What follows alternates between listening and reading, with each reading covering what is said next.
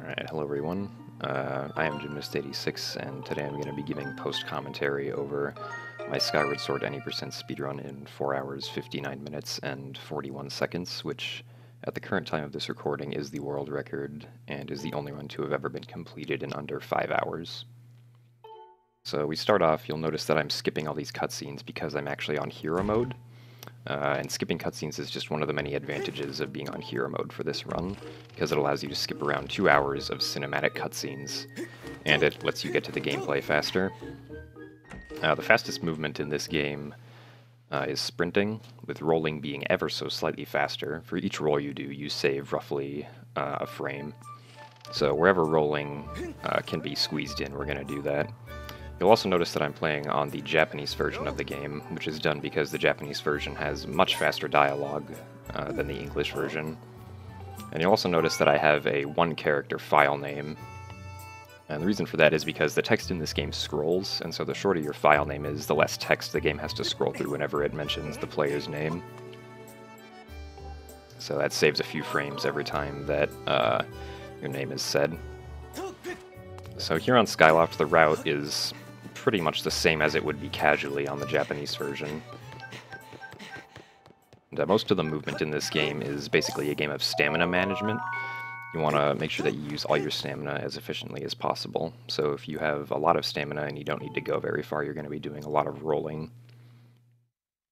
But if you need to space out your stamina more, you're just going to be sprinting most of the way, because rolling does use up more stamina than sprinting does. Also, you do things like rolling into stamina fruit and rolling into cutscenes and loading zones in most places. And usually we get stamina fruit as long as it's not too out of the way.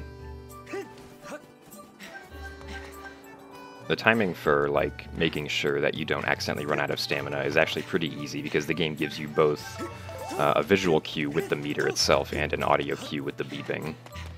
So while the beeping may be kind of annoying, it's pretty necessary to being able to properly time sprinting.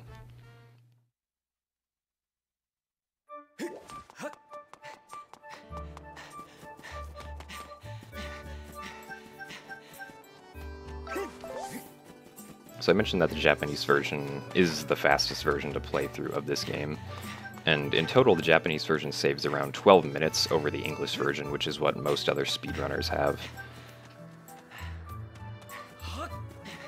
And the total time save from that is around 12 minutes, because the dialogue alone in the Japanese version saves around 17 minutes. But the English 1.0 version specifically has a glitch that would be done later in the run that saves 5 minutes, so that time gets subtracted. Anyway, this is the first item we get, the practice sword. We don't actually have to train with it in here, we can just kind of leave as long as we just talk to the practice guy first. Also, another thing to note with text in this game is that you don't just simply mash the A button to go through it like you would in most other games. You have to hold down the A button to make it scroll quickly, and then press the A button again to cancel the box. So it sort of becomes this game of memorizing almost how long each text box is, which is kind of interesting. And then right here, we're actually required to view this cutscene. There's no way to skip it, unfortunately. At least with this route. Talking to the Gossip Stone. This Skyloft route is actually only done on the Japanese version. All other versions of the game do a different Skyloft route that involves doing a bunch of crazy glitches, but because the Japanese dialogue is so fast, just doing Skyloft the natural way is actually a few seconds faster than doing all of that.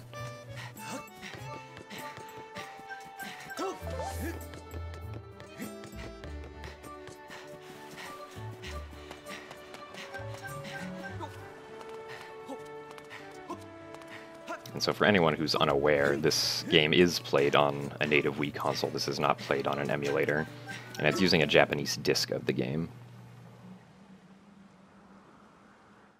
And also, the only controller options for this game natively are a Wii Remote with Wii Motion Plus and a nunchuck. So now we cut down the logs to go into this cave, which is a little sloppy, unfortunately. So right here, we're going to try to jump off this ledge right here. And that jump is actually kind of tricky, because in this game, you can't jump off of ledges if you're walking at less than a 45-degree angle compared to the ledge. You'll just, like, coast along the ledge instead. Which is kind of weird, because it's sort of just, like, forces you on the ledge instead. And so if that situation happens with that ledge we jumped off within the cave, we're going to, like, waste time, because it pushes us up onto a slope that we slide down.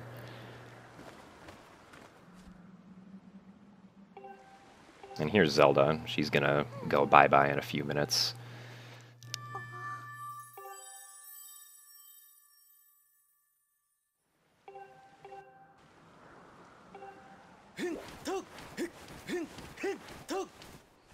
Once again, for every roll that we do, we save around a frame over sprinting, although it can vary depending on the level of the terrain. So you might think that, like, 1 frame per roll is insignificant, but it can actually add up a lot during a 5-hour run where lots of movement is happening. Anyway, now we've saved our loft wing, and we can use it.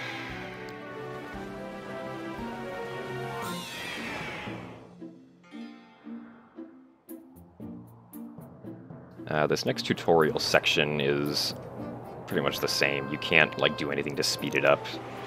You just have to do the movements that Zelda describes before her text is over to advance it as fast as possible. Usually what I try to do is I try to just, like, see if I can run into Zelda and hit her on her loft wing, although she was far away this time, so I didn't really have a chance to.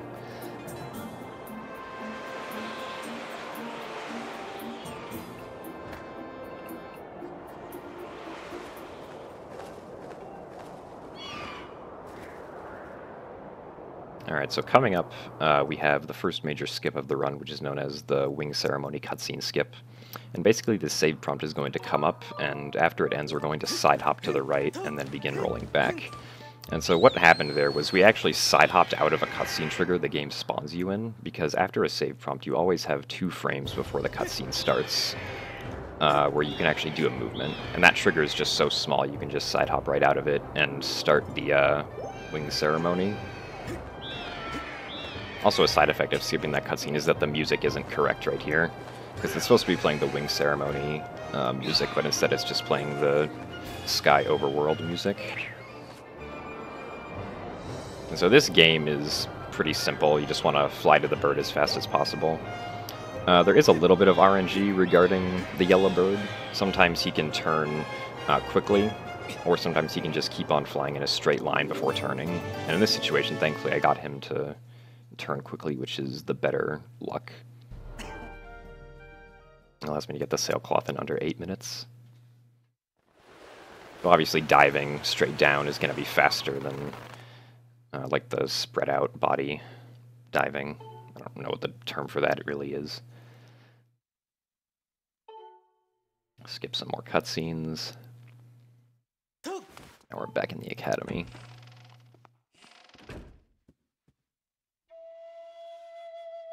So in the academy itself, you actually can't sprint at full speed, so rolling, even if you run out of stamina earlier, is actually much faster. Then you just let your stamina build up again before doing more rolls. There are a few other places like that in the game, which are mostly like small areas.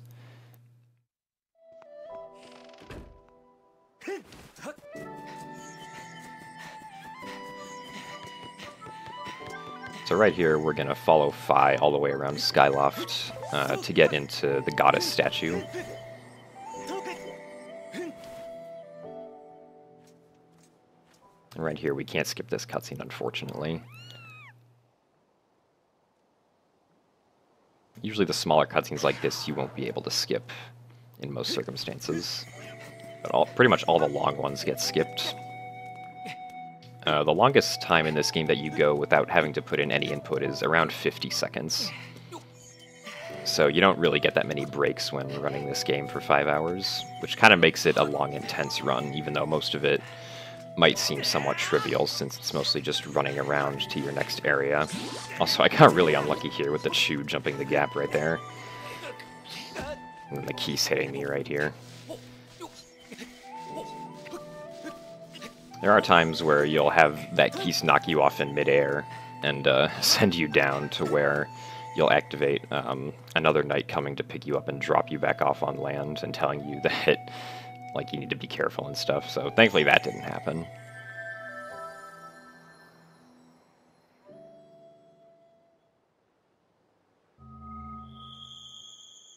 Anyway, now Phi opens up the goddess statue for us.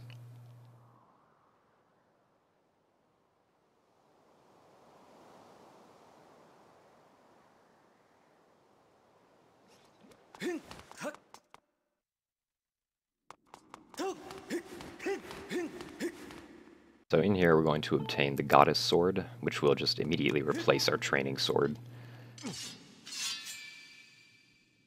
And one of the other big advantages of Hero Mode is that your Skyward Strike actually charges a lot quicker than it does in normal mode. And the Skyward Strike of the Goddess Sword in Hero Mode actually does the same amount of damage as the Skyward Strike from the Master Sword in normal mode, which makes it a very overpowered weapon early in the game.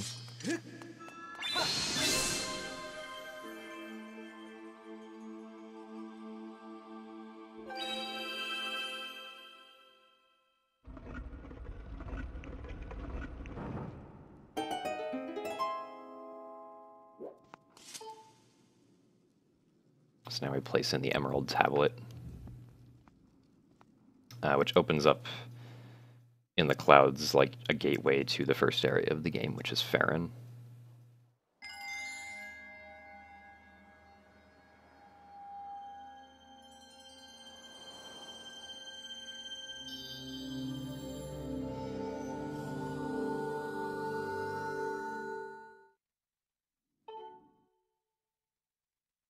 One small note about the cutscene skips in this game is that you only have to hold the 2 button to be able to skip the cutscenes. I've seen many people think that they have to like mash the 2 button to skip cutscenes like you have to do in a game like Twilight Princess, but thankfully that's not the case and you can just hold 2.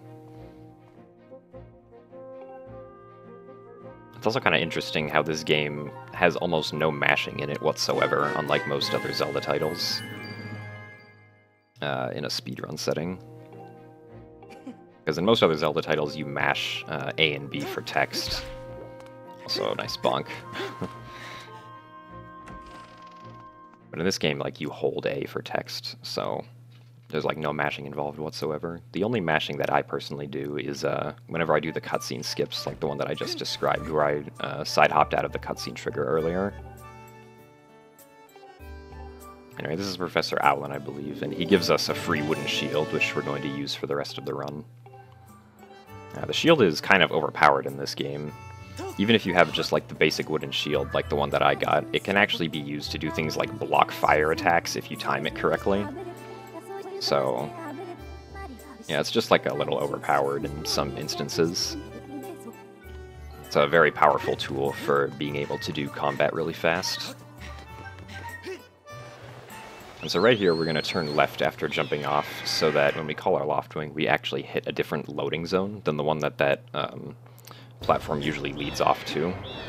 And so this loading zone spawns us closer to Farron itself, and so it takes less travel time to get to Farron now. Also right here, I'm going to jump off my Loftwing, which will actually skip a cutscene where Phi usually talks to you on your Loftwing. But the cutscene can't trigger if Link's not on his Loftwing, so we're just going to dive into Farron.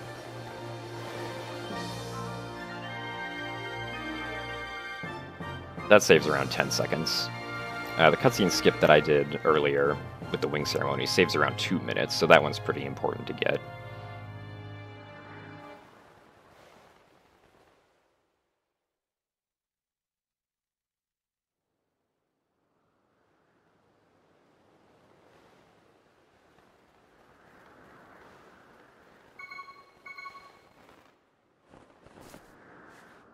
Alright, so now we're in Farron, and the first thing we have to do is just pass by these Deku Babas, which we can do with some weird mechanic manipulation.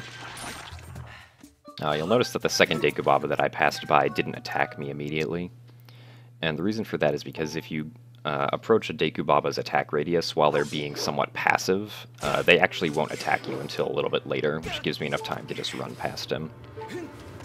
And also right here, I took damage while coming down because I'm actually going to need to kill Link later and get a game over screen, which is actually pretty important. So jump slashing down these cliffs is the fastest way to just take damage.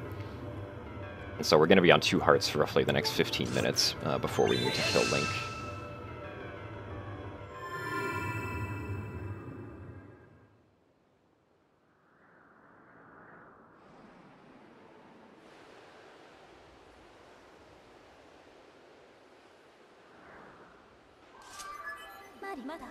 So now Fi comes out and basically asks us if we want to know what dowsing is. We say no, which is the fastest option, but she gives us dowsing and then proceeds to explain what dowsing is anyway.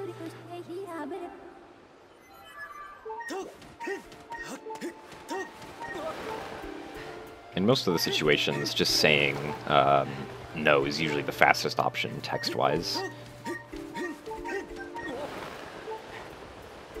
Although there are a few places where saying the equivalent of yes is the faster option.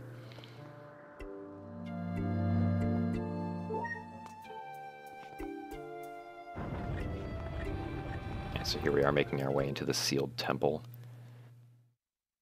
We're going to be coming back to this area a lot because it's pretty central to the game. The first thing we're going to do is we're going to roll over here and open this treasure chest, which has a bottle with a revitalizing potion in it. You do need a bottle to complete the game currently. The only, the minimum base requirement for it is that you needed to pour water later in the game on some frogs. But later we're also going to be using it to get an air potion, which is actually going to be very useful for the Tad Tones section of the game.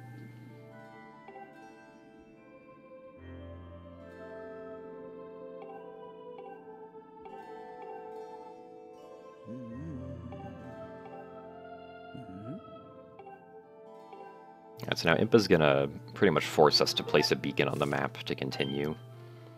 This beacon is somewhat picky, and I don't actually get it down really fast every time. So like here it didn't work because it was too far to the right. It wasn't exactly on the X.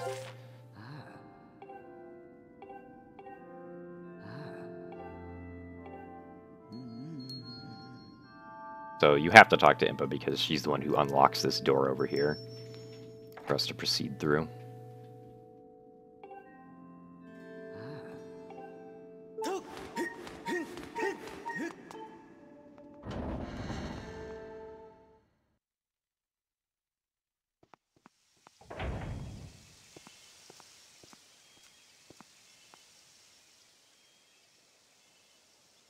Game says, in case you were wondering, here's where your beacon is. You might want to go over towards it.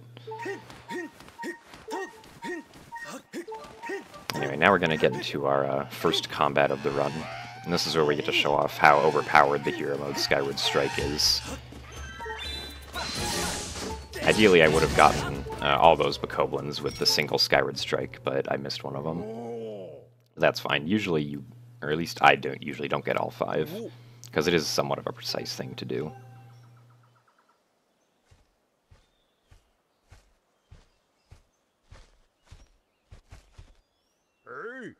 So now, this Goron explains to us what these bird statues do. Or not what they do, but he makes us try to wonder about what they do.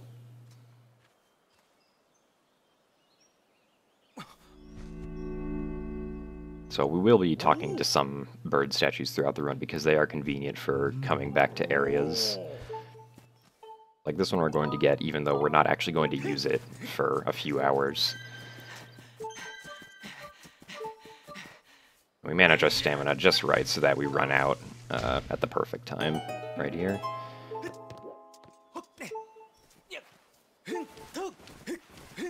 And so for that beacon to work, it has to be placed somewhere up on that platform. If it's not calculated to be on that platform, Impa says that, you didn't place it in the correct spot.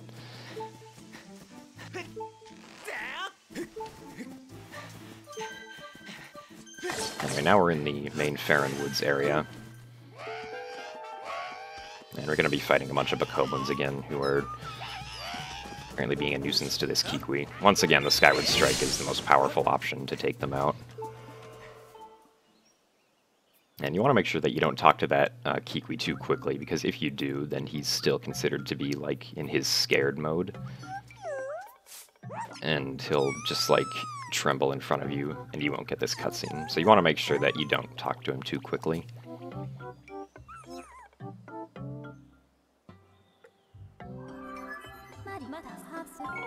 And Phi comes out once again. Throughout all of Farron, the fastest option, text-wise, if you have to choose between two options, is always the left option. Thankfully, there's a stamina fruit right here for us to use.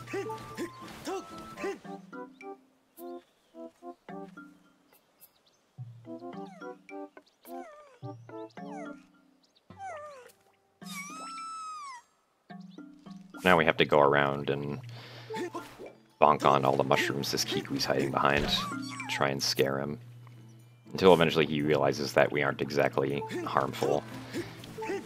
We are going to be using this bird statue later, so we cancel at it, which puts it on our map. And this wall right here we can actually bonk into to lower the vine on that tree above it, which is actually pretty useful, and saves us from having to go around another section of the woods. It would only take like 20 seconds though, but it is still a nice decent skip.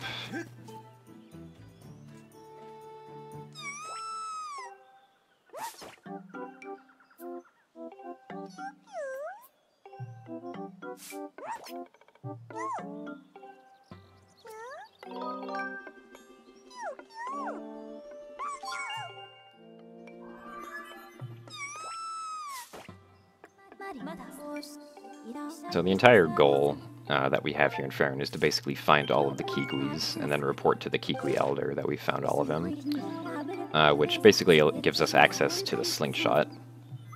And the slingshot is actually very important for the run, not because it's used very much, per se, but because without the slingshot you actually can't get any other items, like it's not possible.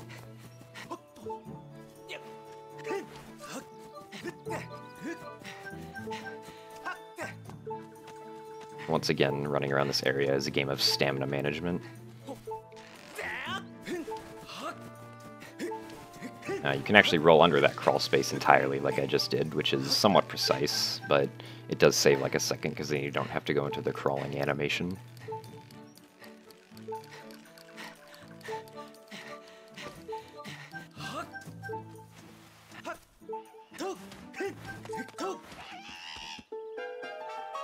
Now we have to save another Kikui from being harassed by the Koblins.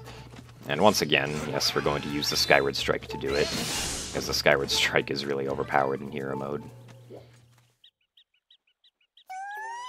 Also, another thing I didn't mention yet, but in hero mode, along with the overpowered Skyward Strike and the ability to skip cutscenes, you also take double damage, which is actually really useful for the run, because we're going to be dying a lot. So the faster you can die, obviously that's better. But it is also like a double-edged sword, because there are also situations in which you can die accidentally very quickly, which you obviously don't want to have happen. Anyway, now that this Kikui is saved by us bonking into a tree, we're going to use the rope that the tree dropped down to get out of this area. And this rope is actually kind of tricky, because ideally you want to swing backwards on it first, which I successfully ended up doing here. If you swing forward first, you actually don't get enough momentum to make it up onto this ledge. So if you swing forward first, you waste like 2 seconds instead of swinging backwards first. So the general rule for stamina management is that you want to let the wheel recharge to about 1/4 before you keep sprinting again if you need to sprint over long distances. Because the last fourth of the stamina meter actually, like, it recharges at the same rate, but it uses less stamina. Or it takes longer to deplete, I guess I should say. Anyway, this Kikui, if he gets uncovered before all of the grass gets removed, he likes to move around, so that was just a small mistake, unfortunately.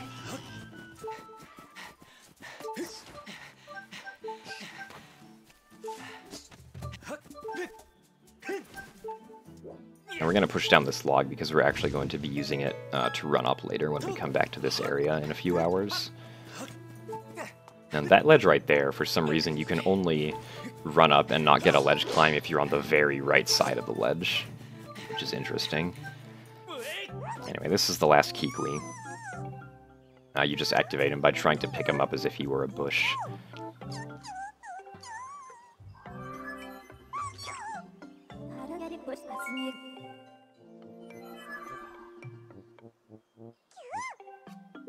Alright, so now that we've found all the Kikuis, we can finally report back to the Kikui Elder, and he will give us access to the slingshot.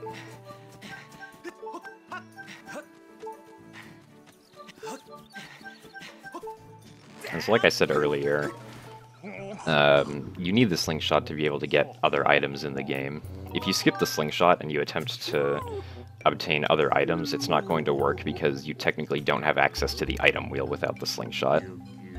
So if you do actually try to obtain another item without the slingshot, which under normal means is not possible anyway, the game will actually just soft lock upon Link in the animation of obtaining the item, which is kind of funny.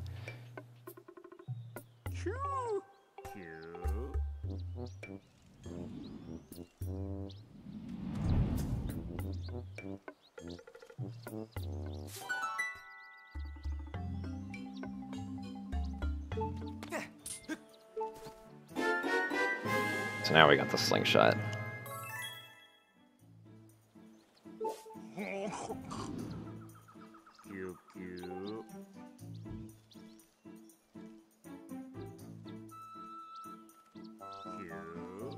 So normally right now we'd be heading on our way to the Skyview Temple, but before we do that we need to go and push down a log over here behind the Kikui Elder. And this log serves multiple purposes. It's useful to run up later, but it also serves an important purpose for a glitch that we'll be doing in a few minutes.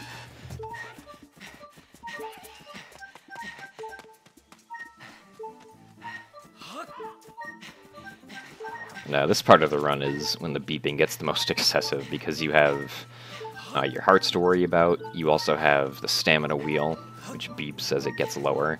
And then you also have the item wheel, which is beeping because it really wants you to use the slingshot. But thankfully it ends right here because we use the slingshot.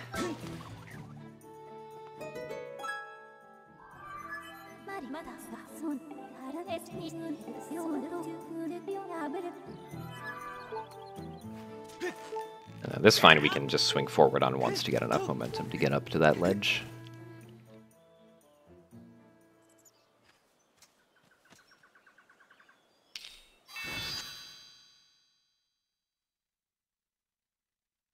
Alright, so now we're in the deep woods. And there's actually a pretty interesting skip we can do here. To skip having to go around a small section of these woods. There's also another glitch that I could have done right here to actually fly across the woods, but it's unfortunately rather inconsistent and, in my opinion at least, not really viable for runs. But it's okay, instead we get to do this cool thing up here. So right here there's this Bokoblin that we can lure into a specific position, and then when he attacks we want to perform a Skyward Strike, which will send our Skyward Strike upwards because of his elevated position and hit this Goddess Cube up on this ledge. And because the game assumes that you must be already up on this ledge when you hit the Goddess Cube, it teleports you to a specific position up here. And so that skips having to go around and actually get up on this ledge. So now we're going to push down that log also, because once again it's useful to run up later.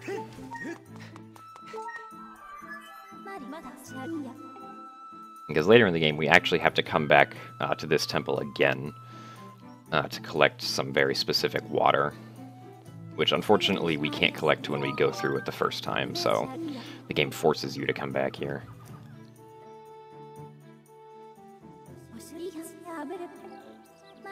And so after this text, I'm actually going to roll and bonk into this tree over here in front of me. And the reason for this is because it sets a specific flag on this file that we need when we save right now.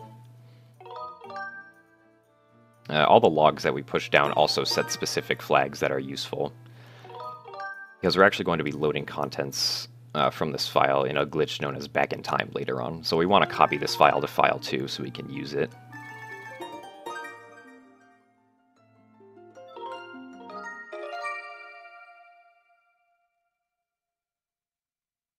Alright, so now that we've saved, we can enter Skyview Temple. And we're able to do all of that in under half an hour to get to the first temple, which I think is pretty cool. I remember the developers of this game stating that it was going to take you about 5 to 6 hours just to reach the first dungeon in this game, so it's kind of interesting that it can be done in only half an hour if you do it really fast.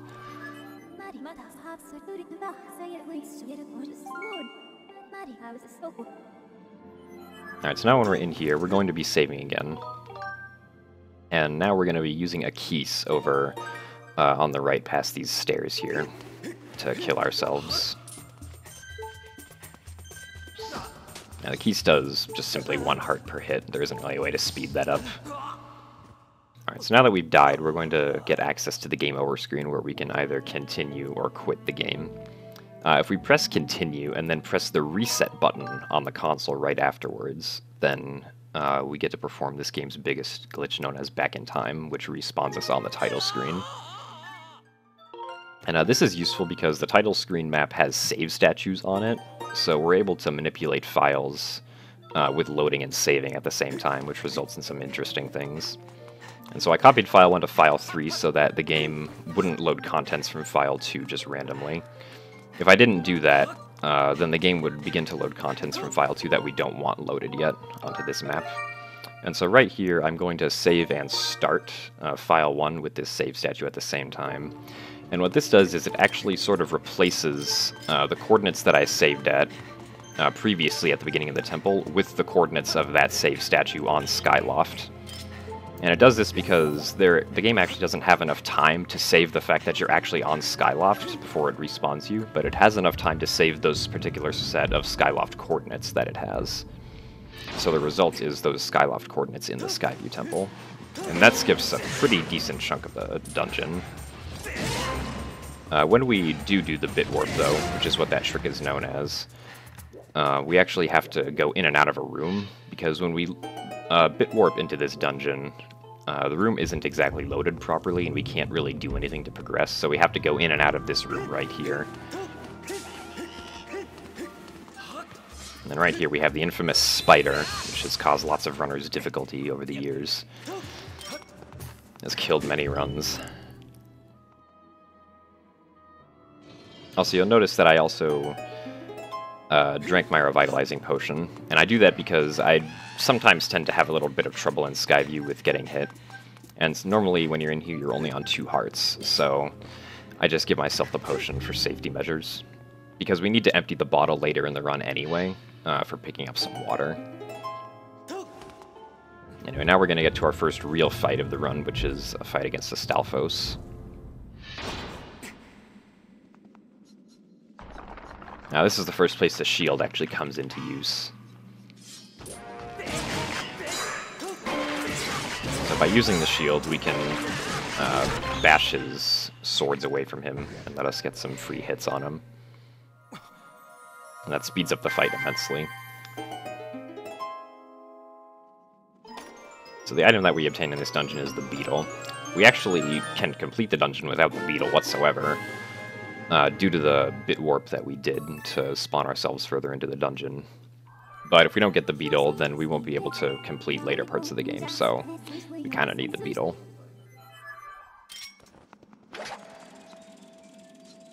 Beetle's also used for some interesting puzzle solving.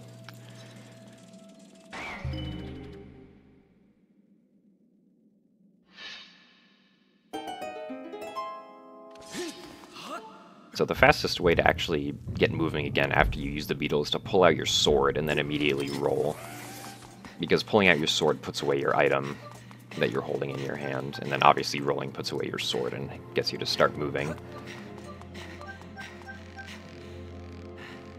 So right here, this is the tightrope. And we don't want to get too close to this bokoblin, whose name is Twinkletoes, before he attempts to tightrope walk across, because then he won't get onto the tightrope as quickly and we won't be able to shake him off. So now we have to traverse across these ropes in the next part of the dungeon. Now the ropes in this game are generally kinda iffy sometimes. They can do strange things sometimes, but I don't think I screwed up any of this, from what I remember. Yeah, so now we can get the boss key, which is not very out of the way at all. And we can traverse back across these ropes instead of having to climb some vines and walk across the tightrope again.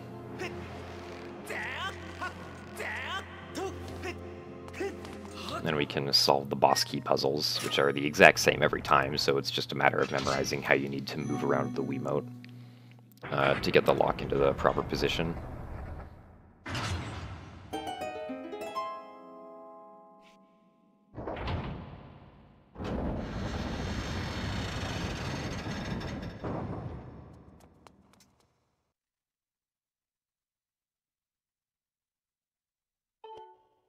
Alright, so this is the Girahim 1 fight. First stage is pretty simple. You just want to lure his hand to one side and then spin attack from the other side. I failed a little bit because I was too early on my spin attack. But it's okay, that only wasted a few seconds. On the second stage, you try to get a jump slash immediately, which I was able to get. And that allows us to get a lot of quick hits in on him. Ideally, he doesn't spawn any darts during this battle, but that rarely ever happens. Because darts are, like, an attack that you can't, like, you don't deal any damage to him when he does them, so you just want to, like, swipe him away and get to his next attack as quickly as possible. Ideally, if you do have to get darts, you'll want horizontal ones instead of vertical ones, because vertical ones he'll always run away from or jump back to. Anyway, so that's the Girahim fight. It was a pretty decent one. I've had a few better ones, but it wasn't bad by any means.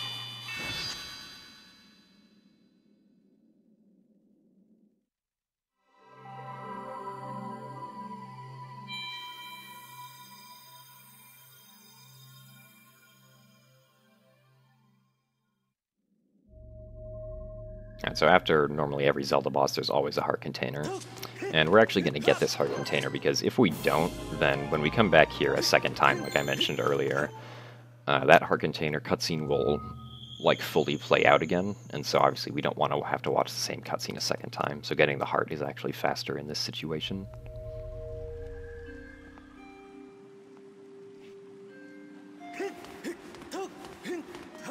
Now we've made it to the Skyview Spring. We can actually hit the Goddess Crest from back here. We don't have to be all the way up. Then we side hop into the water for style points. The side hop doesn't do anything, but it's just something that a lot of Skyward Sword runners seem to do for some reason.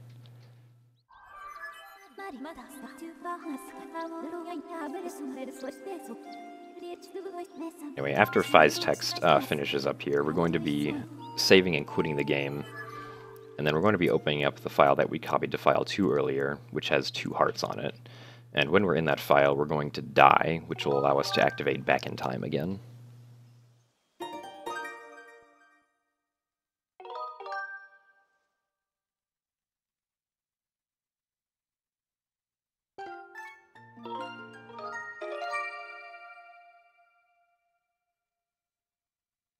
So we spawn here, and then there's a Deku Baba over behind this tree.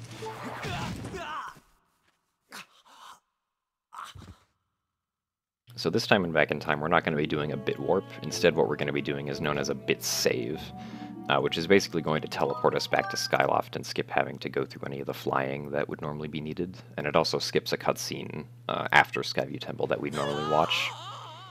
Another trick that we're going to be doing right now as we bit save back to Skyloft is known as Early Thunderhead. And basically what's going to happen is we're going to load the properties from File 2 in such a way so that the Thunderhead cutscene gets queued up behind the save prompt that we activate. So right now the Thunderhead cutscene is queued up, and if we press start at just the right time, we can start the file and then briefly play the opening Thunderhead cutscene. And so doing that actually opens up the Thunderhead on this file and saves around 20 minutes of questing that we'd have to do later in the game. So even though it doesn't look like much happened, it's actually very important that we do that. Alright, so now we're going to be getting a second bottle, because we actually have to use water twice in this run, and it's faster to use the water consecutively rather than using it once and going back and getting water. And we also do this so that we can buy an air potion from the potion lady later in the game.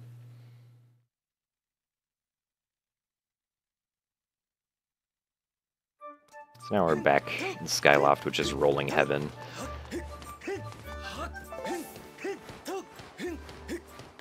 And we need to go place the Ruby Tablet this time to open up Elden Volcano.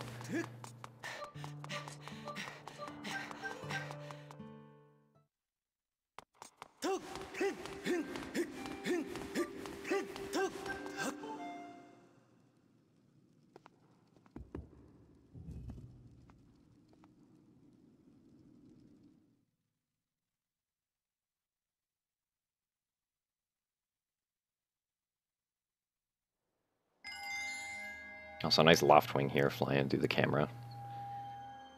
That's like the only time I've ever had that happen, which is kind of surprising to me out of all the times I've viewed this cutscene.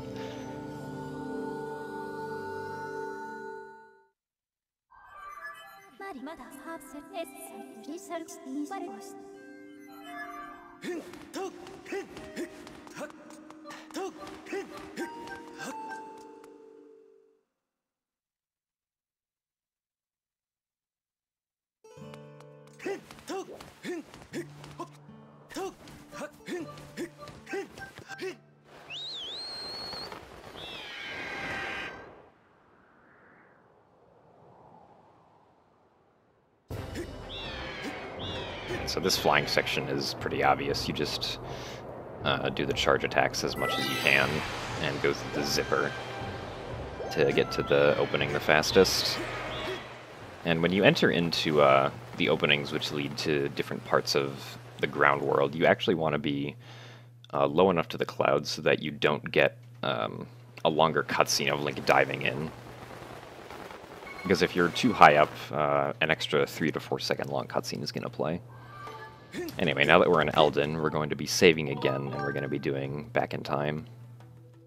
Except this time we don't need to load up another file to get ourselves down to 0 hearts, because this Chew right here can do that for us pretty quickly.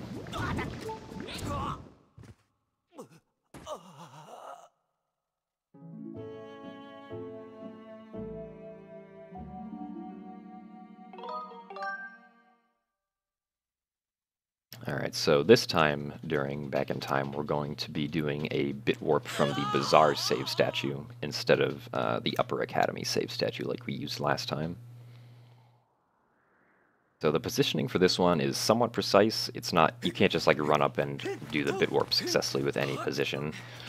Because what this bit warp actually does is it actually spawns us inside a goddess cube, which will then push us underground and into the loading zone for the cave where we receive the digging mitts. Alright, so now we've hit the loading zone, which gives us access to this cave. Make sure we use the sailcloth. If we don't use the sailcloth right there, we lose 4 hearts, which we don't want.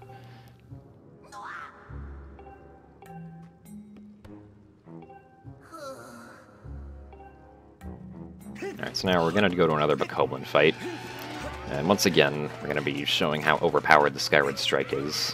And so the movement we're doing right now lures the Bokoblins into a specific position of sorts. And using the Skyward Strike, we can just clear out all of them. One of them went around the pillar, though, for some reason, so I had to do an extra Skyward Strike to take care of him. Yeah, that's the last Bokoblin fight for a while, so Skyward Strike goes somewhat unused on enemies for a while. Anyway, now we have the digging mitts, so we can dig through these specific ground spots to open up air vents. And then jump slashing into the air vents saves time because you're higher up.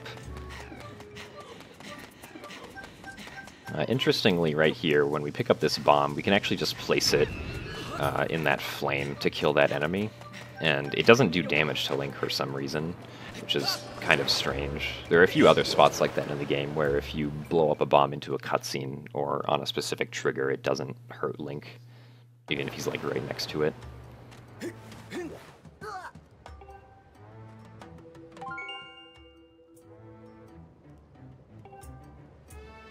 Anyway, right here, we're going to roll into this trigger in a specific way that makes Link walk around in circles. Because Link's trying to get to a specific position on the ground, but he can't because his turning radius isn't tight enough. Hey.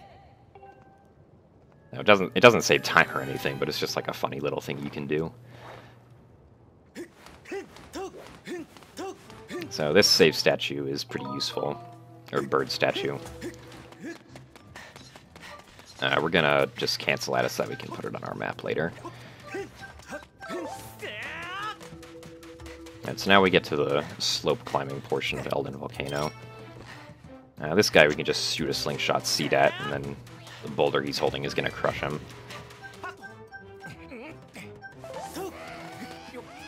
And then when we place this bomb next to this tower, which we need to knock over, we can actually place it just far away enough so that it hits the tower, but doesn't hit Link as the bomb blows up.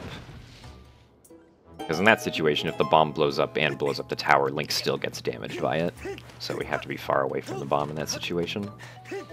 We also want to make sure that we avoid having to pick up any rupees, because rupees give a small text cutscene.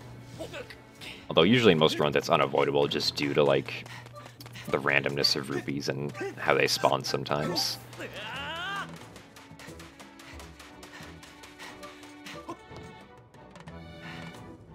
So we don't have to wait for our stamina to fully recharge to start climbing this second portion. Now, right here, these guys got really aggressive and both tried to attack me, so I had to move out of the way pretty quickly. I usually like to charge up a little more stamina before I run up there. Anyway, now we get to view this snazzy cutscene of these two guys talking.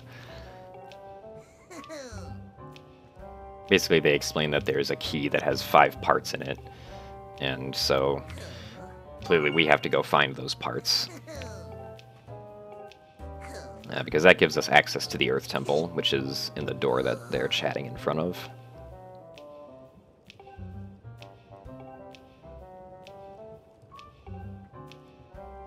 So as usual, after this fight comes out and repeats exactly what they said, which is kind of useless to us. In that situation, hitting the right option is faster text-wise. So using these bombs behind us, we're going to actually throw one of them down the slope and hope that it hits that bombable wall down there. That throw is actually kind of tricky sometimes, and I'm not 100% consistent with it, so thankfully I got it there without much trouble. Because we need to blow up that rock wall for a piece of the key. So we just got the first piece of the key right there.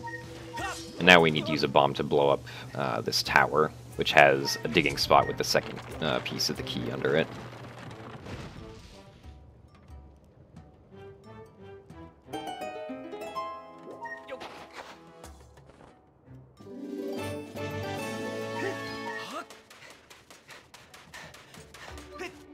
So the first 3 pieces of the key are pretty near each other in this general area. Now the 4th and 5th pieces are a little ways away that we'll have to go over to.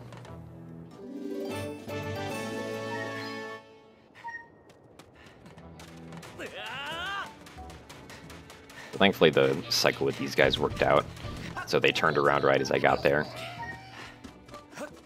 I didn't have to deal with them trying to, like, stomp on me. And so at this bird statue right here, we're actually going to be saving, because when we save at a bird statue, our reset point gets set to that bird statue. So now when we die, we're going to spawn right at that bird statue, which is right in front of the Earth Temple. And we're going to be dying right after we get the 5th piece of the key, because then we can just warp back straight to the temple instead of having to climb the mountain again.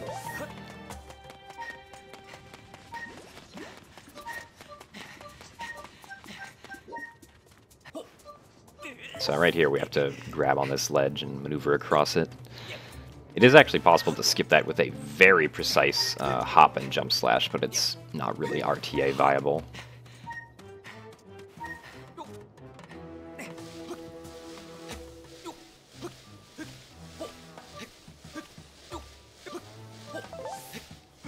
Obviously on vines, jumping across them is the fastest movement. Just regular climbing on the vines is really slow. So when we go through that area, we're pretty much required to take a heart of damage. There's no way to get through that without a Guardian Potion to not take damage.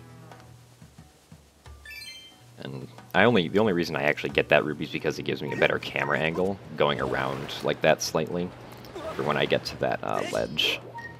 The ruby is actually not needed, but it doesn't waste any time to get because it doesn't give us a text box.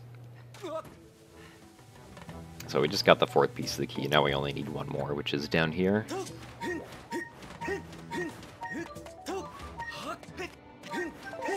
thankfully there's a stamina fruit right there. I didn't quite make this bomb throw correctly, so I had to give it a little nudge into the lava right there to blow it up. Because if bombs hit any source of fire in this game, they just instantly blow up. Although it doesn't even have to be a source of fire, like even shooting a slingshot pellet at a bomb will blow it up. Or hitting it with your sword like I did here. Alright, so now we're at 2 hearts, and we have the 5th piece of the key. So that gives us the full key, and now we can do a death warp back to the statue that we saved at by just jumping in the lava.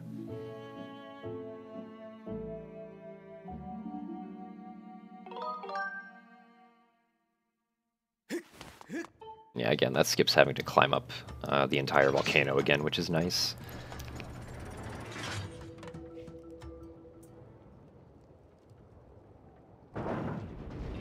Alright, so now we're heading into the Earth Temple, which is not my favorite temple, but it's still pretty good. Now, the first thing we're going to do once we're in here is we're actually going to turn around the camera and then walk into it. And the reason for this is because there's actually a platform cycle happening in the background. And basically, we want to stall that platform cycle so that it's good when we get to it. And that keys actually wasted a little bit of time, so I had to turn around the camera again to make sure I got the correct platform cycle. Which I did almost miss, but thankfully I didn't. We can use the Skyward Strike here to hit that other rope and lower the bridge. And finally we have to use the beetle for this last one. This is where like the beetle requirements come in, despite the fact that we haven't used it at all yet.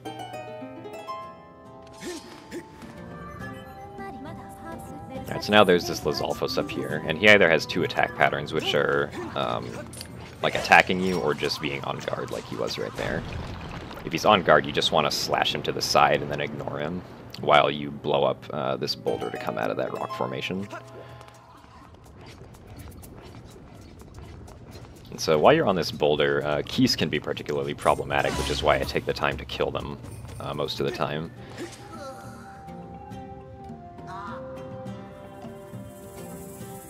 Because obviously you can skip killing the keys, but then they can control you to no end, and sometimes you'll lose runs to that. Anyway, now we need to use a bomb to blow up this set of rocks out here. But if we throw the bomb at a specific position distance away from the boulder, we actually won't trigger a cutscene that normally plays if the bomb rolls all the way under that crawl space. We can also skip another cutscene coming up right here by shooting a slingshot pellet at these Lizalfos, because the Lizalfos have to be in a specific like state of waiting for the cutscene to properly trigger. So right there I got pretty lucky. When I spin attacked the Lizalfos, he was attempting to get ready to shoot out like a flame at me. But when he's in that state, you can just spin attack him to knock him down. Usually what they do is they try to like hit you with their tail, and while they're doing that, you can't spin attack them to knock them down, unfortunately.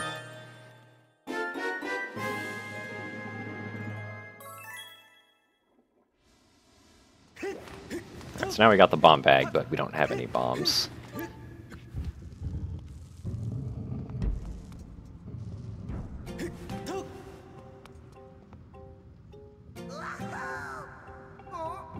So right here, the fastest text option is actually going up, since this magma right here has 3 responses. So he generously gives us his bomb bag. And then he also thankfully gives us some bombs to start out with, which is pretty much all we need to get through the temple besides the boss fight. Now we start the infamous boulder rolling section of the run. And I will note that it is actually possible to skip this entire boulder section that I'm about to do. However, it's very difficult, and if you mess it up, you actually don't really get to complete your run. I also actually don't know how that flame from the spume didn't hit me, so I don't know. That spume usually doesn't shoot flames, he usually just kind of passively walks away into the corner. So that was pretty interesting to me. So we need 2 bombs to blow up each of these bombable walls, leaving us with 1 bomb left. Although we're not going to be using bombs until we get to the boss now.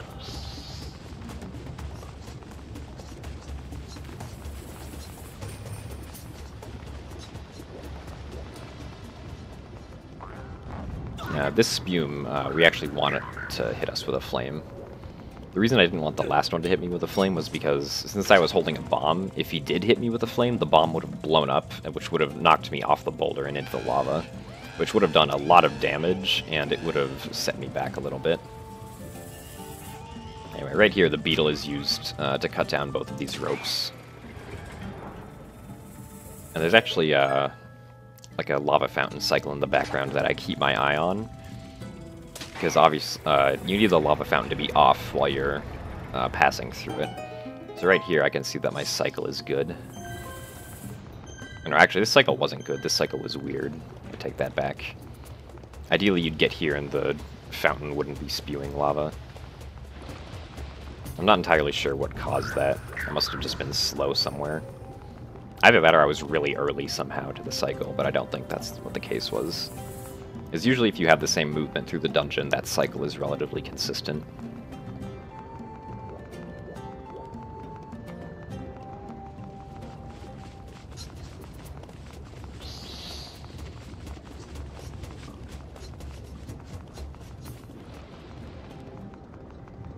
Alright, so right here we're going to be doing a trick known as peg skip, where basically we just need to push in this one peg, which raises the upper platform over here. And with the correct angle, we can jump slash onto the upper platform as it rises up. And Skip's having to push in the lower platform on the other side. Now, it saves around 20 seconds because rolling around with the boulder is pretty slow. So here we have more slopes that you're required to sprint on to run up.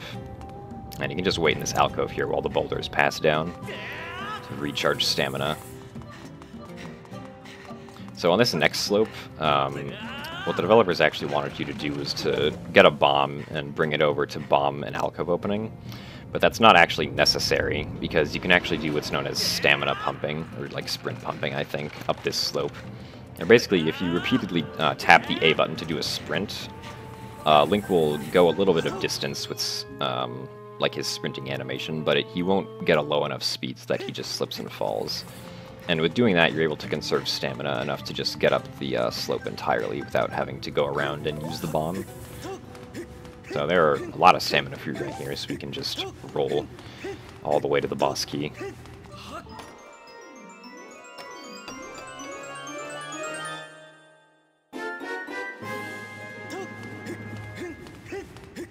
So now we're going to temporarily become Indiana Jones as this boulder just falls out of this dragon's mouth.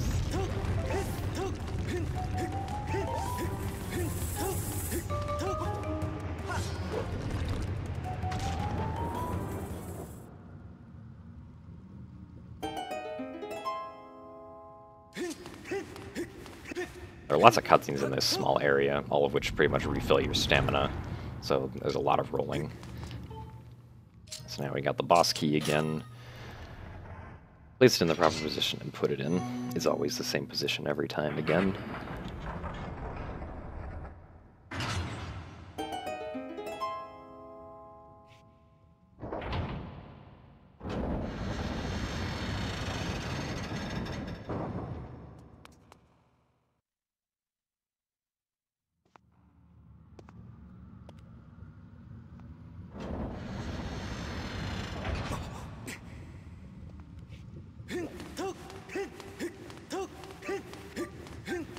Alright, so this is the room of Scaldera, which happens to be that boulder that we saw get eaten by the dragon before we placed in the boss key.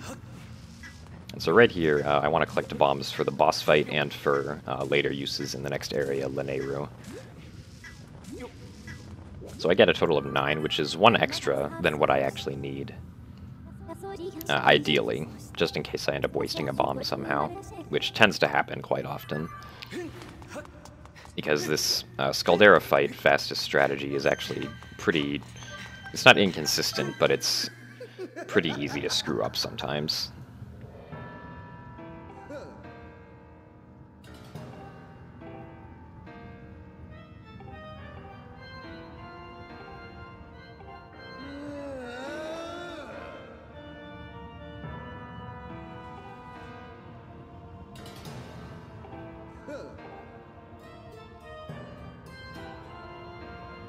Alright, so when this fight starts out, I'm going to backflip and pull out a bomb, and then wait for Scaldera to become not fiery so that I can actually throw the bomb at him and make him roll back down.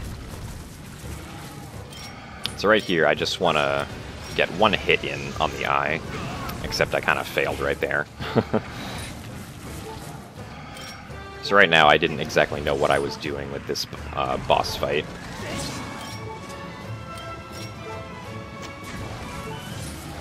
Because the strategy that I would normally do got a little bit messed up.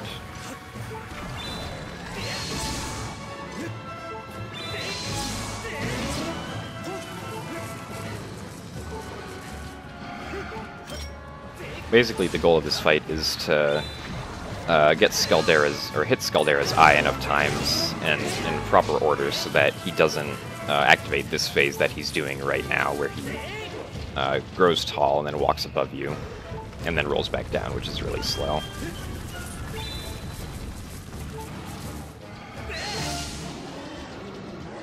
Although his eye also has some vulnerability frames during a few parts of his animation, which we abused right there to deal a final blow to him. But in an ideal situation, we would not have gotten the phase where he walks above us and then rolls back down.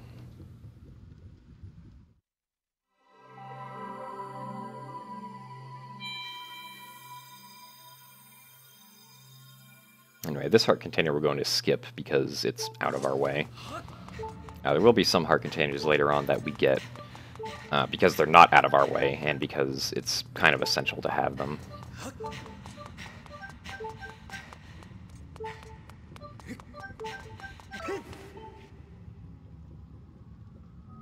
This was, despite the fact that I lost time in this dungeon, the Earth Temple time is still pretty decent. So once again, we don't need to be all the way up to hit the Goddess Crest with the Skyward Strike.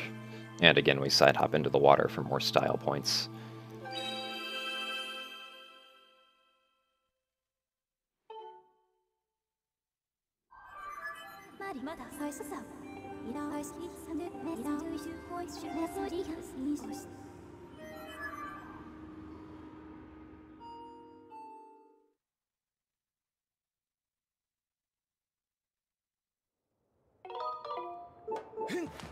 So after that save prompt, usually Link will walk forward slightly before you can move.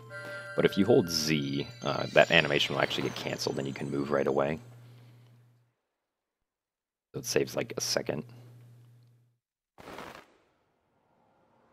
Alright, so right now we're going back up into the sky, and we're actually going to be flying to the Thunderhead right now, which normally we wouldn't have access to until after the third dungeon of the game has been completed.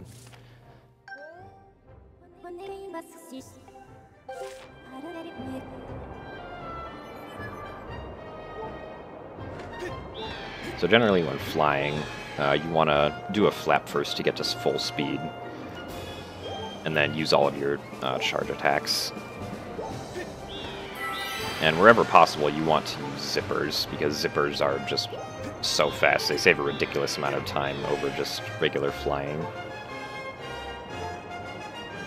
Alright, so the portal's open, and we can just walk right in, or fly right in, I guess.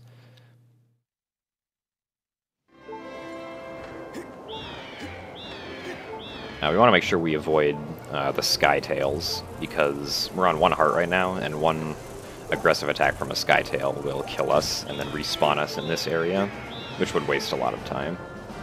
So generally we fly pretty low to avoid most of them.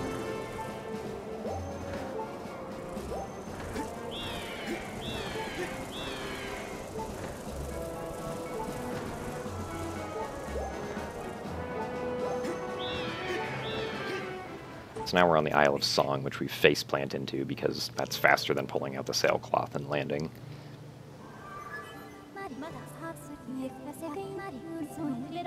And the solution to this puzzle is pretty simple. You basically just have to line up all three of these, like, I don't know, podiums, I guess, is what they're called. And then have them all face the same direction to make a bridge to the crawl space on the other side.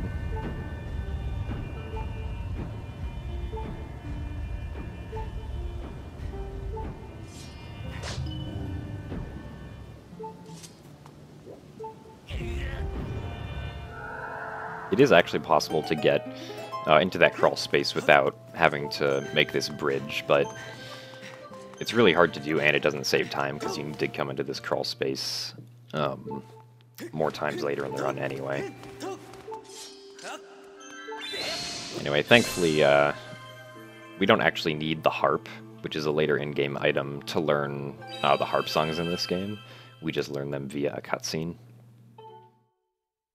So it's faster to get this now just because routing-wise it makes more sense. And also the icon for the dowsing is incorrectly labeled as the Zelda icon because we don't actually, or because we didn't watch a specific cutscene yet that sets that flag.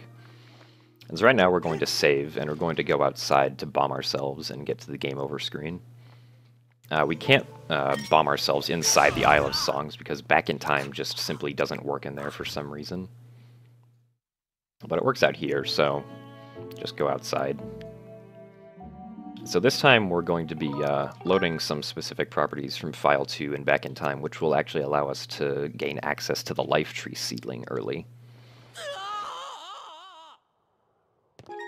And the Life Tree seedling is a pretty late game item that normally you wouldn't be able to get until like way later, like 4 hours later from now. So the first thing that we're going to do is we're actually going to be opening File 1 and then obtaining this stamina fruit over here. And this will give us the digging mitts to use because our first file has the digging mitts item. We're going to save with File 1 open, which will save File 1 at that specific spot on Skyloft. And then we will be rolling over here with File 2 open, which will activate this Phi trigger over here. And basically right here, Phi is telling us that we need to go pick up the Life Tree seedling. So the game teleports us halfway across Skyloft to go pick it up. And so by starting the file and then digging for the Life Tree seedling, we now have the Life Tree seedling. Now we're going to go place the Amber tablet. Or no, not the Amber tablet, the Topaz tablet, what am I saying? But that early Life Tree seedling trick has a pretty interesting history. It was first accidentally discovered by a player by I believe the name of Felfar, who randomly got it in one of his attempts.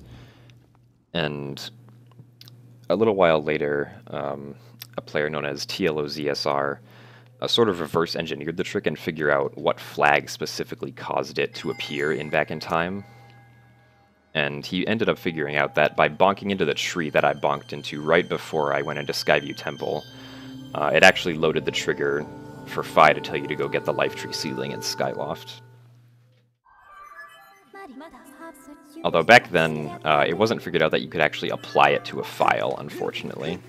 That was figured out by a Japanese player known as SVA, who has done countless things to make this game faster as a speedrun.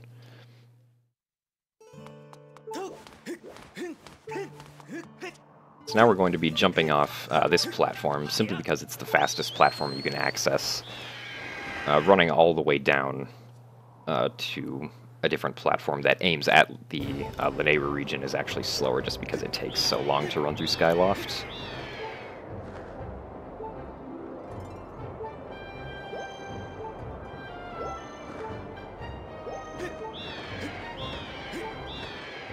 Thankfully there's a zipper on the way over here, which we can use.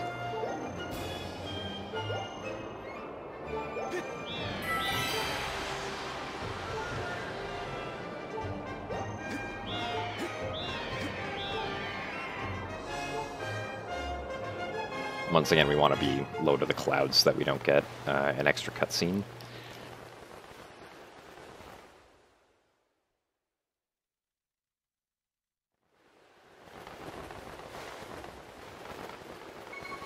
Alright, so now we're in Lanayru. And just like Eldon, the first thing that we're going to do is we're going to save and then use a bomb to kill ourselves and perform back in time.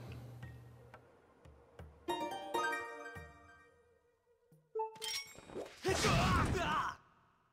now that we have bombs, killing ourselves is pretty easy. Especially if we're at low health. And the bombs that we use to kill ourselves for back in time don't actually get wasted because we don't save the game after using those bombs. We save right before we use it. So this time we're just going to be doing a standard bit warp using the Upper Academy statue. Pretty much everything we do with bit from here on out is going to be a bit warp with the Upper Academy statue. And now one thing I didn't mention earlier is that the log that we pushed down, if you remember, right after we got the slingshot, is actually one of the factors that allows for these gates to be open and back in time. Otherwise, the gates would be closed and we'd have to void out and respawn past the gates, which would be slow. Anyway, this bit warp places us way out of bounds. And by way out of bounds, I mean like way out of bounds. Like, we're going to be running here for like a solid minute before we actually get back to like inbounds territory.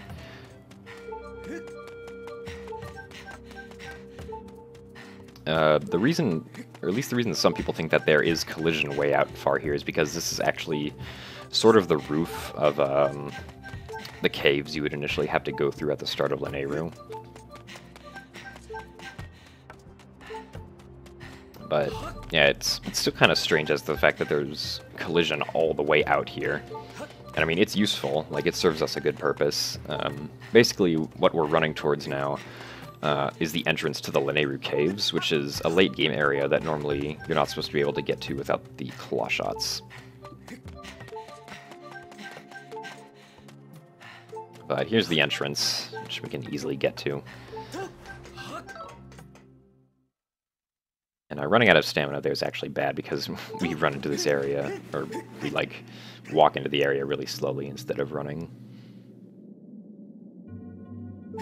Anyway, now we're going to be accessing the Lanayru Gorge, which is basically the last place of Lanayru you should be able to access, but we're going to access it now. And I jumped into that loading zone so that I appear in the next area with no speed, which starts that cutscene quicker. And the only thing we're going to be doing here is just getting this bird statue on our map, which will save time because we won't have to trek all the way through Lanayru again to get here.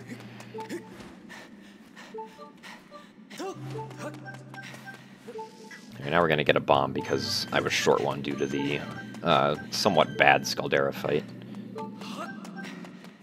So now this is loading zone gives us access to the main Lanayru area, the Lanayru Desert.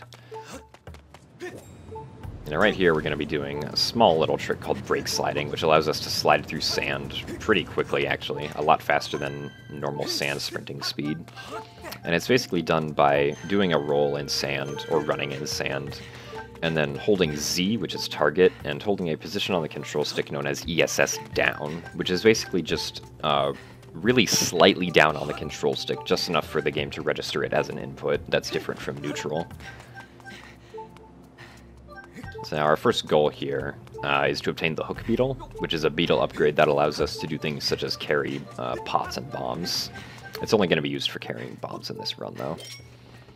And so this is another situation where we're going to blow up a bomb while we're right next to it, but it doesn't do damage because it starts a cutscene. Then we can spin attack that time shift stone from outside, just barely. So now here we have to fight these two Technoblins. Ideally, I would have thrown a bomb into there, and then the Bokoblin who was in the cage would have been scared. But unfortunately, he just decided to run right toward me, so that was unfortunate. Because the bomb would kill the Technoblin in just one explosion. Wouldn't need to deal any extra damage. Anyway, now that we've saved this robot here, he's going to upgrade our beetle to the Hook Beetle.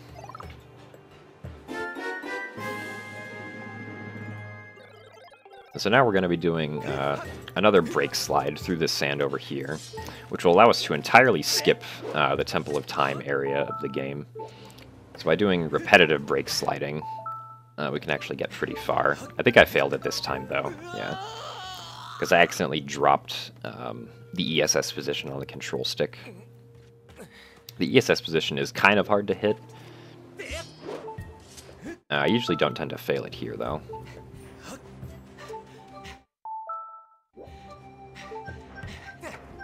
Alright, so we made it over, and now we're over in this area, which, again, skips having to go around the entire Temple of Time area, which is really nice. It's also a lot easier than an older trick that was used to get up into this area, which required manipulating an Amphilis to a specific position where you would run up his shell and then run up a wall off of his shell that was normally too high to climb. Alright, so now we're in the Stone Cache. Also known as, like, the area where the fire node is, I guess. So we need to bomb open this pile of rocks to reveal a time shift stone. And I'm going to be riding across this shell here. But I need to get a bomb refill first.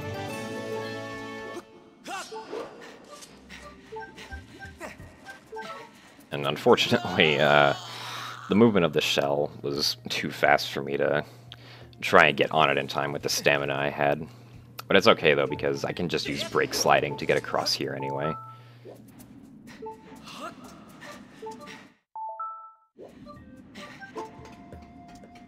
So it was a small time loss, but not too big of an issue. So from here we can use just a precise slingshot shot to try and open up, or not open up, but activate the time shift stone. That shot is actually pretty precise due to the arcing of the slingshot based on the position you're in. And it's not usually a shot that I have to make.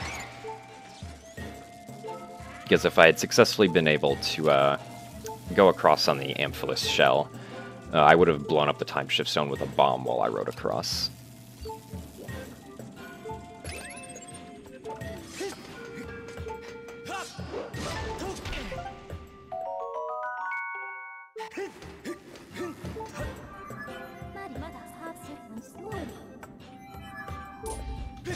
So to access this node, you need to get a baby Amphilis and use it as an electrical source to open up this set of bars.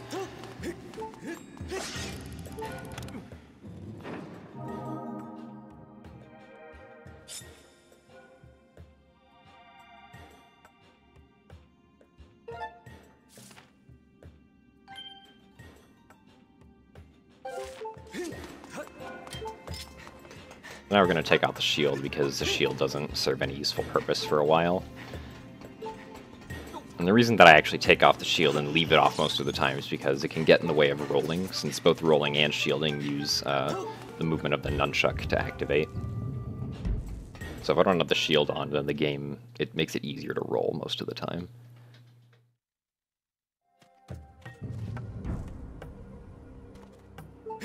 Now we get to travel across the Lanayru Desert to the water node. I have to stay close to this wall, otherwise the Amphilis is going to hit me, and I'm going to die, which I don't want yet. I put on the shield temporarily right there, just in case that Amphilis that was to my left is in a bad position and tries to attack me. Because usually if the Amphilises try to attack you, you can just shield bash them, and then just be on your merry way.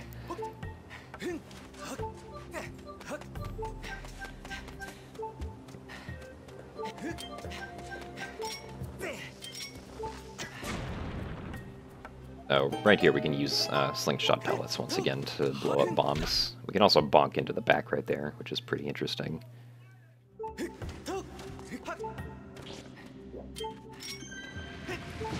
Right there, that Amphilis can sometimes like roll into that bomb while you're trying to bowl it over to the time shift stone. But thankfully that didn't happen right there. And then from here we can hit the time shift stone with the slingshot pellet. And thankfully there's a baby Amphilis just sort of standing right in front here. I hit it once to reset its electrical cycle so that it doesn't shock me while I try to put it in. And thankfully for the most part you can just ignore that Bokoblin, or Technoblin. Names are difficult. Yeah, so this is the lightning node. There's one more node we need to get, which is the not the fire node, the water node. And that completes the 3 nodes that we need to open up the Lineru mining facility, which is the 3rd dungeon of the game.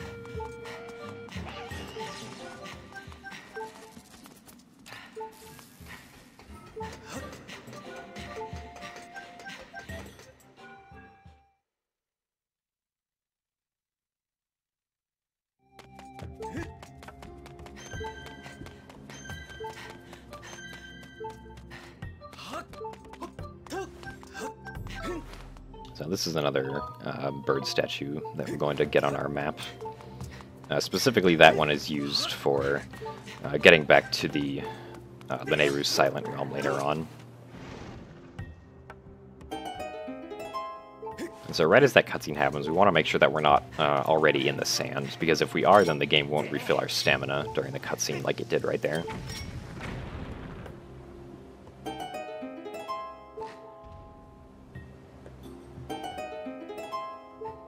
The fastest way to hit that stone, or that time shift stone, is with a slingshot pellet.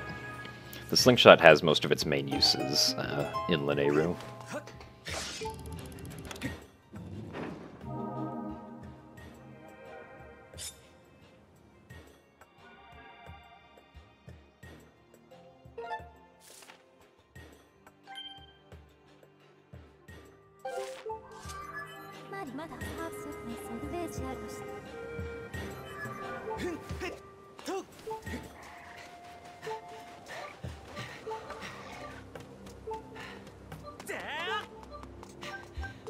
So now that we've activated all 3 nodes, we can finally go to the central unit over here and place the nodes in the correct formation to open up the temple. Or rather, have the temple rise out of the sand.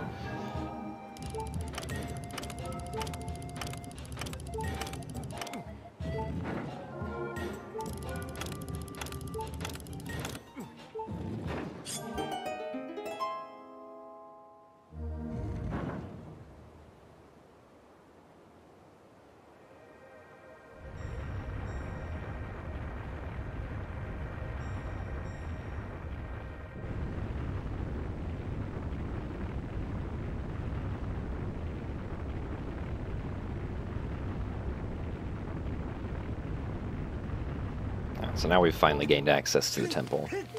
Now we're still on 1 heart, just like we were when we left Earth Temple. And we're going to be on 1 heart for around 5 more minutes as we go through this dungeon.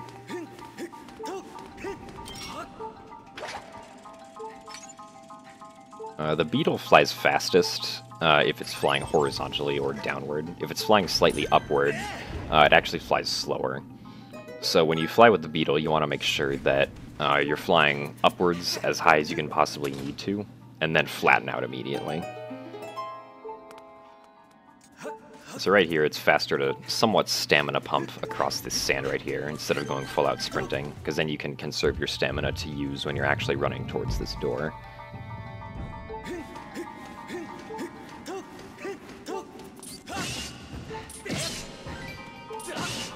Now we kill all these mini scorpions. Thankfully I wasn't forced to pick up a rupee drop or a jelly or anything, which can sometimes happen.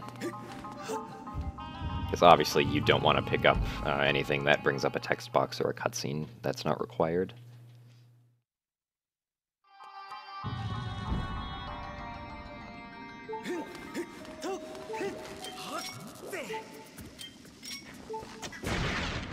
So this gap is small enough that we can actually just do a hop and a jump slash over it and not have to roll and go through a grabbing animation.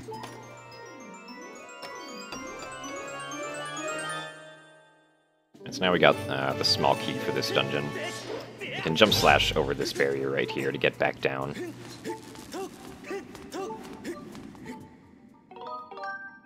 Alright, so this save statue right here, we're going to be saving at because we're going to be death warping back to it after we get the Gust Bellows. And thankfully there's a consistent bomb drop in that barrel right there. Bomb count is actually pretty important for most of the run. Although in Lineru and afterwards, it's kind of relaxed for a while. So we can ignore that Staldra. Or is it a Hydra? I don't remember. It's one of those two, I think. We want to make sure that we don't get hit by these Frokes, because just one poke from them will kill us because we're at 1 heart. That's why I went around the first one. Then right here we can just use one of our own bombs along with the beetle to blow up that box at the top. And sometimes the ladders can be difficult in this game.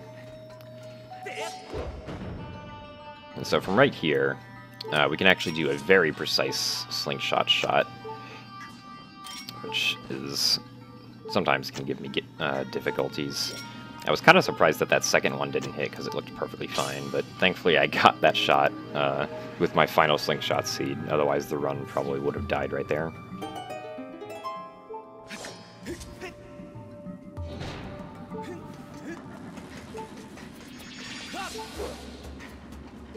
Anyway, now we need to roll across these conveyor belts.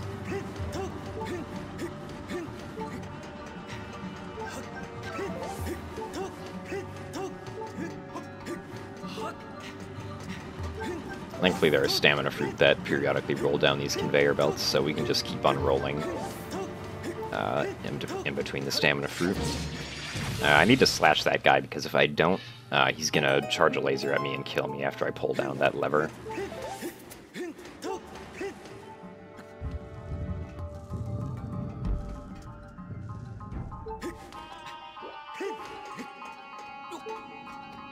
Thankfully there are more slingshot seeds right here that I can get.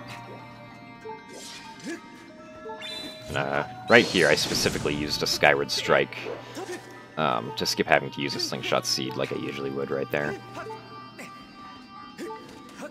Slingshot seed would have been faster to blow up that Frog and blow up the rocks, but I needed to conserve my seeds. Anyway, now we have the Gust Bellows, which is pretty useless for the most part.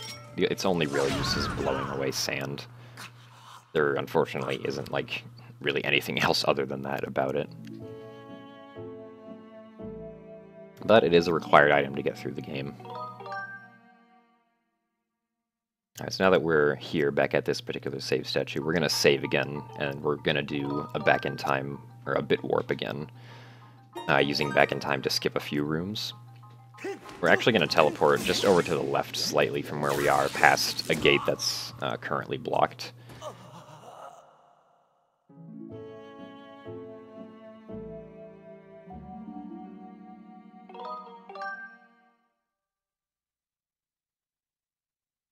And once again, this bit warp uses the Upper Academy statue.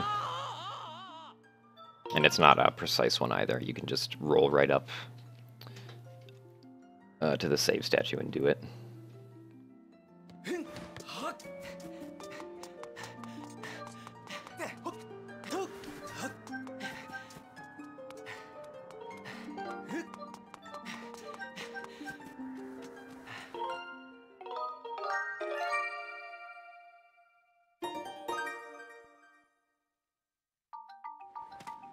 Alright, so now we're here, and there are paths under the sand here that connect each of these visible floors, and they're the exact same every time, so if you know where they are, then just run right across. In this giant, or this long crawl hole right here, we're actually going to run out of stamina periodically because it doesn't waste time over just letting stamina recharge normally.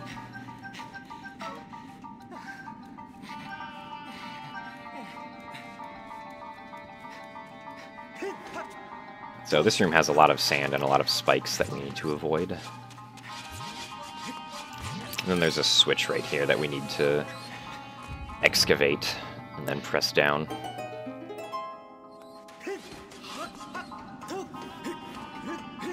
And that opens up this door over here.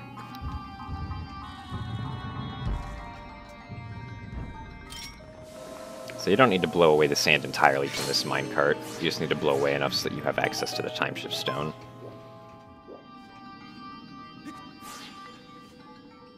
And we can hop to these platforms as they appear, and then do a jump slash to the final one before the final platform would have appeared. So right here we're going to do a save again so that we can death warp back here. to where the boss door is, without having to go through the rest of the dungeon after we get the boss key. And right there, I selected bombs right before I ran up the wall because I need bombs right here. Basically right here, I'm going to place down a bomb, and then I'm going to jump slash up onto this minecart. And what this will allow me to do is I'm far enough away from the bomb so that I don't get hit, but the bomb activates the time shift stone on the minecart, so it starts riding across. Obviously this is unintended, but it's kind of funny that we can do this. And it skips having to go through a decent portion of the second half of the dungeon.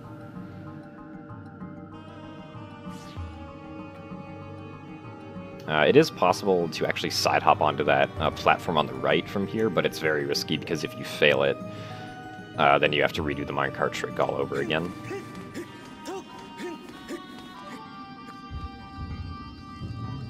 And an hour and a half in, you generally don't want to go for the risky tricks that either save like 5 seconds or lose 40.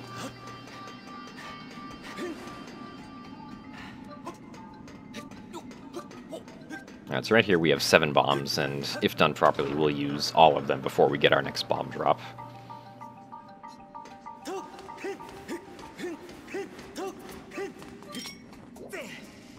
Right here we throw the first one in. We pull the next one out before we get to the platform so we can throw it immediately afterwards. And then right here we throw a bomb near this time shift stone to activate it instead of using the slingshot, because then we can pass these conveyor belts without them moving.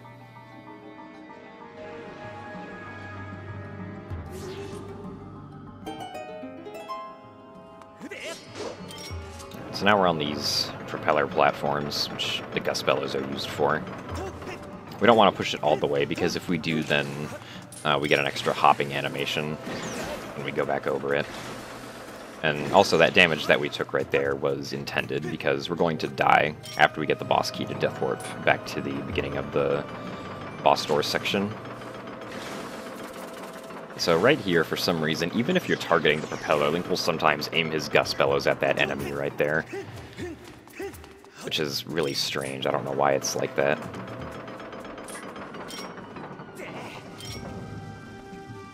Yeah, right here we're going to use a bomb to blow up that wall, or that pot wall, I guess. I don't know what the names for those are, actually. Never really thought about it. But anyway, the bomb blows up a switch that it revealed, and for these last 2 switches we're going to be using the slingshot. Now, the switches have to be activated in this specific order. The left one, the right one, and then the center one. And after the center one, we can do a backflip, which will respawn us back on the platform near that door we just opened, instead of having to use the gust bellows to move the platform back across. There's also a convenient bomb drop right here.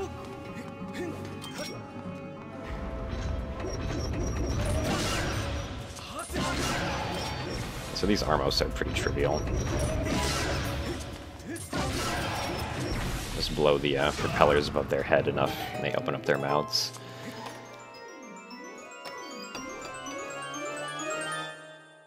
Then I also took damage right before that cutscene so that I wouldn't have to go through the animation of Link getting up, like out of the cutscene.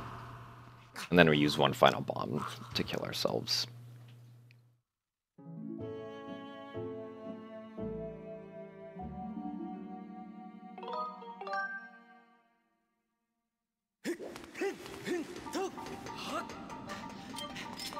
Here we're going to be equipping the shield again because it actually helps for the Moldarak boss fight, which we're going to be seeing right now.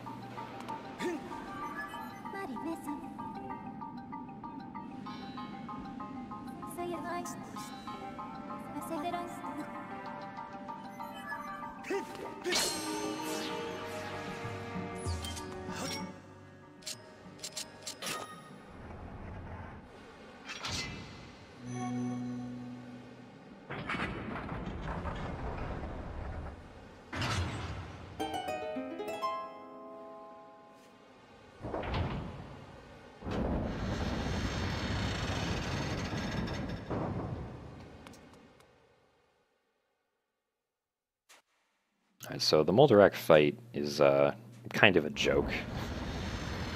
You can entirely skip the second phase of the fight, where Molderek tries to burrow under the ground. But first you have to defeat both of his hands. And we can do that with Slingshot Seeds to stun each of his hands over and over again. Unfortunately, I had a limited number of pellets, so I had to use my shield for the smaller hands. For each claw, you can get 3 slashes in on the eye if you space out the first and second slashes. And then just by doing repetitive stabs, you can pretty much skip the second phase of the fight. Yeah, so now thankfully I won't need Slingshot Seeds for a really long time. Those are pretty much the last ones that we use until nearly the very end of the game.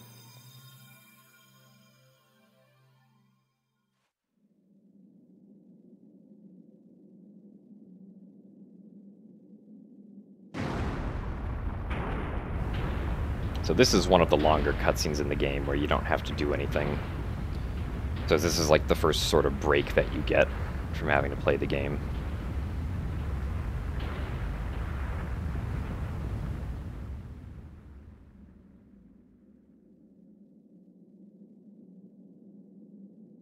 So we will be getting this heart container, because it's not out of the way, it's right in front of us on our way to the door.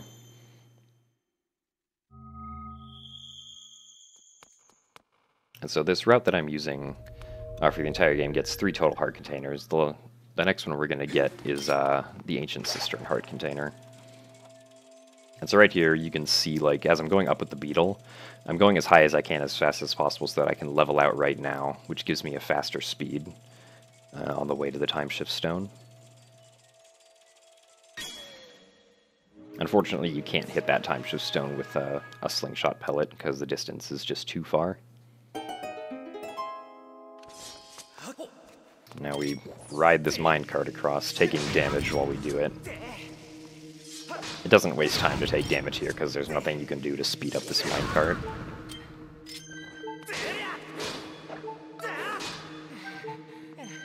Do some, like, turning.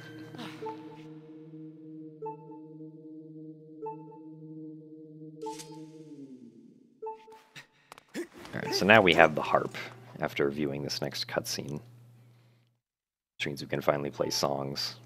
There's also another cutscene skip here that we can do, which is similar to the one at the beginning of the game, where after this prompt we can side hop out of a cutscene trigger. So that skips a 15-second cutscene, so it's not as important to get that one as it is the one at the beginning of the game. Which is good, because otherwise that point would be, like, a major reset point in runs if you missed it, probably.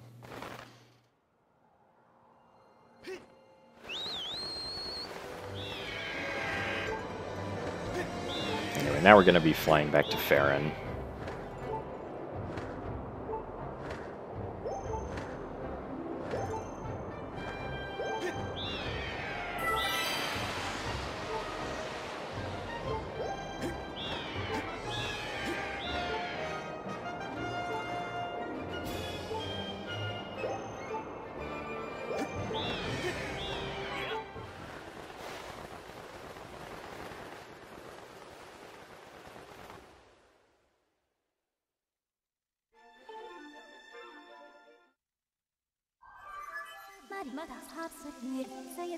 Usually this Phi text right here wouldn't play after that cutscene, but the reason it played is because we have Ferore's Courage from going into the Thunderhead earlier. And when you enter an area where a gate to a Silent Realm is, like, present, then Phi gives you that text.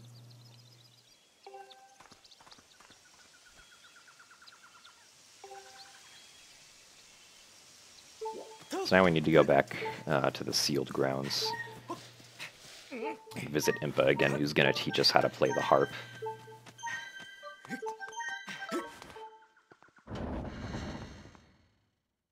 So when we open this room, you'll notice that Impa is on the left side of the screen right here.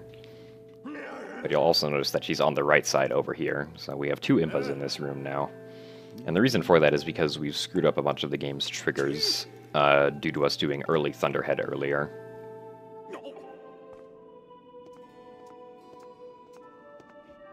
We aren't going to be interacting with the second Impa, unfortunately, though. This is the only important Impa currently.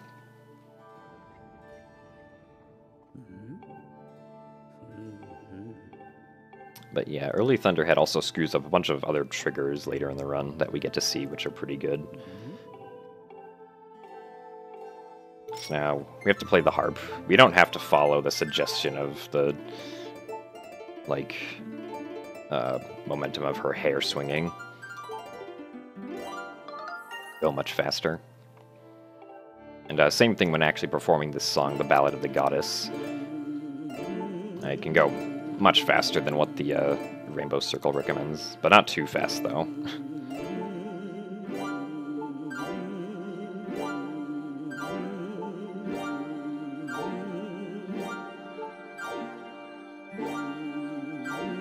The only timing that actually matters with the harp playing is the initiation of each strum. The strums can be, the strums themselves can be as long as you want, but there needs to be a specific amount of time between the initiation of each individual strum for you to not go too fast or too slow.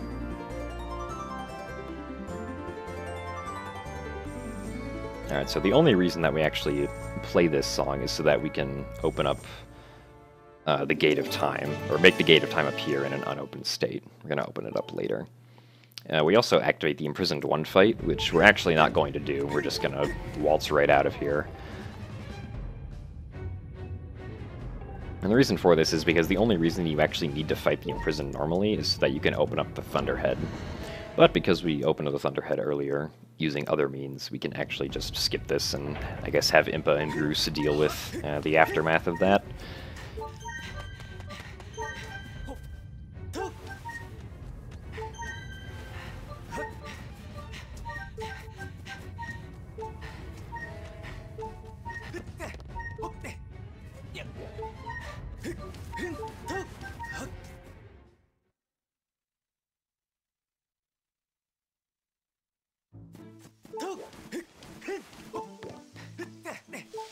So now we're going to use that log that we pushed down earlier. It allows us to walk over to the gateway to the Farron's Silent Realm earlier.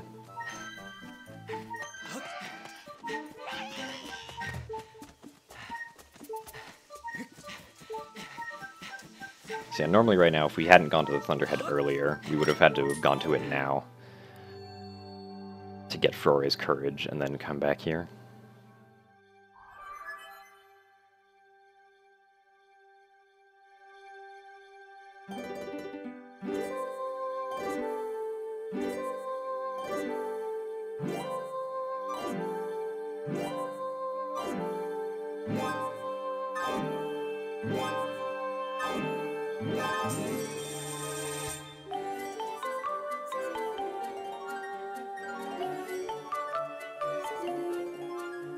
So unfortunately we can't skip this cutscene, despite the fact that it's kind of long.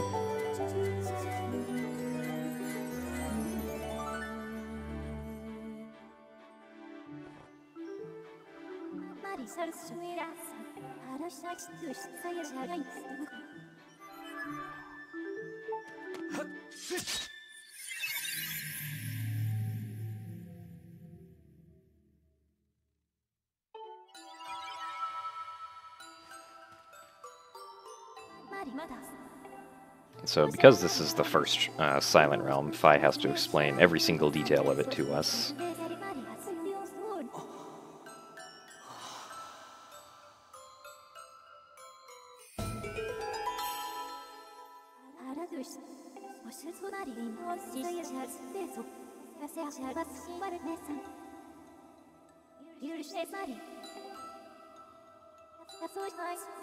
So the basis of each Silent Realm is that you have to collect 15 tears around the overworld area, except it's obviously in this Silent Realm state with these guardians.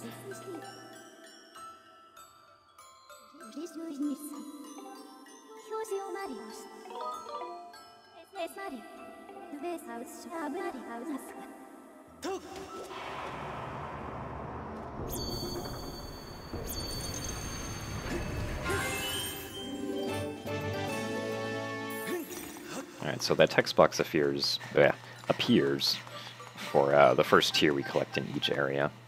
It is technically possible, I think, to avoid those if you hop into literally every single tier you collect, but that's not really viable in this run.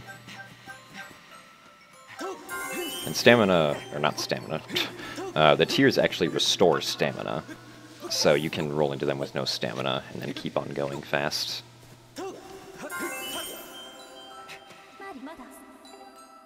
So this is Waking Water. Generally, you don't want to step on Waking Water, though we do intentionally step on Waking Water later in the run because it's actually faster.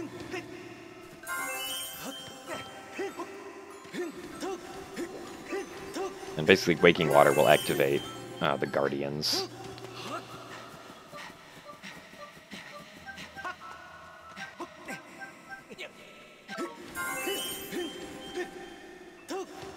So this is the trial, or not the trials, the Silent Realms are basically the areas in the game where it's all about movement and stamina management. And also routing. I believe every trial except this trial right here has gone under many different reroutes during the years. Although the route for this trial, or Silent Realm, has usually stayed the same.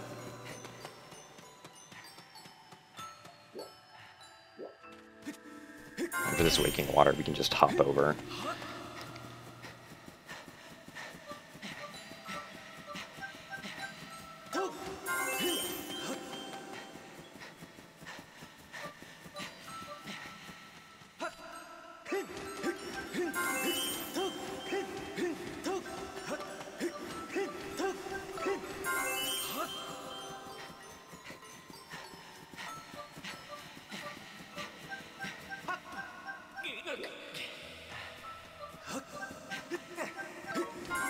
So that's all 15 in the Fair and Silent Realm. It's pretty standard. You basically just want to go around in a circle around the area, collecting all of the tiers. And then we want to roll back into the gate so that Link doesn't do a really slow walking animation back to it. And that gives us access to the Water Dragon Scale. And basically, the Water Dragon Scale allows us to swim very fast, and it allows us to swim underwater also.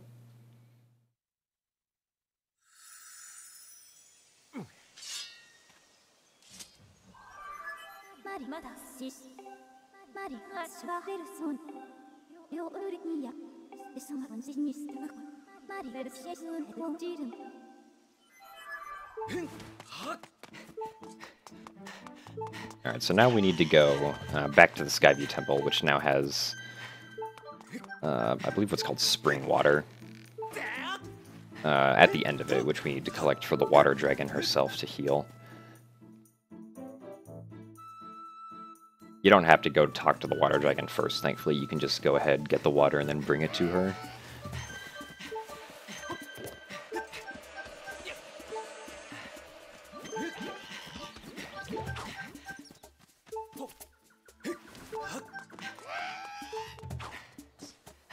Thankfully, we get to use the logs that we pushed down earlier.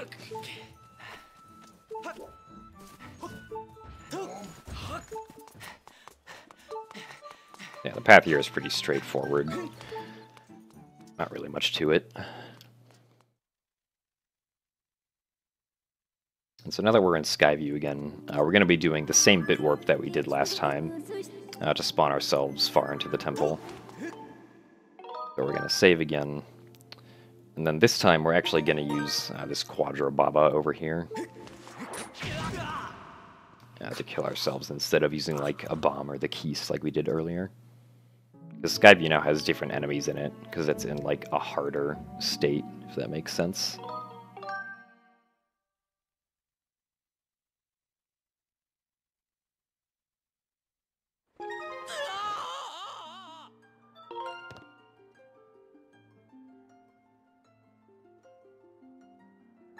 So once again, we're doing a bit warp with the Upper Academy statue.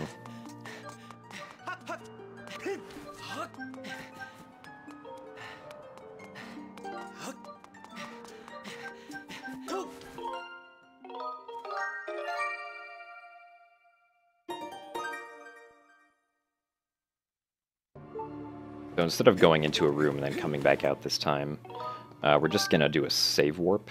So we're going to save the game, we're going to quit, and then we're going to reopen the file again, which will load the room correctly. The reason we didn't do that last time is because if we did it there, we would have not been able to open up a barred gate that was preventing us from going to later parts of the temple early.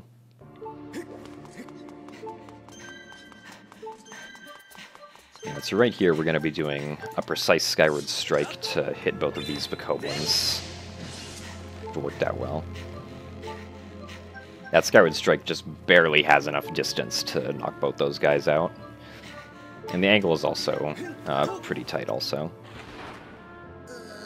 Because if you miss one of them, they can potentially shoot arrows at you and kill you since you're only on 2 hearts still.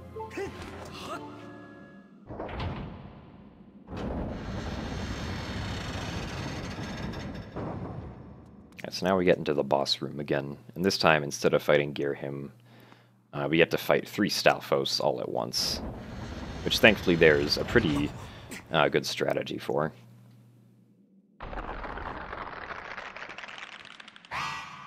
Alright, so the first thing we're going to do is we're going to place down a bomb, and then run over and get more bomb ammo.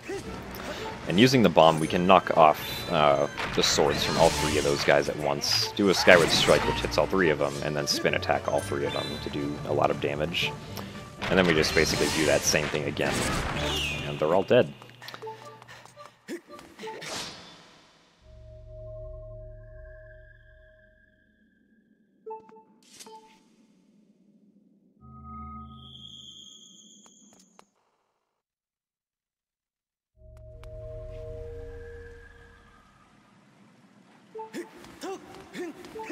Alright, so now in one of our bottles that we have, both of which are empty, we're going to be collecting water, because we need water later, and collecting it now restores our stamina, so we can keep on rolling through this water.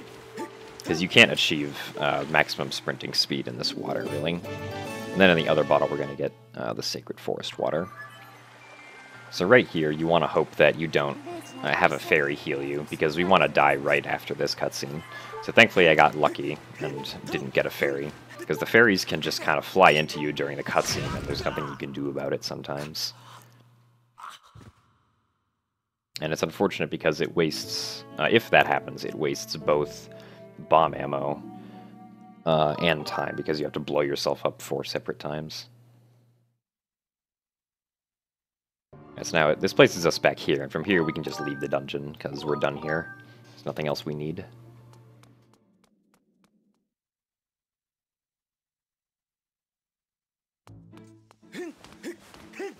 So interestingly now, we're actually going to fly back up into the sky, and then immediately return to Farron, because the place we need to get to next is actually pretty far away if we travel by land. So if we fly out and then back in, we can choose the bird statue near where we need to be, which is faster than just simply running there through the area.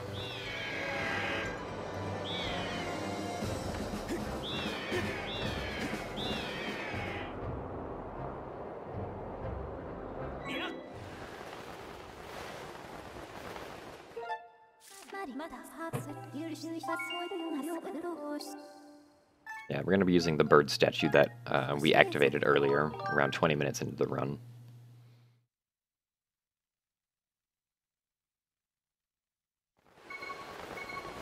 The next thing we didn't need to do in-game is actually get to the water dragon and give her the spring water that we got. It's actually a pretty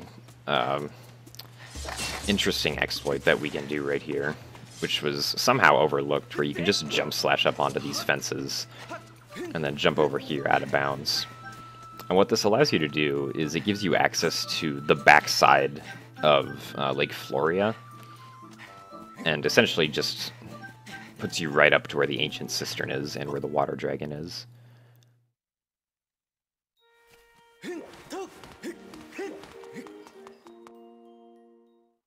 Now we can just enter in through the back. And here's the water dragon in front of us, just a little ways.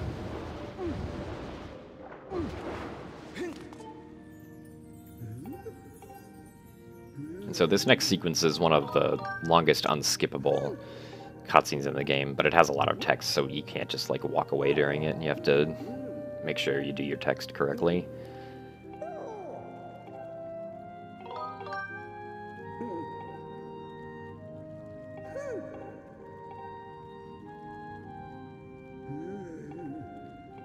Although, usually it wouldn't be this long, but because we got the spring water before talking to the water dragon, she goes through her entire speech about how you need to get spring water. And then she's like, oh, you already have it? Okay, so let's start this, what would have been a second cutscene later on. So it's actually 2 cutscenes, sort of in one.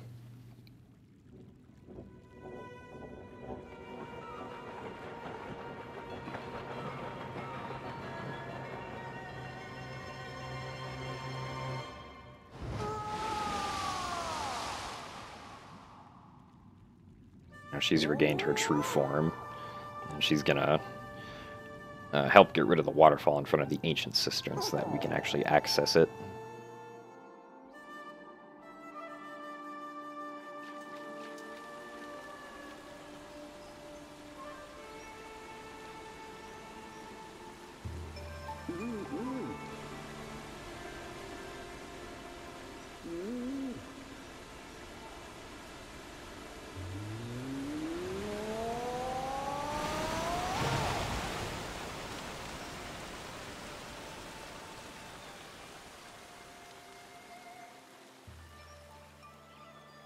If you get to this area early, using the jump slashing on the fence exploit, the waterfall that blocks Ancient Cistern actually doesn't exist, but the problem is you don't have the water dragon scale, so obviously you can't really get in. Because you're pretty much required to have the water dragon scale to get in. Calibration got a bit wonky right there, but we made our way into the cistern still, no problem. So if you were playing on English 1.0, or specifically NTSC 1.0 right now, you'd be able to do a glitch that saves 5 minutes, but unfortunately it's only possible on NTSC 1.0, so the Japanese version doesn't have it.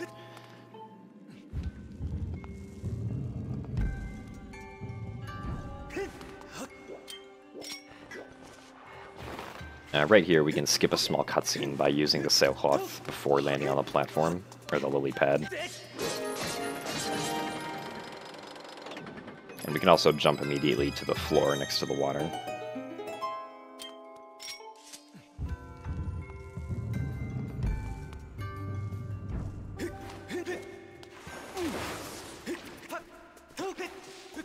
And most of the Ancient Cistern is just pretty much a lot of movement. Especially water movement, since this is essentially a water temple. Right here I'm going to get this red rupee, which will be used to buy an air potion later. And the good thing about that red rupee is that it's basically not out of the way at all. And you don't get the text for it, since you're underwater.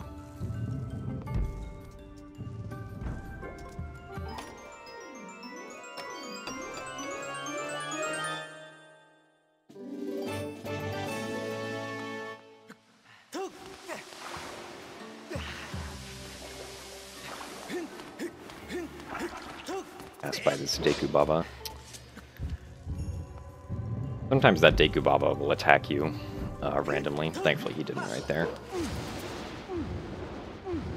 So now we're making our way into the center statue of the dungeon, using the small key we got.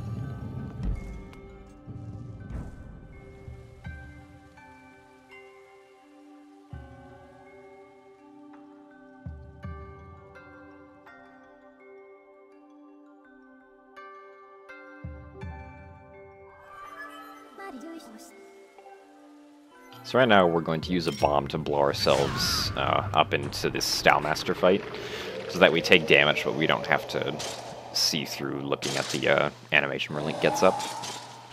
So this is the Stylemaster. In an ideal fight, you'll basically hit him twice, and then he'll block you, but then you can stab him 3 times while he's charging up his attack. And it's basically just a rinse and repeat of that, with the final cycle being 6 stabs to him.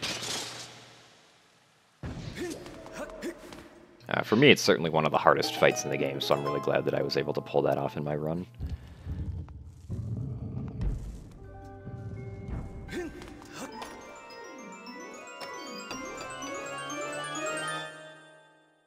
So now we have the whip, another somewhat useless item in the game. But again, one that you can't skip because you need it to, like, whip over gaps and stuff.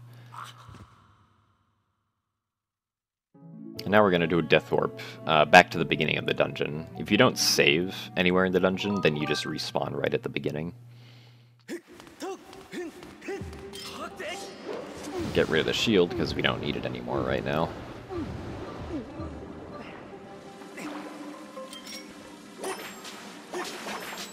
And sometimes the whip is a little weird.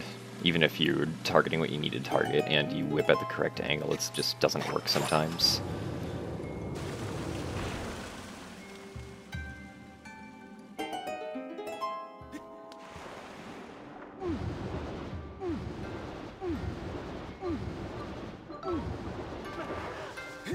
So right here we're going to knock over this spider, because if we don't, he's going to try to tie us up while we whip open that lever.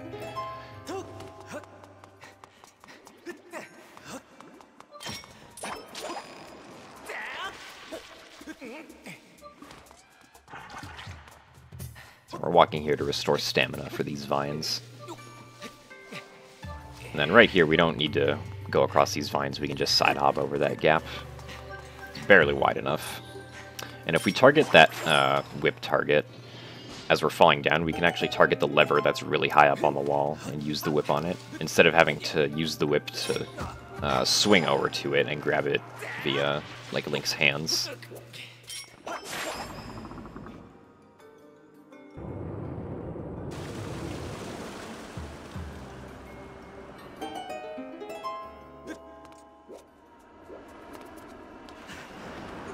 And side hop into the whirlpool.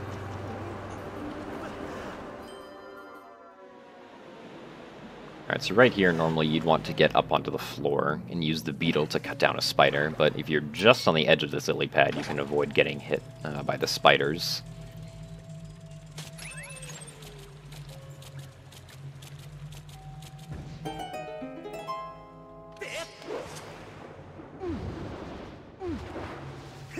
Then you can whip this bokoblin from right in front of the door, thankfully.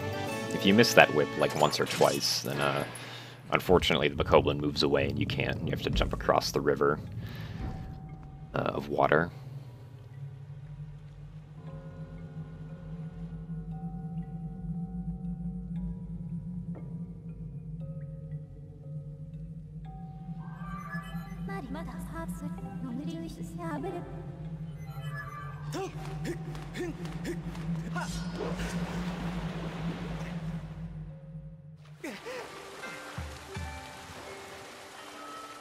And so now we're in this room. This room has generally a lot going on. We essentially circle through the entire room twice. As first we have to turn this lily pad over, which I unfortunately failed because I was just a little too far to the left to actually stand on it.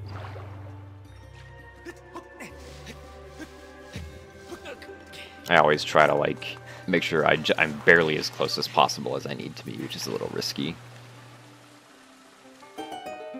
Anyway, once we've turned it over, we can access the room down here. And thankfully these frokes were in good positions so that I could just sort of spin through without having to worry about them exploding.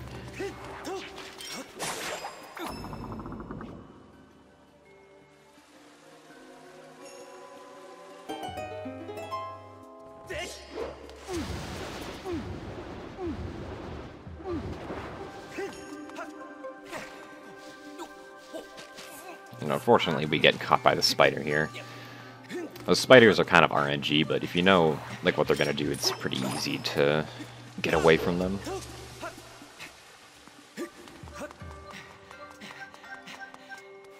And anyway, so now that we're out of that room, we finally get on to the later parts of the dungeon. We can let go of the vines right here and then re-grab them instead of having to, like, jump down them. The main reason we did all this is to pull that lever and lower the central statue. Because now this gives us proper access to the bottom of the ancient cistern.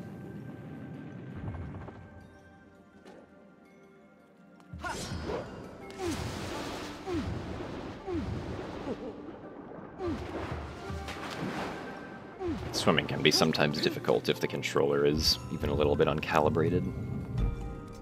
So now we're gonna whip that right there, which will raise the water level. Or, not raise the water level, like bring up the water spout. And then we're gonna jump down here, because we're gonna use that water spout later.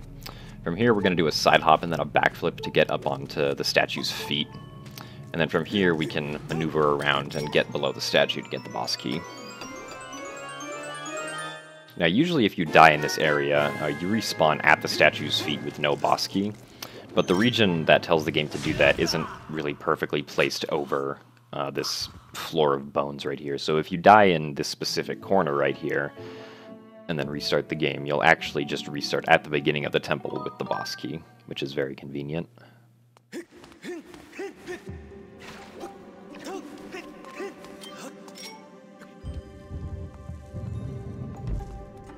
So now we use that water spout that we brought up earlier, and make our way to the boss key lock.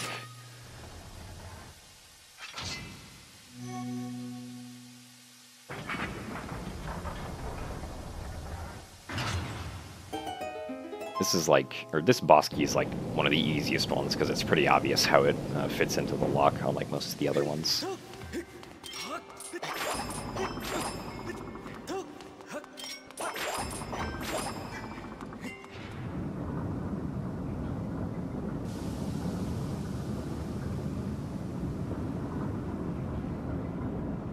So whipping all four of those switches raises up the statue so that we can get to the boss fight, Koloktos.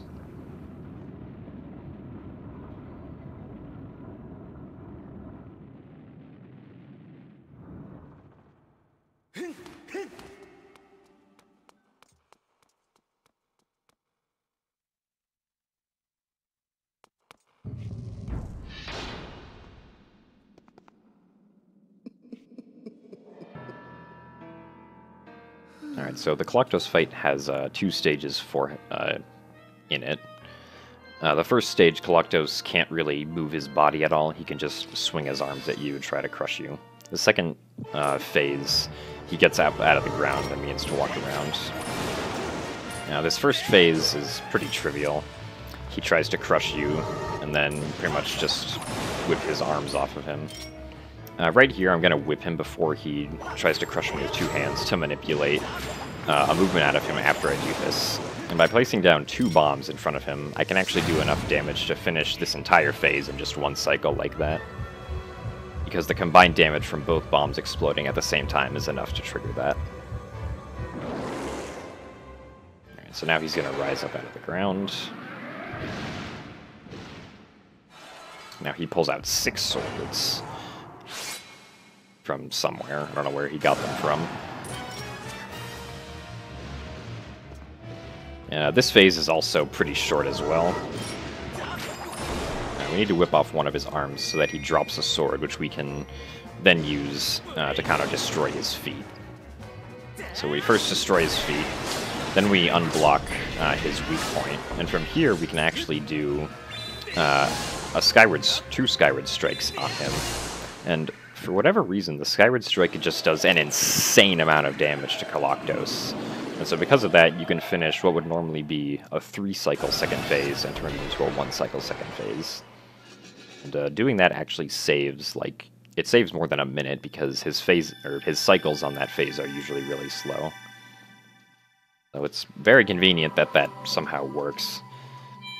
We don't know if it's like an oversight or some sort of just maybe like untested feature for hero mode.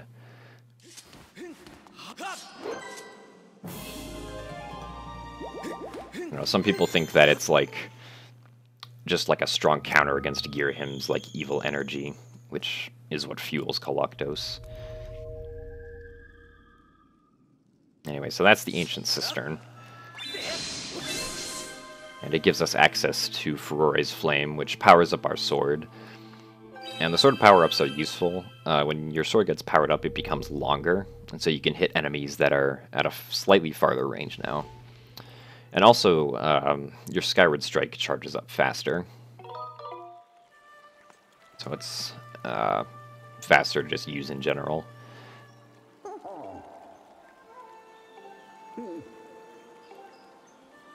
So now we got the Water Dragon giving us a pep talk before flying off.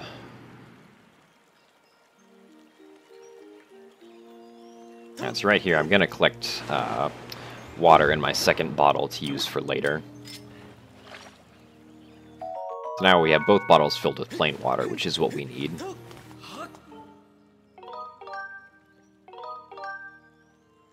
And we're going to make our way back to the Thunderhead so that we can learn Nehru's wisdom and go to the Nehru Silent Realm.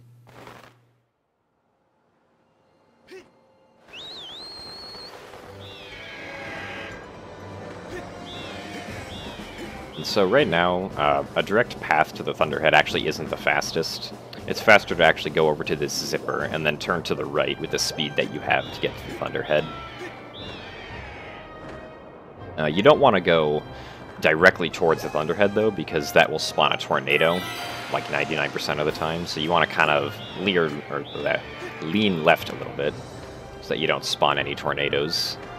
Because tornadoes waste time if you get caught in them. And they also do damage, which it wouldn't really be bad if we got damaged right now, but it would still be slow.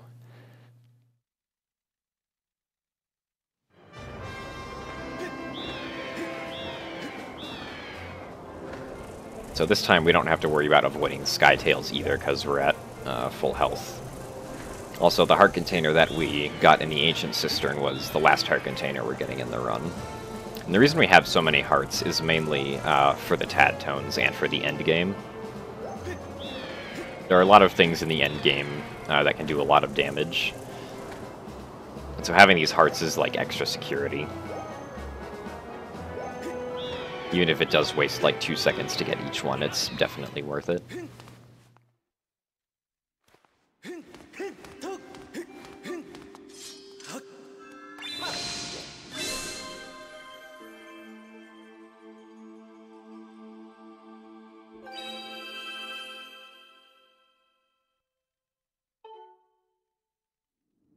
And once again, as the dowsing icon, we get Zelda's face. Because the cutscene that we skipped a while ago after the linear mining facility is actually the trigger that sets the dowsing to be the trial gates. Instead of Zelda's head. So for the rest of the run, you're going to see Zelda's head instead of a trial gate.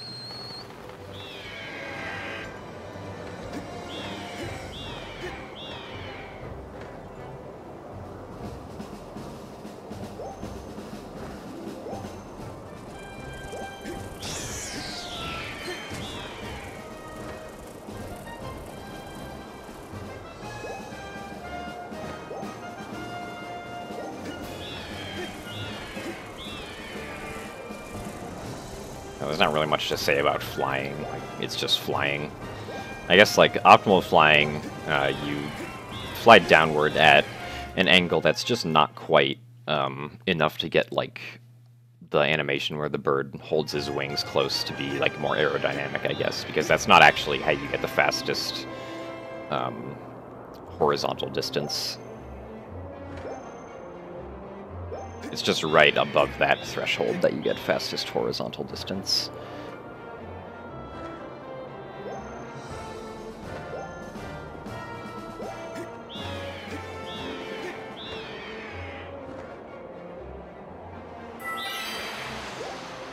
Once again, using the zipper to speed ourselves up immensely.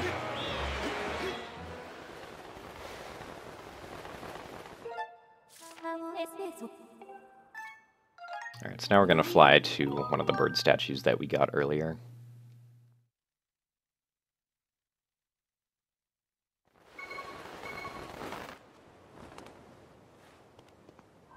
As you can see off to the left, the Silent Realm gate is pretty clearly visible, noted by the butterflies.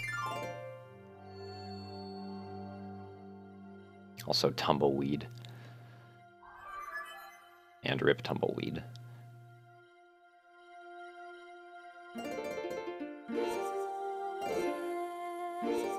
So once again, for the harp playing, the only thing that matters, speed-wise, is the amount of time that you put between the initiation of each strum. The length of the strum itself doesn't really matter. And once again, we have to watch this unskippable cutscene, which really should be skippable.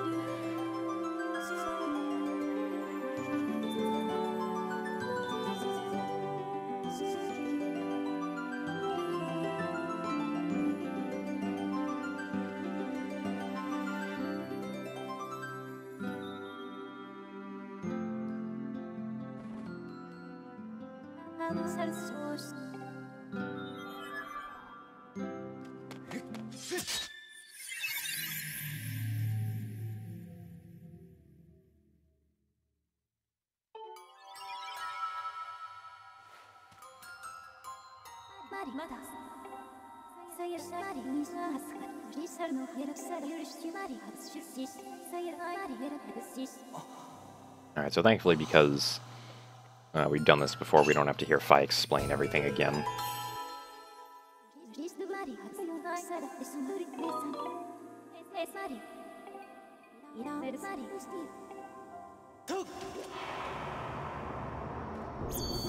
So this trial has gone through many different reroutes over the years.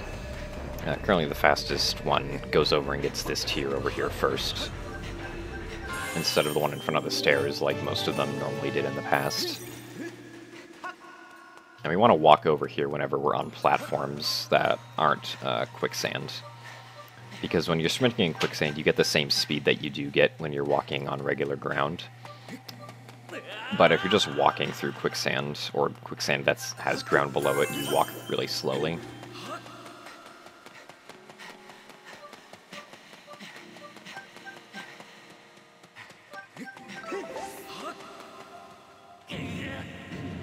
Here we want to obviously avoid the waking water, hop onto the cart, and roll into our tier.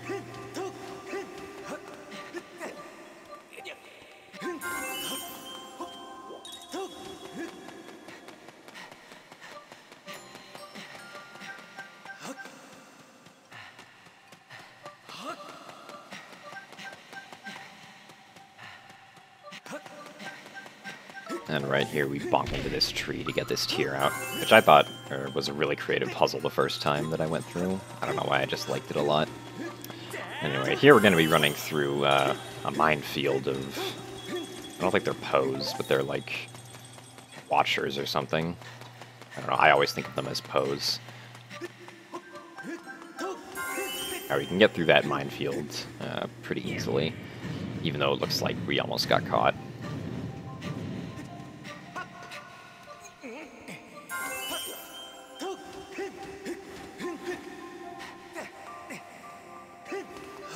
Now, one thing to note about quicksand is that quicksand will slow you down even if you're, like, jumping over it. Which is kind of weird. Like, you can go above quicksand with, like, 200 speed going forward horizontally, and it'll still slow you down to, like, some small number after, like, a second or two.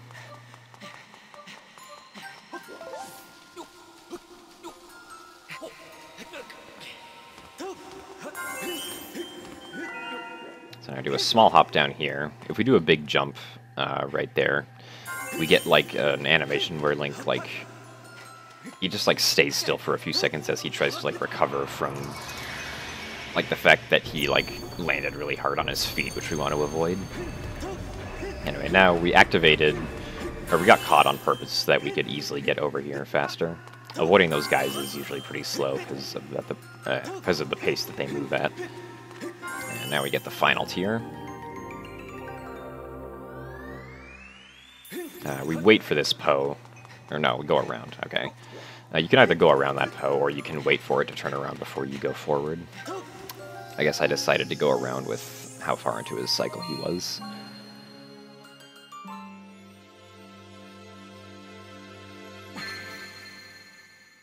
And now we obtain the claw shots, which are a pretty useful item. You can use them to claw shot onto obvious targets, or to claw shot onto vines and other things.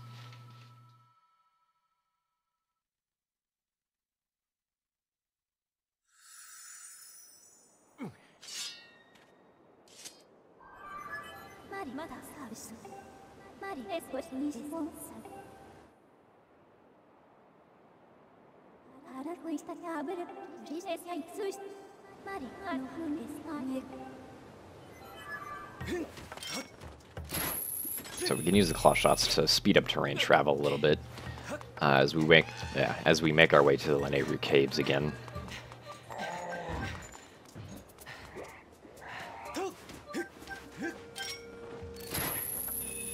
Somehow I missed that. It's just barely too far away.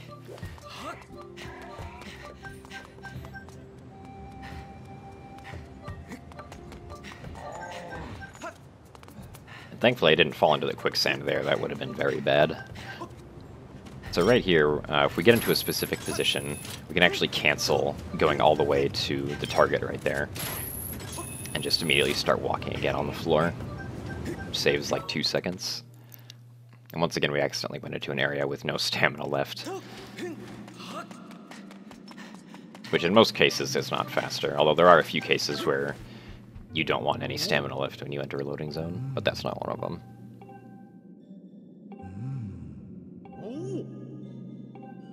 Anyway, this Goron somehow has the key to accessing the Sand Sea, so we're going to talk to him for it.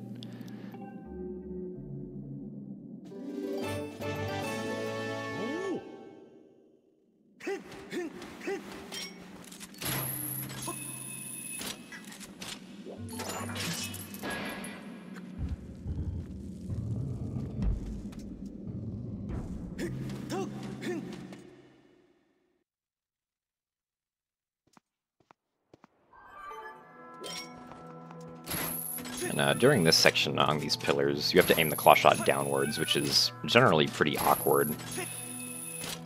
That's why it usually takes a while to actually shoot the claw shot out in the correct angle. Thankfully, that's one of the only areas where you have to do that in the game. Everywhere else is just basically upwards everywhere, which is much easier than having to aim downwards. And from here, we can claw shot the time shift stone on the boat, instead of having to like run up and slash it.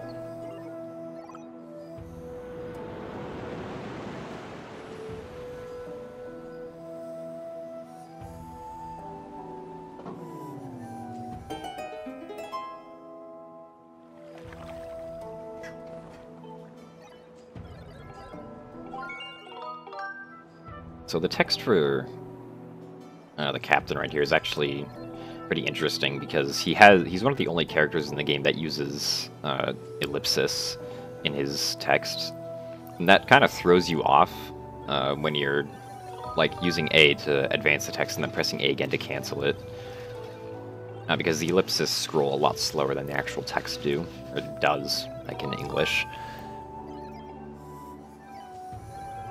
So you have to like memorize which text boxes have an ellipsis in them.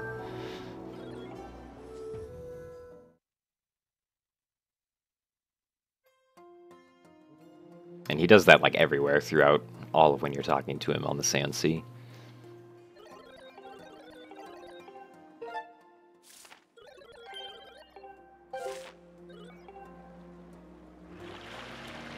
So now we get to everyone's favorite part of the run, surveying the sea with boat stamina. I guess this boat has like the worst engine in the world or something if it overheats this quickly. Which is, I guess, supposed to like be what the stamina represents. Like the closer you are to it getting burned out is like the heat of the engine or something. I don't know. I don't know very much about boats at all, so that might be entirely wrong. Anyway, this is Skipper's Retreat, and the Sand Sea in general is just kind of a slow area. There aren't really like any major skips for it or anything. And to make it even slower, you can't skip the introductory cutscenes for any of these areas, which you can do in pretty much every other area of the game. So I don't know why they didn't make these skippable. Probably just wasn't very high on their priority list of game features to add. Skipper's Retreat makes very heavy use of the claw shots. The claw shot playground.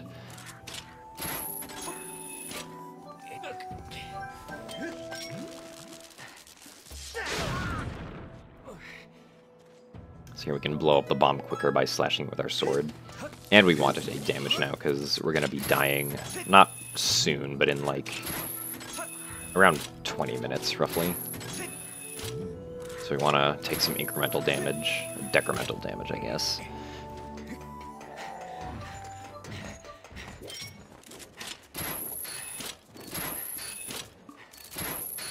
For some reason this, I don't know, I just wasn't able to hit that one. It's another minor mistake.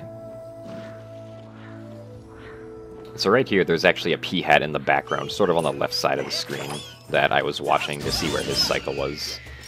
And I aim the camera so that to make sure he's on screen, because like with the platforms earlier, things in this game kind of just freeze when they're off screen. So you're able to manipulate cycles like that if you do it properly. So I had shifted the camera over to the left once I saw that the P-hat was on its proper cycle. And so right here, we can actually skip cutting down this Deku Baba if we first activate him and then use the claw shot on the target. Because if you enter into a Deku Baba's attack radius while they're being somewhat passive, they won't attack you for a while. Alright, so now this P-hat's in the proper cycle so that I can just basically immediately go and claw shot the other P-hat. And that's important because if you stay on the first P-hat too long, the Phoenixes that are flying over you might attack you and knock you down, which wastes both time and makes you take damage.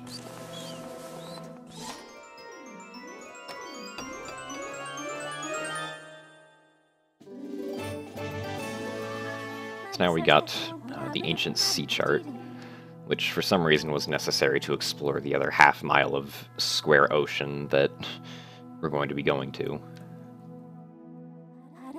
I don't know, I feel like Nintendo probably had plans to make the Sand Sea like a bigger place, but didn't really get to implement any of them, or like any of like big ideas in that space. I don't know, because it seems kind of weird to get a map for an ocean that's or a sea that's extremely small. Anyway, here we can jump slash down, which takes more damage, but is faster than taking down one of these.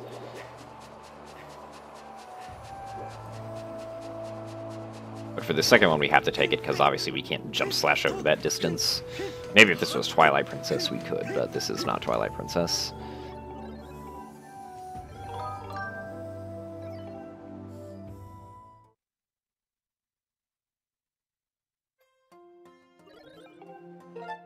So now that we've got the map, we can make the other square half-mile of ocean appear.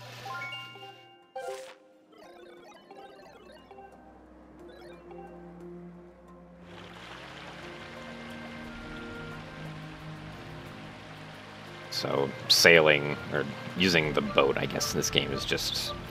You just hold the A button and wait for your stamina to almost run out, and then let it replenish a fourth of the way back up the meter before using it again. Because once again, the stamina meter...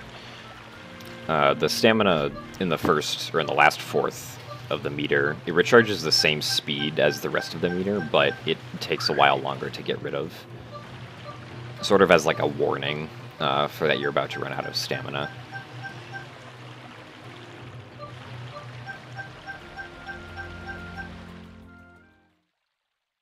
Alright, so now we have arrived at Ancient Sea World and are ready to take on Journey to Atlantis. Zelda style, I guess.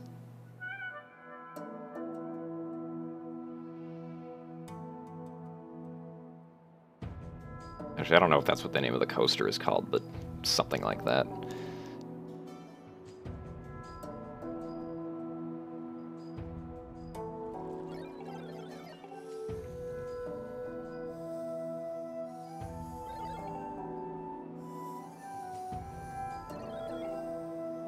Now we get a skipper explaining all of the different functionalities of these ancient buildings that we don't need to know about.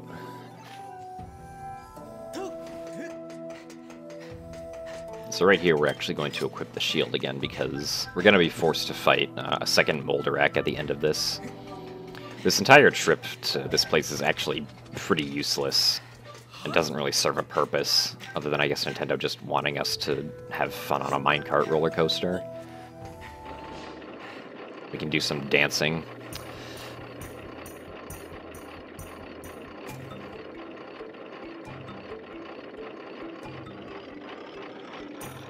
And so for the curves on this minecart coaster, you want to lean into them to gain the fastest speed. If you don't lean into them, you could potentially fall off the coaster.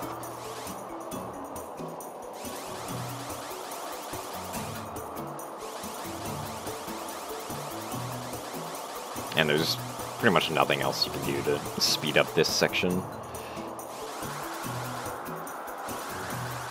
Except just lean into every curve as well as possible.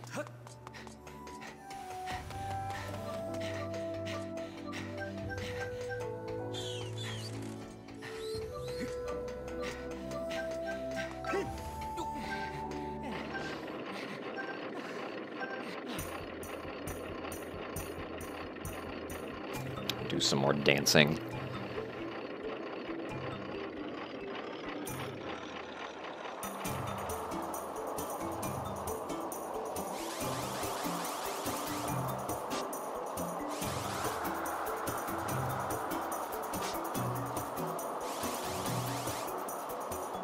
Right here, we can actually jump with the minecart to skip going over like that little gap, which allows us to preserve our speed and save a few seconds.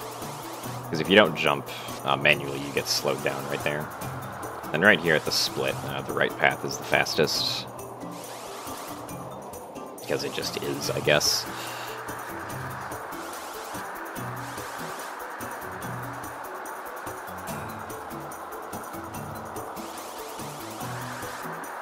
And coming up right here, the minecart tries to trick you by going left and then immediately right. So you can just hold right the entire time and you won't get thrown off. And once again, we can manually jump to get slightly more distance.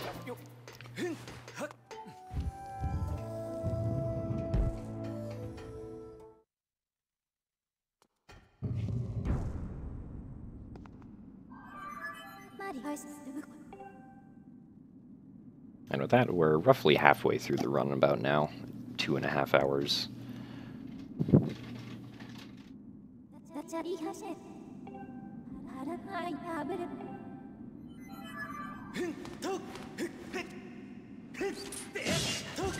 Killing these little scorpions isn't required, but it makes the fight with the second boulder rack much easier. So we can do the same strats that we did with the slingshot earlier, except this time we can use the claw shots, because A, we don't have any slingshot seeds, and using the claw shots won't waste any ammo.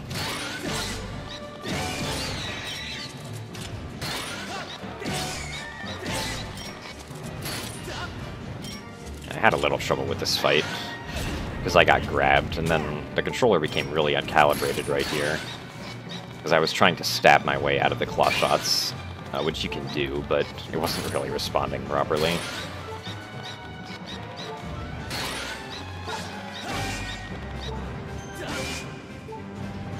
And as you can see, I'm holding straight forward, but the sword is like all the way to the right. Although it does get fixed right here due to the stabs that we do. Generally, you can calibrate the controller during gameplay, either by doing vertical slashes or by laying down the controller to rest for like 5 or 6 seconds.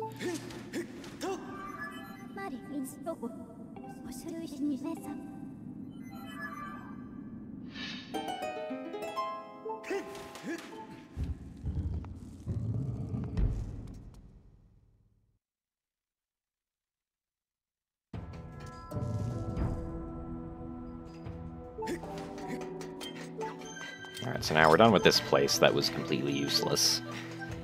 And we get to go to the Pirate's Fortress next.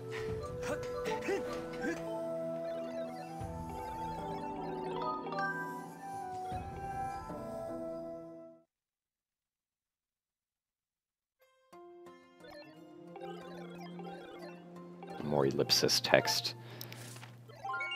It wouldn't be such a problem if the ellipsis was like in the middle, but the fact that it's at the end kind of screws you up. if you like not, or if you aren't expecting it.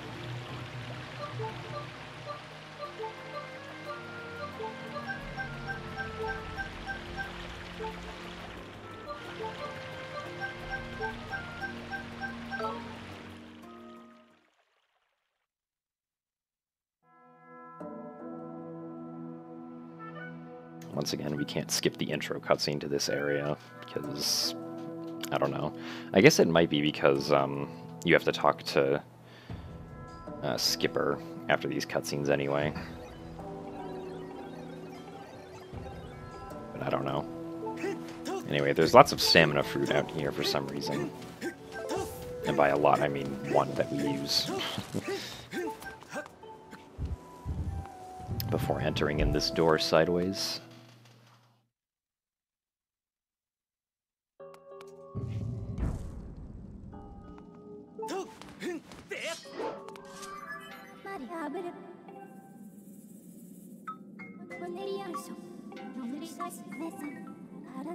So this is going to be the first area that introduces us to the time shift orb, which is basically a time shift stone that we can pick up and move around as we want to. Now this area also has a lot of enemies in it, but you can pretty much just run past all of them because they're not mandatory to beat. Right here, this spume was being difficult with the targeting. Targeting that spume can make bad things happen.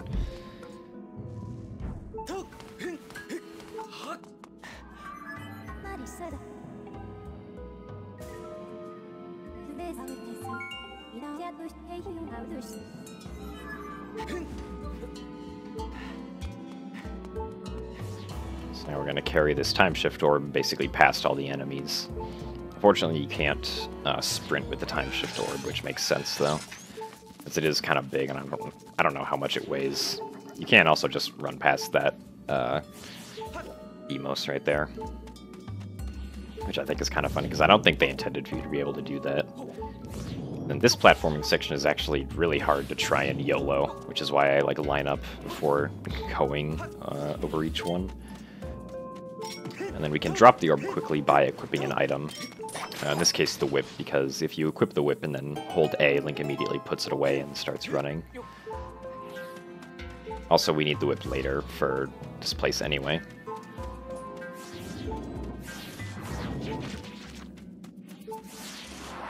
We have to wait for these guys to finish their attacks. If you try to run into the Dekubabas while they're like slathering their tongue everywhere, they hit you and you take damage.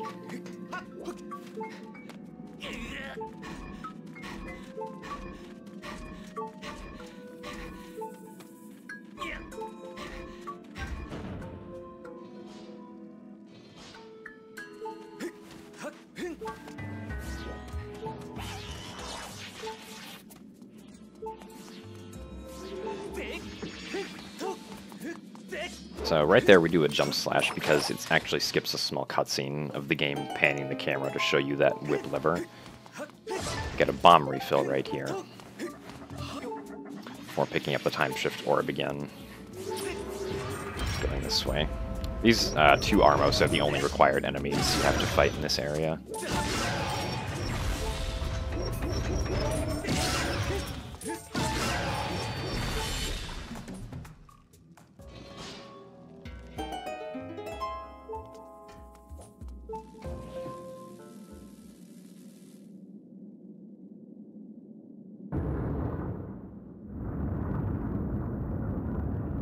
This opens up the Pirate's Fortress, which gives us visual access to these ship elements on the side of the walkway.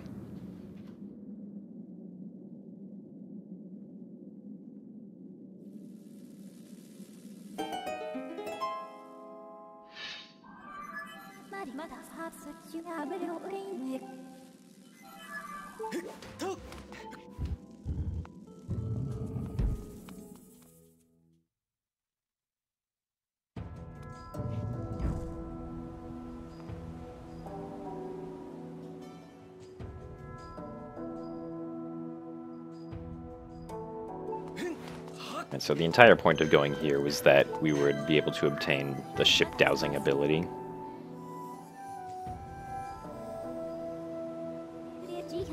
so that we could find the 5th dungeon in this game, the Sand Ship, which once again is Zelda's head again.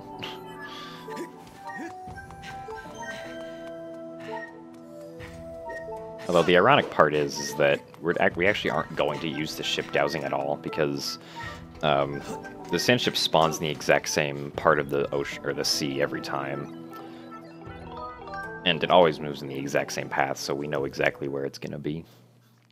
The thing is that it doesn't actually spawn though until you actually get the dowsing itself, because obviously they don't want you just like going to the sand ship early.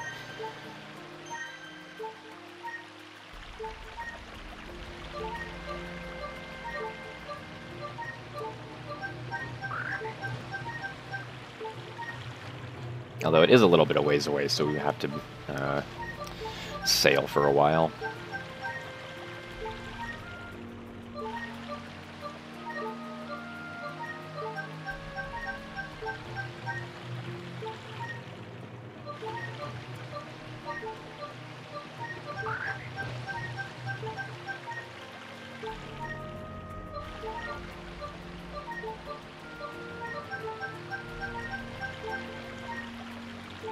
Once we get close enough, we can just use the cannon to bomb it.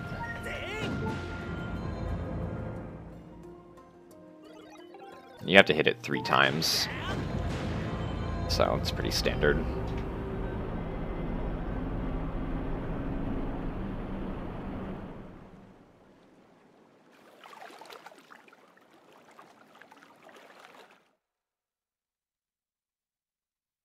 For some reason, this is like the longest loading screen in the game. It takes like 8 or 9 seconds most of the time.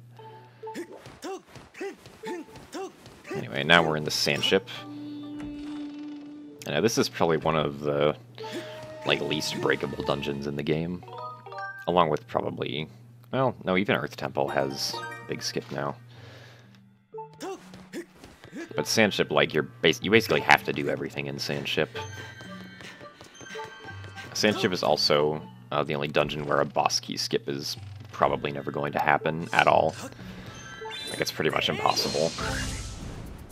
All the other dungeons do have loading zones behind their boss doors to be used for boss key skips if we figure out ways to get out of bounds.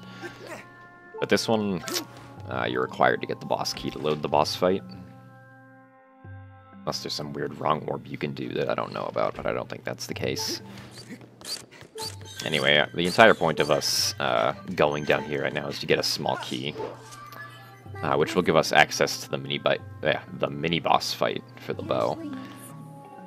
And the bow is actually one of the more useful items in this game, and we can use those spikes to damage down, because after we get the small key, we're going to be doing a death warp back to the statue that we saved at.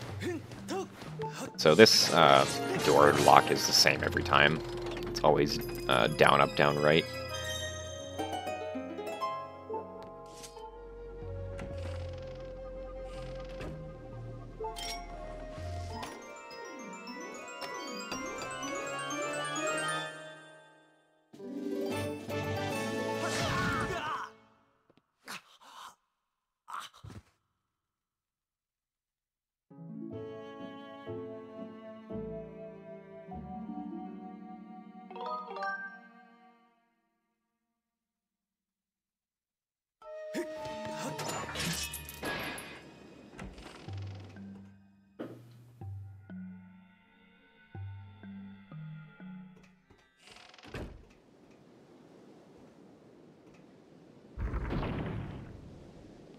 Alright, so this is Skirvo, a mini-boss of Sandship, otherwise known as Mechanical Captain Jack Sparrow. So this fight has 3 phases to it. Each phase you just need to get him really close to the edge of the plank. And at each phase he'll lose a weapon, until finally he has no weapons left, and then just kind of falls off.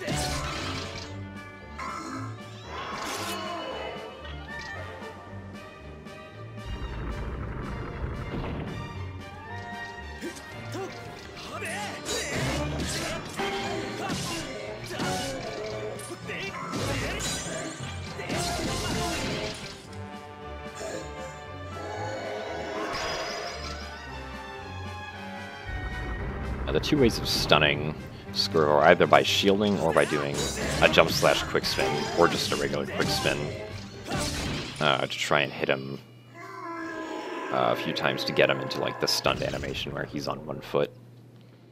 And then after that, he just kind of falls into the sand and gets dismembered, I guess. Explodes in an electrical puff of smoke.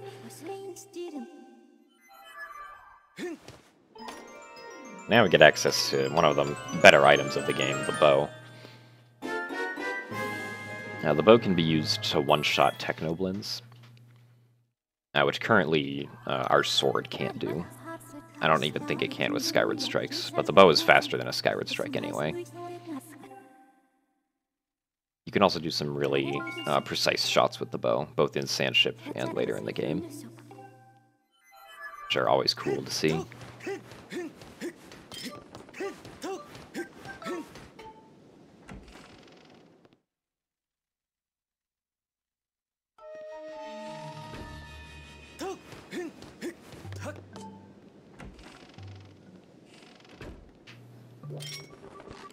So the first thing we're going to do is we're going to push down the lifeboat. And then we're going to shoot the next target to open up access to the time shift stone on the sand ship.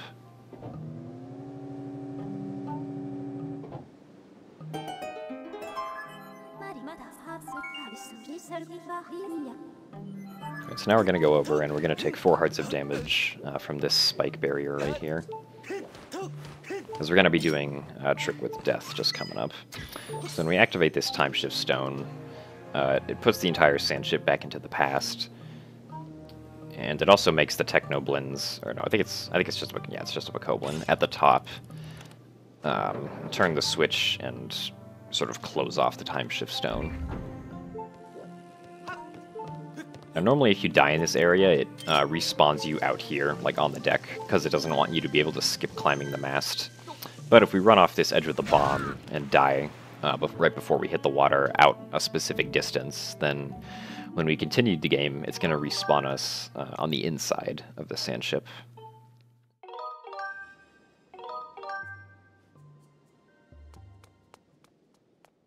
And from here we can exit the dungeon and then re-enter, which places the time shifts, or places the entire ship back in the present. And so, but because we've already hit the time shift stone once, when we hit it again, it's not going to activate, like the Bokoblin closing it off again.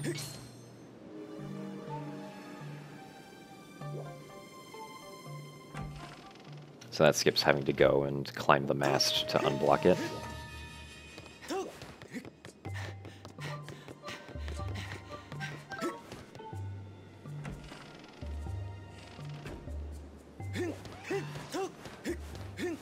So I guess I should explain why the stamina meter looks kind of glitchy. Whenever that happens, that means that I went into a cutscene with no stamina, and then I rolled on the very first possible frame out of the cutscene. It's just like a little graphical thing that happens sometimes, but it means that your movement was good if you did it, and that you were frame perfect, which is always nice to see. Okay, so now we've opened up these 2 doors. One leads to the lifeboat, the other leads to the engine room. And the purpose of this entire thing is to rescue some of the crew members, and to do that you need to get through the engine room, which has a bunch of pistons in it that need to need electricity to get started. So using the lifeboat, we're going to shoot the time shift stone, and then normally you'd shoot the lifeboat again to get back down. And usually the frame that your bow arrow hits, like the eye target, that's usually when the cutscene would start. But for some reason the cutscene didn't start, and so I held forward and just kind of walked up onto the ship deck. So obviously that was a weird way to waste time.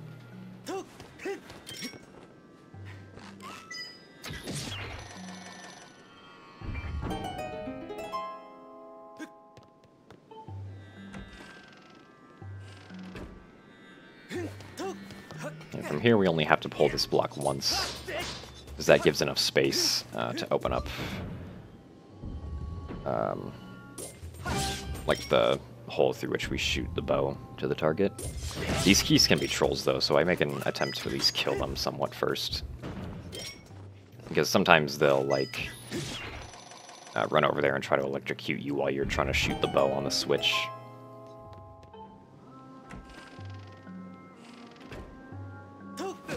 And from here we're going to take 4 hearts of damage again, because we're going to need to die in a few minutes.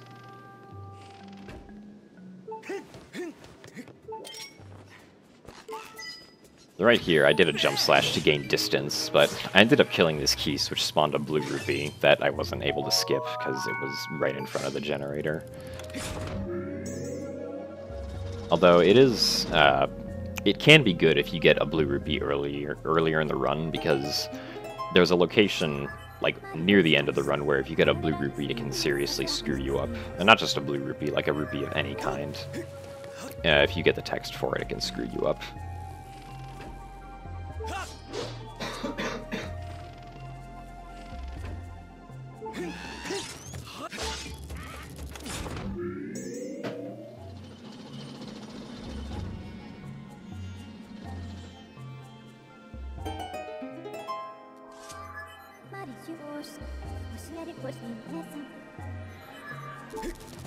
Alright, so now we've activated both generators, and we can go to the piston room, the engine room. I guess it may as well be the piston room. Instead of climbing down this ladder, we can do 2 side hops and just use the sailcloth.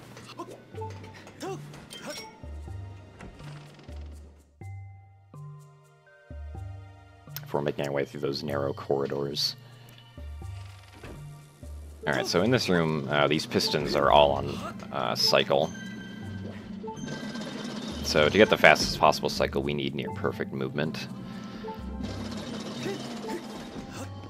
We roll and climb the ladder. Then we want to be kind of far away from this whip target, so that we can fly right into get right under those pistons and get across them as fast as possible, so that we can reach this piston by the time it goes up. That's the main goal. If you can't reach that piston by the time it goes up, you've wasted like 10 seconds. And you have to wait for it to come back down and then go back up again.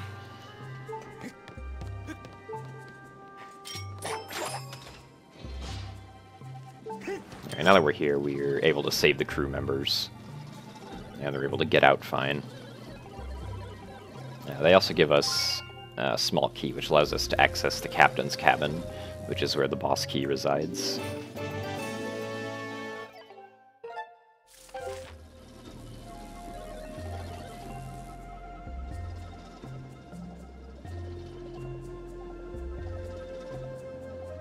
And the fastest way to get there is to use a bomb to kill ourselves. Because since we re-entered the dungeon after leaving, we haven't saved since, so we're going to respawn at the ladder that leads into this dungeon.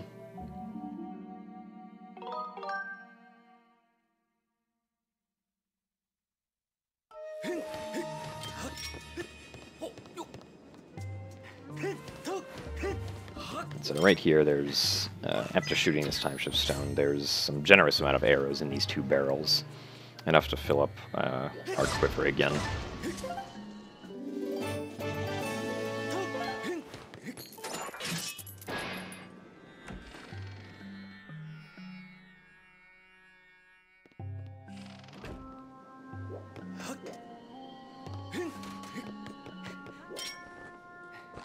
And from right here, we can hit the time shift stone and side hop to the right so that we don't activate that Technoblin right there.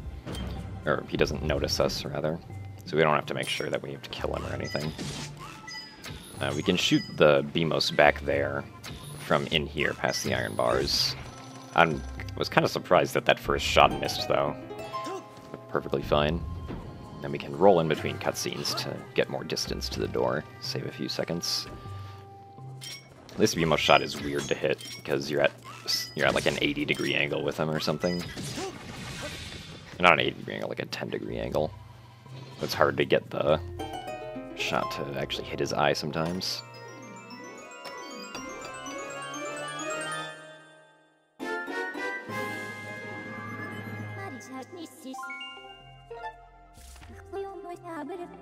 So now we have the boss key, and we can make our way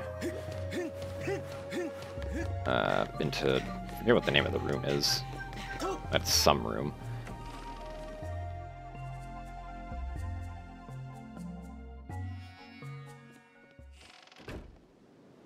We can simply hop down onto the lifeboat with small speed, instead of having to like go all the way through, down the stairs and everything.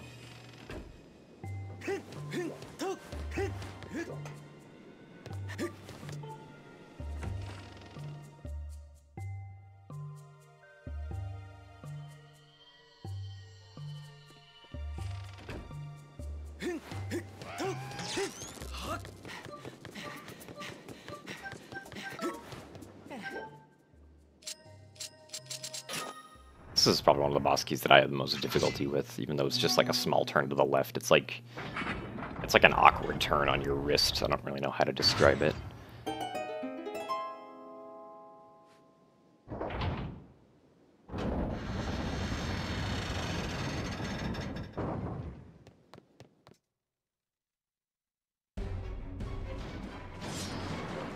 Anyway, suddenly the sea has become ravaged by a storm, and we have to now fight Pixar's latest model installment.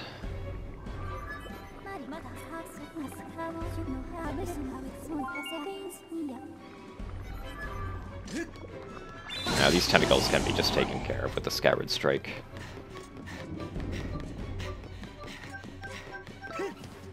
Roll into these cutscenes to gain a little extra distance.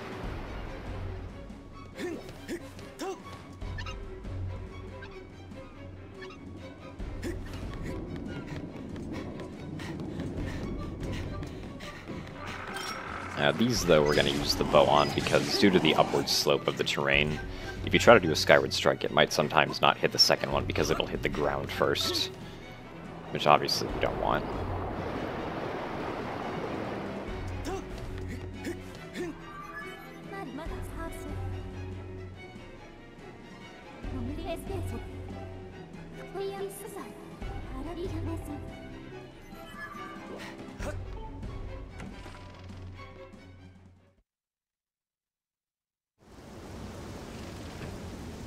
Alright, so now it's time for the main part of the battle, where we get to shoot tentacles again. I delay shooting this first one for a little bit, and the second one, so that their drops can last for slightly longer. Then I can get to them easily. Tentacles always spawns out in front like this the first time that he comes up.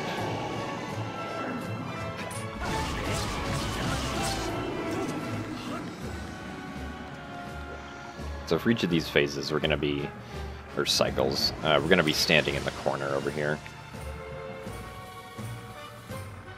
while we shoot tentacles, because when you're in the corner, they can't actually get to you.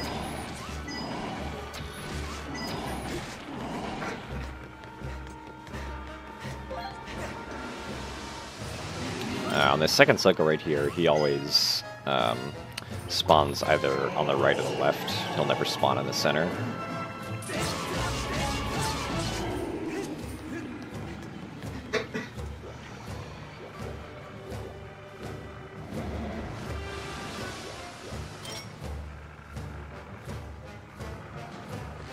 Third, as the cycles goes on, he gets more and more aggressive.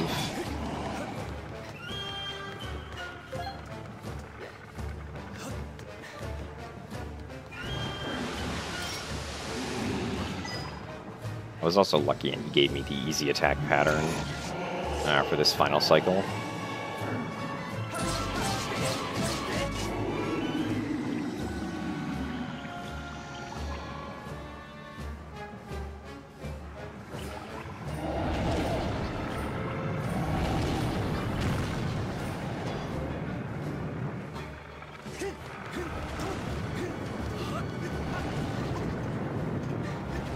So right here, unfortunately, Barreldorf won and knocked us down. It's possible to get up there without getting hit, obviously, if you time it correctly. But unfortunately, I didn't. Getting up there is hard anyway because of the fact that the ledge is rotating weirdly.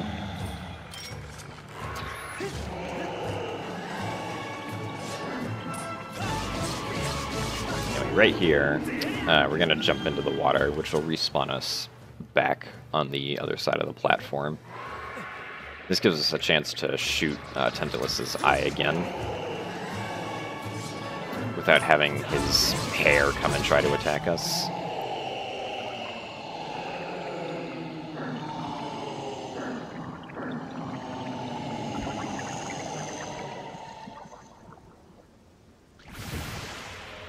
And suddenly, as Tantalus disappears, the storm is suddenly gone. Because video game logic.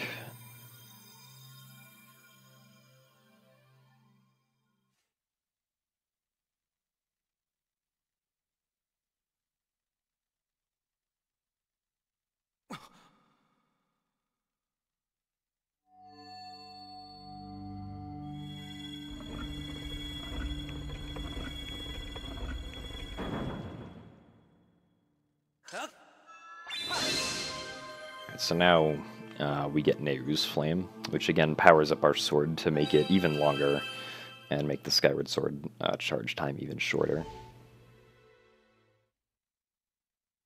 I'm trying to think, I don't even know if we do a Skyward Strike with this current version of the sword, which I think is Goddess White Sword, if I'm not mistaken. I'm going through, I don't think we do a Skyward Strike.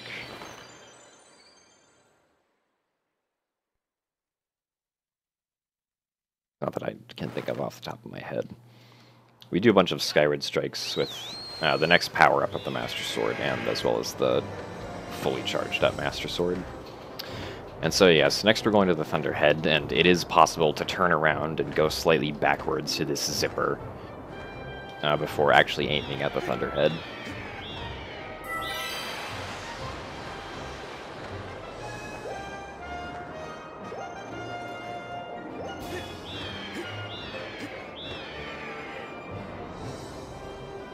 The zippers are just too good.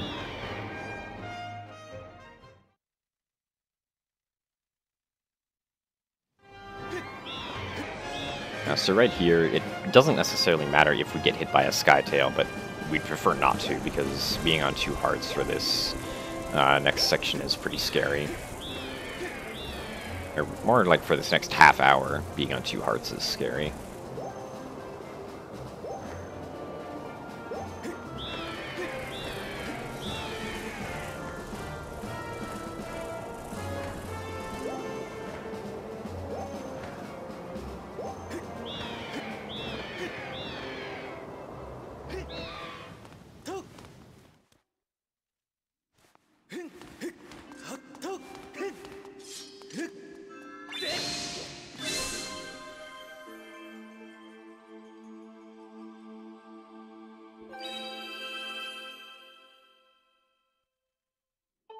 Alright, so now we've acquired Din's Power. Second to last song. Once again showing Zelda's head as the icon.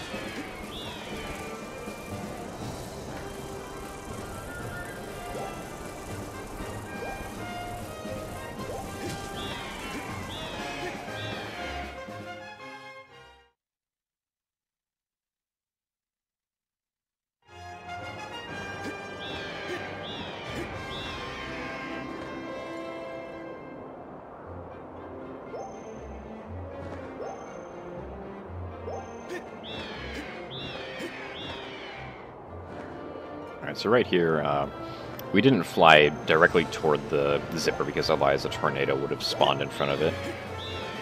And then I also flew somewhat to the right because sometimes a second tornado can spawn. And obviously we don't want any tornadoes spawning in front of the zipper.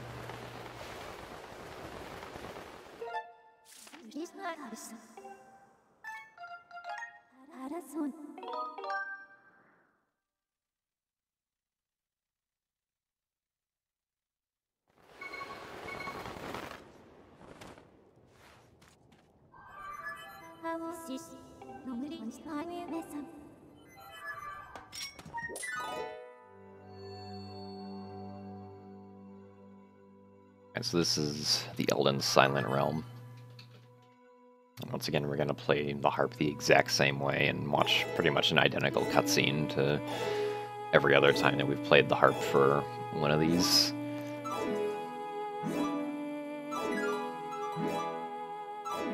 Got a little messed up on the motion controls, though.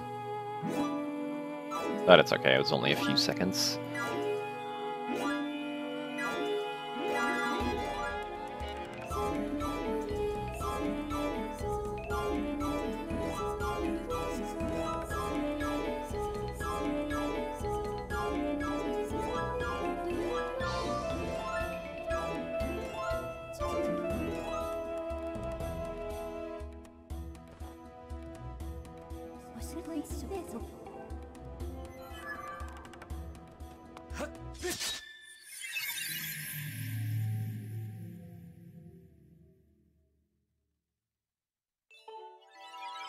And so this is the trial that takes the longest time out of the three, I believe. I haven't done like official timings for them or anything, but I'm pretty sure this one is the longest.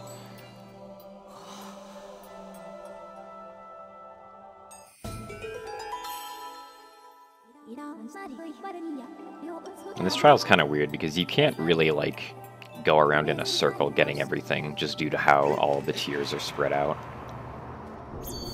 You have to like go to one area, then come back to the center, then go to another area, come back to the center. So it's kind of weird. And once again, it's 15 tiers, just like all the other trials or Silent Realms.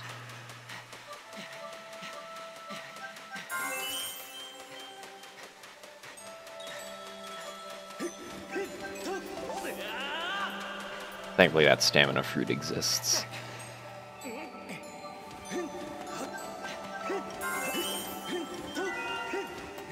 And here we can side hop to not have to get caught while that other Poe moves across.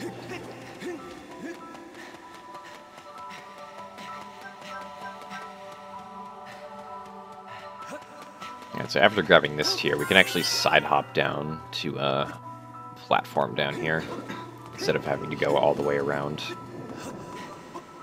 And right here we walk to build up stamina to cross this bridge, the amount that we need.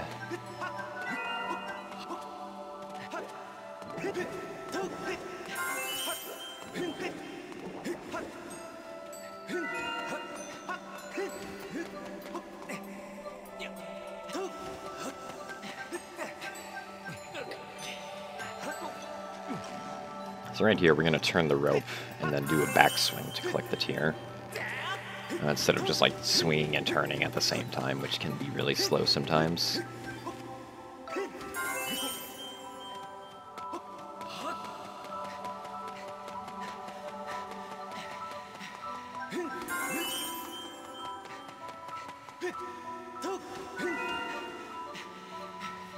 And right here we have to cross this upward tightrope.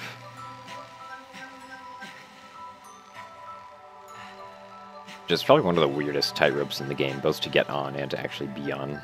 Because since it's upwards, it kind of messes with how fast you think you should be moving, and it feels really slow.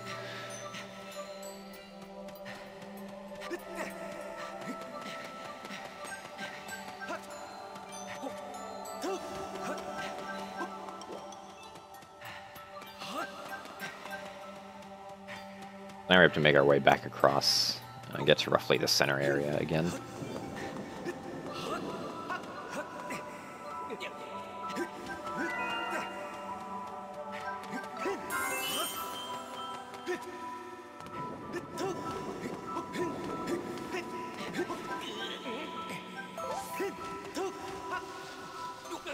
Now for this next tier, we can just drop and then re-grab the vines instead of having to, like, go downwards with the jump.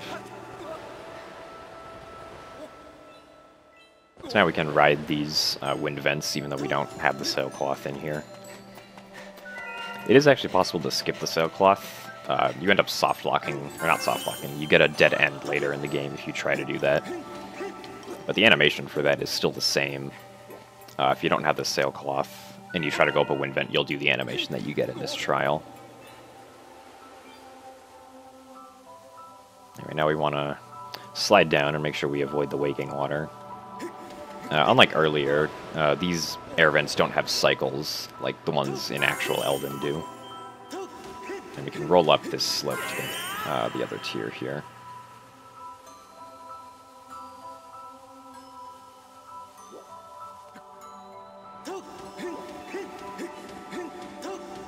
The final tier is right here.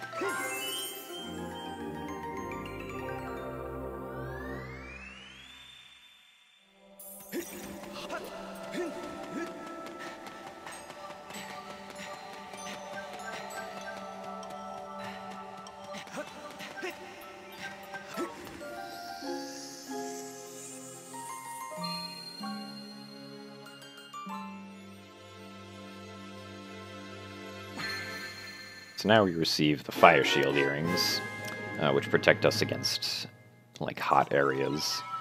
Allow us to pass through them without burning and taking damage.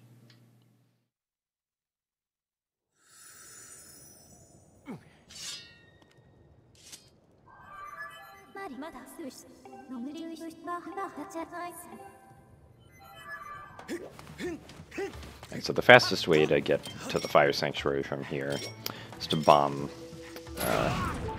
these rocks right here, which I took damage from, which is actually not very good, although in the end it didn't end up mattering, thankfully. Because, like I said, it's risky to go through this next, these next, like, 20 minutes on just 2 hearts. Pretty much one shot of anything will kill you at this point. And this is one loading zone where we want to enter in with no stamina, because there's a cutscene after it. And entering with no stamina, for some reason, starts the cutscene like 10 frames sooner. This is also where we normally need the water that we've collected during the run. Otherwise, you'd have to go outside to the left and collect water. And this is also why it's faster to have 2 bottles, because you need to pour water twice, and it's faster to just get another bottle and get water in it than having to just use 1 bottle for one, to go back, get water, and then come back for the next one.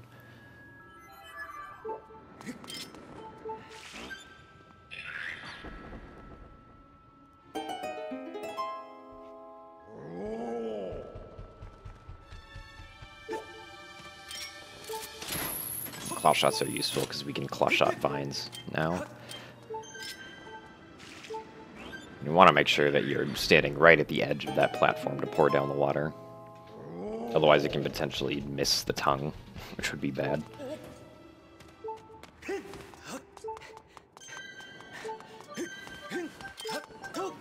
Also right here we equip the shield again. We're not actually going to use the shield for like another 5 minutes, but that's just the most convenient place to equip it.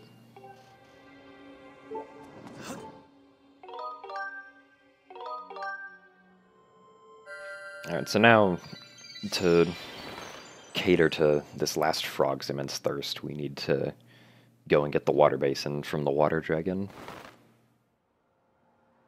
Which requires us to fly all the way to Farron and then back to Eldon.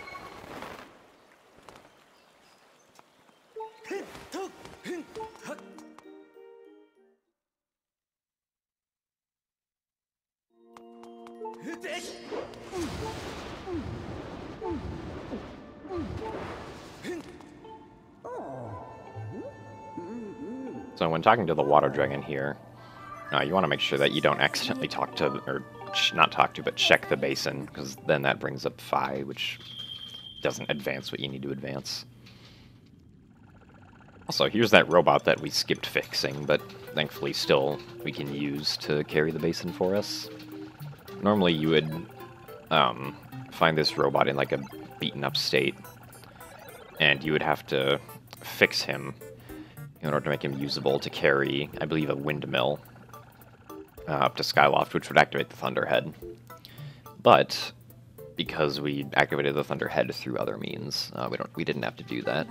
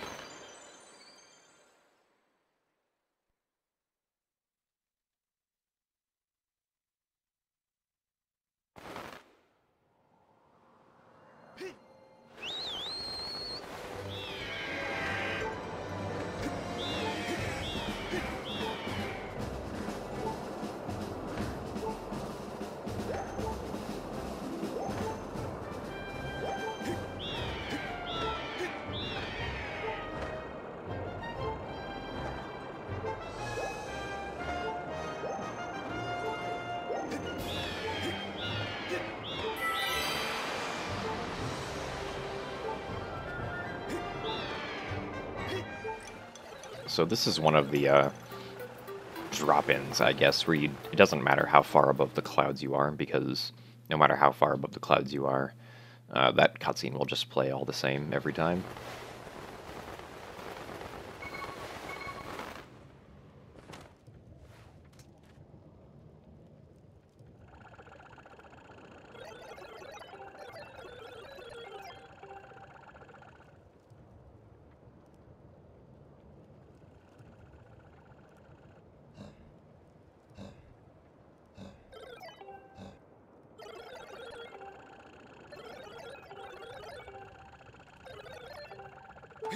And normally right here you're supposed to escort Scrapper up the mountain all the way to the Fire Sanctuary, but that's boring, so we're not going to do that. Instead we're going to fly out of Eldin, and then go back into Eldin, and we're going to choose the Fire Sanctuary warping point.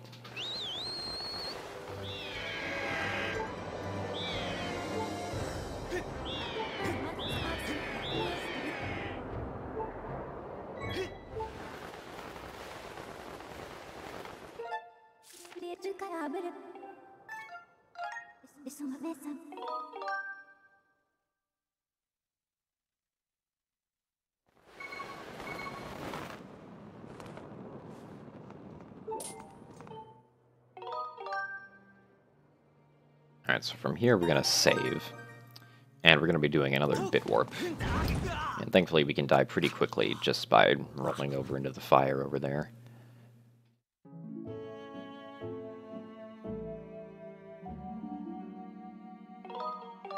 So like most of the other back-in-time uses that we've done, we're going to be doing a bit warp with the Upper Academy statue again. Except this bit warp is a little precise. We have to be on the very left or the very right side of the save statue to spawn in the position we need to spawn in. Because we're going to be spawning on like the edge of a roof kind of thing. So we stand to the left, do the bit warp, And now we spawn up here, we turn around, and we can use the claw shots to get to these vines over here.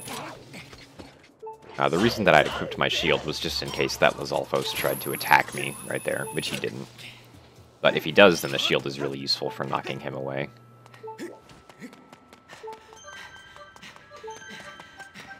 And then this loading zone I'm going to jump slash into, because then coming out I'll have no speed, and I'll be able to turn around and go back immediately, which is what I want to do.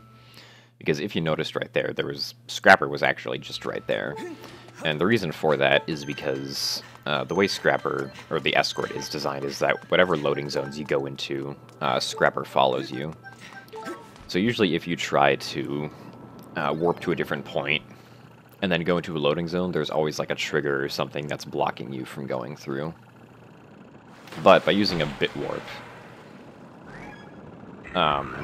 we can get past the trigger that would normally block you from going into that loading zone. And so we can just have Scrapper up here right next to us with the water basin.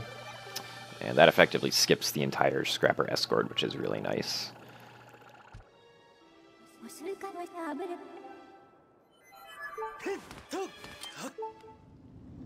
Anyway, now we're going into the Fire Sanctuary, which is the 6th dungeon in the game. Now, the controls became slightly uncalibrated right here, which is why I accidentally pulled out the Gust Bellows. There's a lot of platform riding in this dungeon. Right here I'm going to be taking this pot onto this lava platform with me. And this pot has 10 arrows in it, so I'm going to use all of my arrows on these bokoblins over here. Make sure they don't attack me. And then I'm going to get the 10 arrows from the pot, so that I still have 20 after beating all of them. And from here you can go slightly faster by doing a jump attack. Save like half a second. The bow is also good at one-shotting blue bokoblins, who normally have a lot more health than Technoblins or any other color of bokoblin.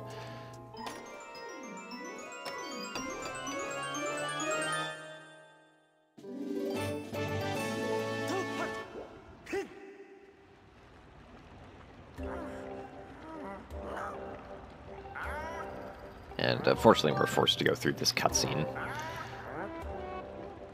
The correct options for the text here are just always to the right.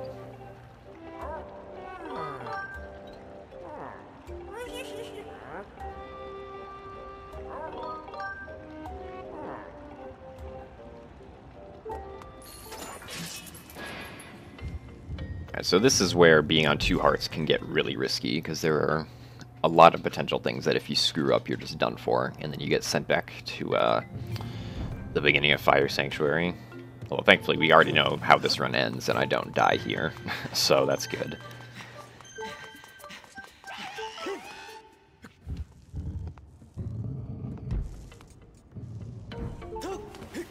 So here we're gonna activate a Magmanos cutscene. And if you just heard right there, the bokoblin kind of like... He noticed me because of the position I'm in, so he's aware that I'm now down here. And I usually, or sometimes this Magmanos can troll you and not lift up the platform, but instead attack you from right under the platform, which wastes time. But thankfully that didn't happen. So now we can take care of both of those guys with just a quick spin. And claw shot over these vines so that we don't have to go over all of them. And we can just ignore the last bokoblin, because he's an archer who's pretty slow.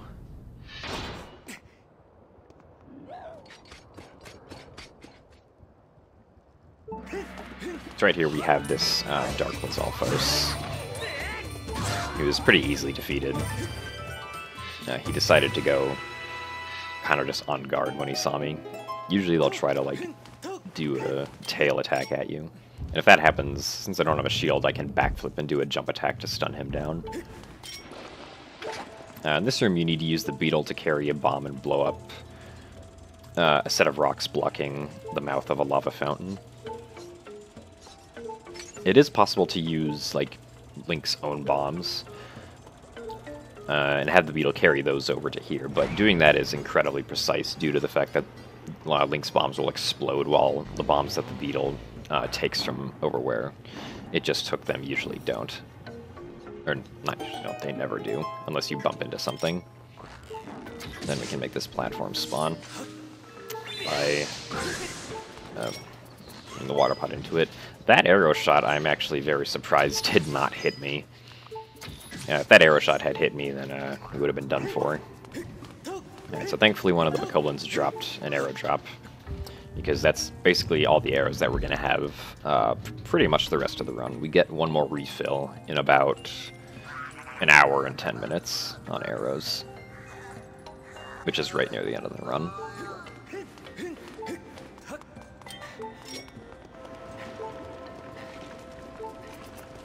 So pretty standard here, just using the gust bellows.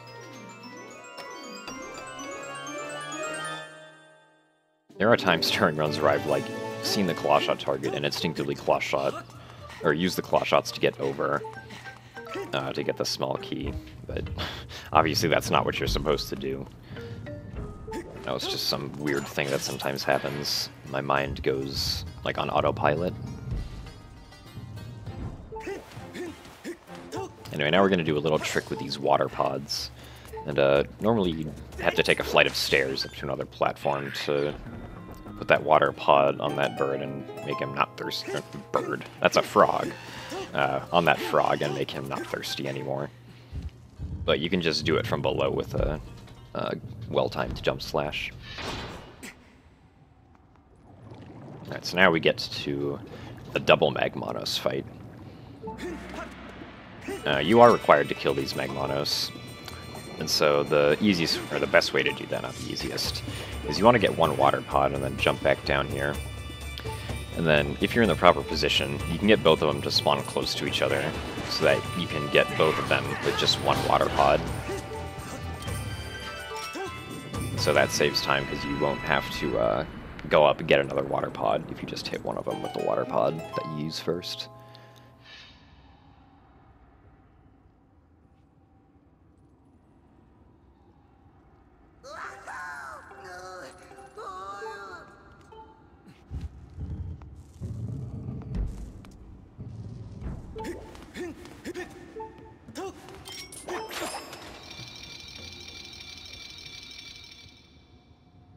Anyway, now that we've saved this guy, we've gained access to the magma mitts,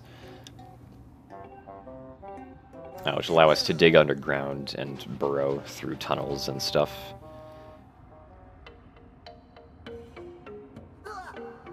We only need them for actually one thing in the second half of this dungeon, which is getting the boss key. If we could skip the boss key in this game, we wouldn't even do, or if we could skip this boss key in this dungeon, we wouldn't even do the first half of the dungeon, really. We do like a little bit of it, and then we do what we're about to do now, which is the final bit warp of the run in Fire Sanctuary.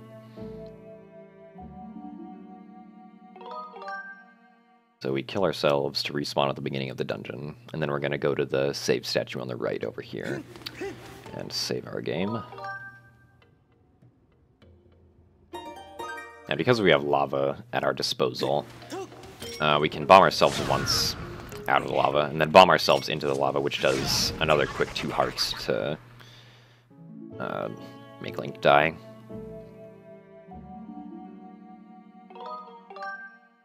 So, final bit warp of the run. It definitely has probably the most interesting effects of any bit warp anywhere in the run. And it's also one of the most precise positioning-wise if you want to do the fastest strats.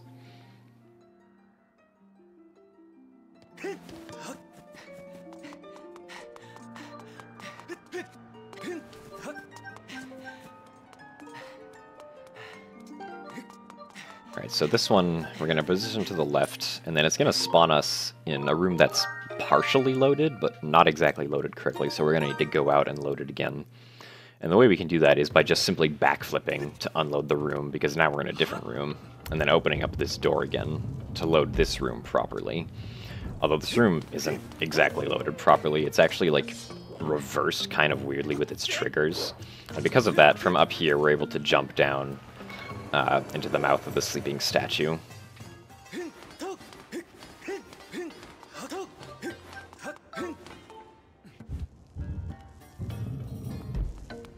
And from here we have to fight 2 Dark Lizalfos.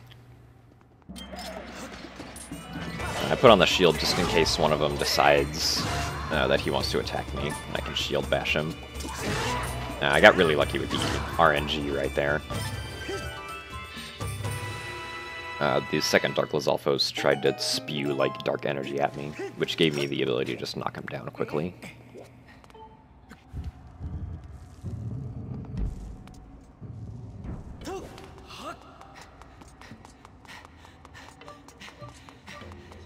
So right here we can use the claw shots to skip going up a small part of this room. And get right to the next part. These, like, cursed keys can be pretty bad sometimes, but thankfully they weren't bad today. The worst thing that they've ever done is they've knocked me down all the way back down the room, which wastes like 20 to 30 seconds, which is bad. Although they very rarely do that, so thankfully they were nice that time. Anyway, now we're in the boss key room. And this guy right here is like the main master of this segment. It's known as the Moldorm. Basically, after we activate all these torches in the proper order, we're going to have to fight the Moldorm. And the Moldorm, you have to hit the Moldorm 3 times on its tail, which gets progressively shorter and shorter.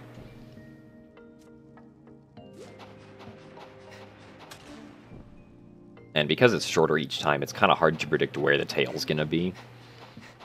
Because the Moldorm moves in a random pattern around the underground area that we're crawling through. So usually he goes down right here, but for some reason in this run he went up, which in my experience usually doesn't happen, so it was a little weird to start off with that. And then I didn't move away in time right there, so he unfortunately hit me. Although thankfully he decided to go straight right there, so I got the next hit on him.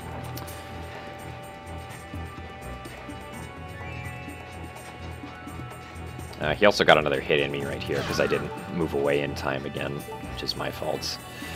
Although thankfully he moved over to the right, so I was able to get the final hit in on him. Yeah, that fight is pretty RNG based. Usually it's not too bad. You might lose like 10 to 15 seconds because of the RNG. But sometimes, like, I've had times where he's just straight up taken 6 hearts off of me. Although that's a very rare occurrence, so it's not usually something to worry about. Alright, so now we've got the mysterious crystals. And can make our way to the boss door, which is just out this way.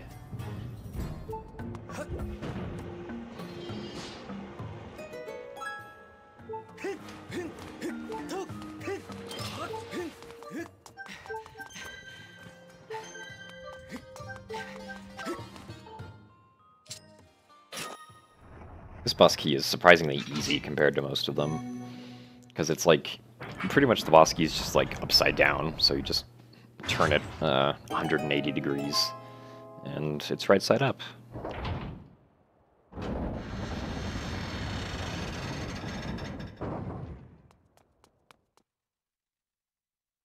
Alright, so this is the second Girahim fight. Now, it's a little harder than the first. Girahim has more attacks that he can do, although the first phase is pretty much the same. You just want to lure his hand to one side and then spin attack from the other side.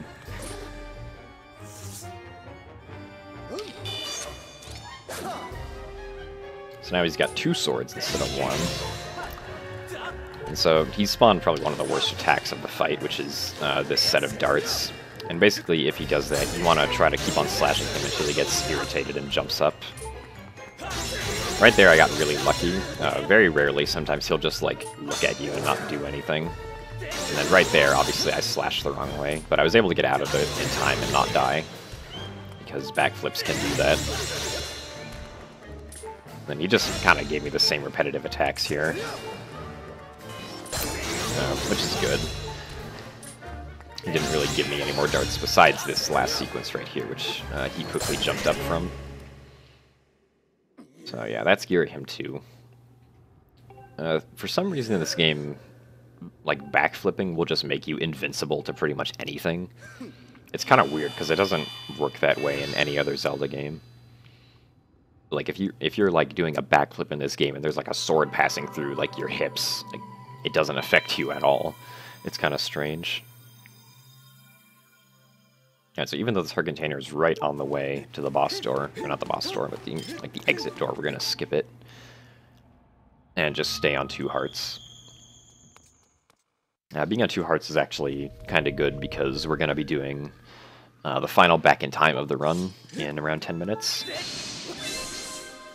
So that's Fire Sanctuary, and that gives us access to Din's Flame, which gives us yet again an even more powered up sword.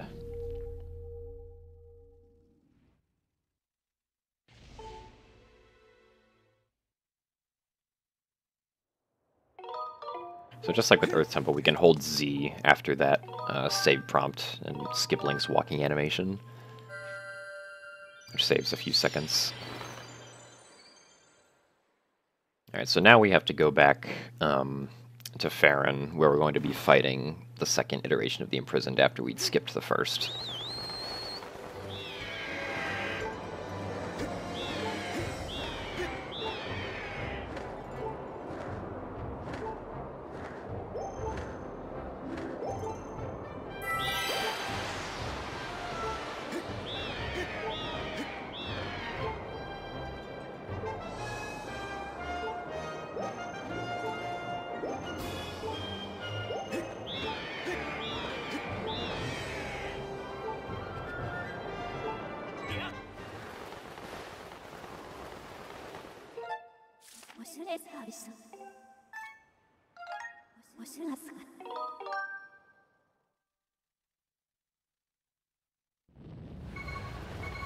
Alright, so the Imprisoned one is apparently still having some trouble trying to break free, because he's, like, the area is still shaking, and the ominous music is still playing.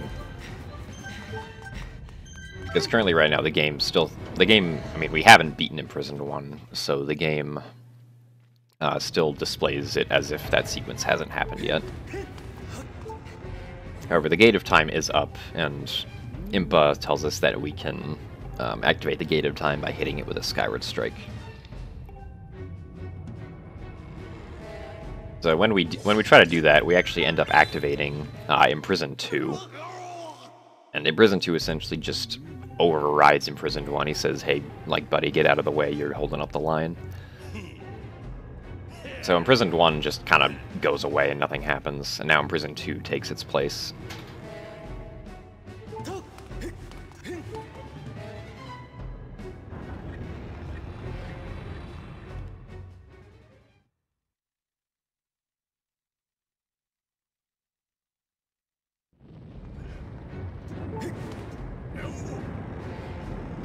Now Bruce has been working on some contraptions that he thinks are going to be of use to us during the fight, even though they aren't. So I don't know what he's been wasting his time with. It's going to be useful during the third Imprisoned fight, though. But not this one.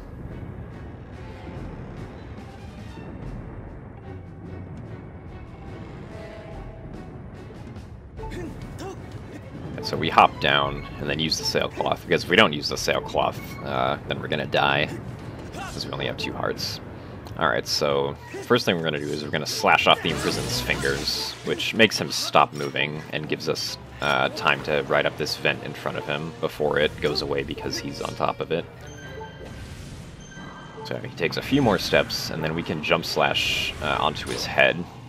And from here we can actually push in his spike with a jump attack.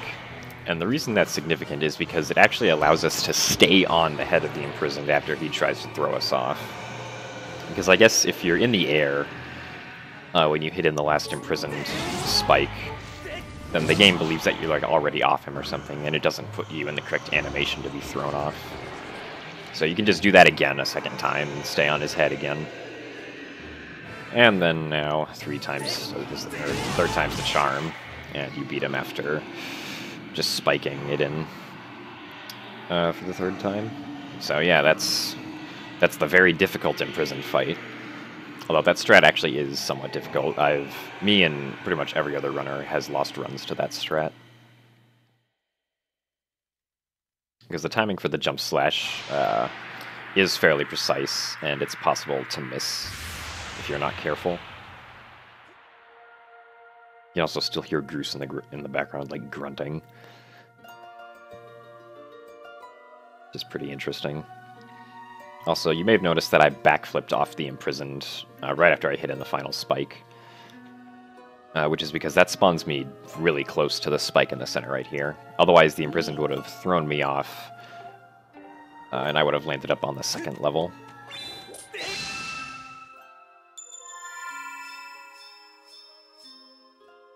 So interestingly enough, even though this is the pattern that you have to do for the second Imprisoned fight, when you actually like stab the spike into the ground with your sword, it shows the marking for the first Imprisoned fight, which is just the single triangle. Which is strange, I don't know why it does that. When you do the third Imprisoned fight, the marking appears for the third Imprisoned fight just fine. So yeah, thanks for helping, Groose. You were really valuable as a team player.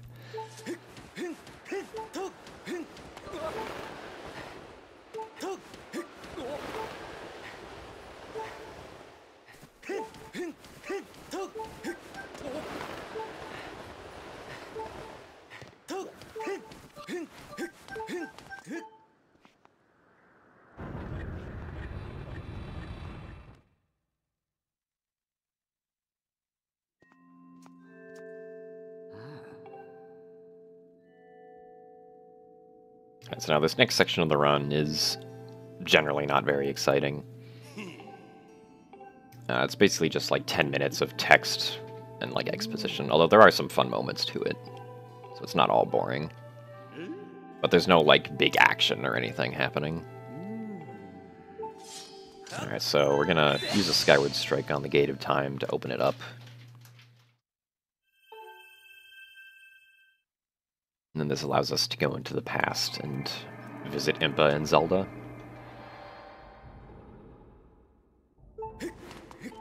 Hey!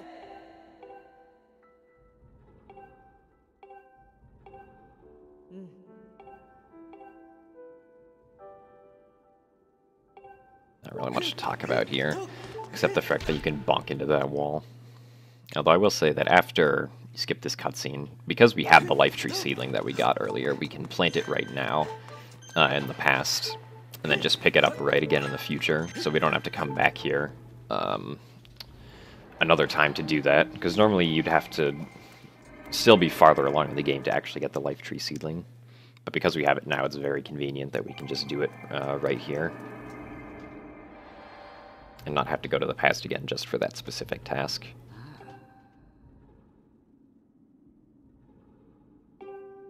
So there's a second Impa in the light over there, along with this Impa over here, which again is because of doing early Thunderhead and messing up triggers in the game. And so now Groose calls us over, and he talks about how, like, he's planted this little tiny seedling, and maybe it'll become a big tree someday, despite the fact that there's now a full-grown tree right there. Which is just... it's kind of ironic that it works out that way for this cutscene.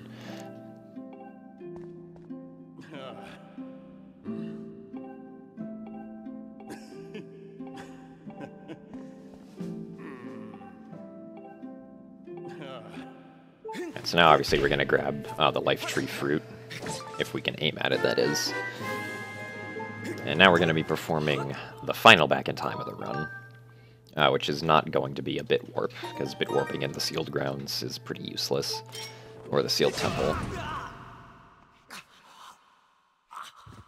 Instead what we're going to be doing is we're going to be doing a bit save back to Skyloft. Simply just because it's faster to get back to Skyloft like this than compared to flying back on the Loftwing.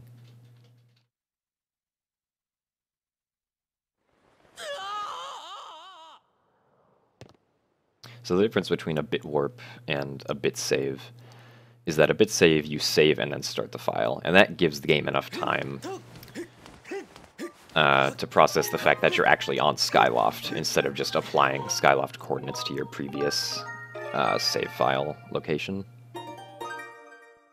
So we save here using the Bazaar statue, and now we're going to be going to buy the air potion that I mentioned a while ago.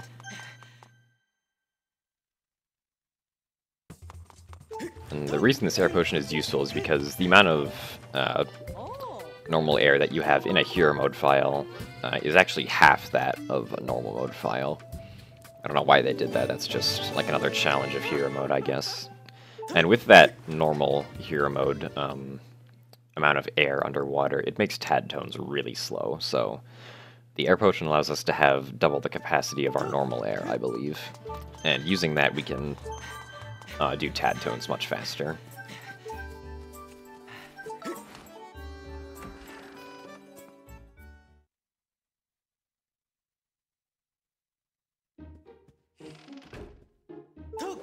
So now I need to go talk to the headmaster, who gives us information on where the Triforce is. Now, the first part of this cutscene is pretty normal.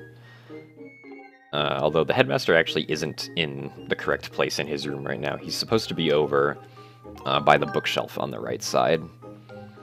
But due to, again, the early Thunderhead trick we did, a bunch of triggers for the game are messed up.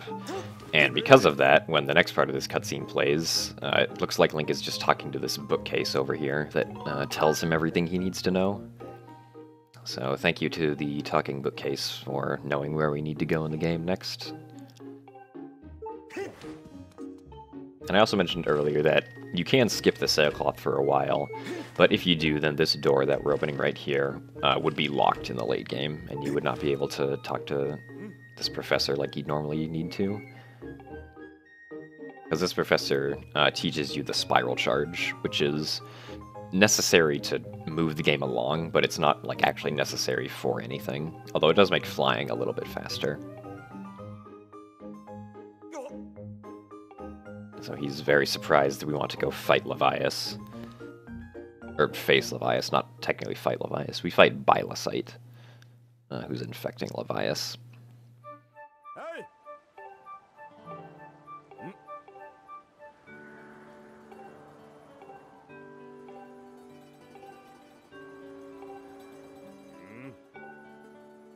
Alright, so now he's testing us to see if we can properly use the spiral charge by giving us a time trial sort of thing where we have to break 10 targets in under 2 minutes, which is embarrassingly easy, like it's not a challenge at all.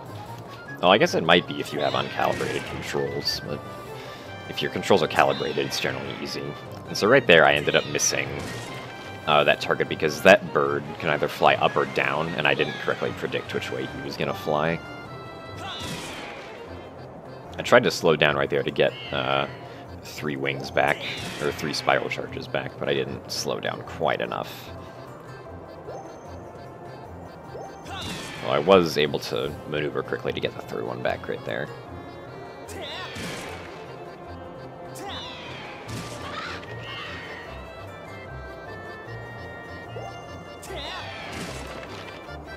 So normally if you do good with this, you'd finish at around the 70-second mark, but because I accidentally missed one of the targets, I had to go and break another one. Just a few seconds lost right there.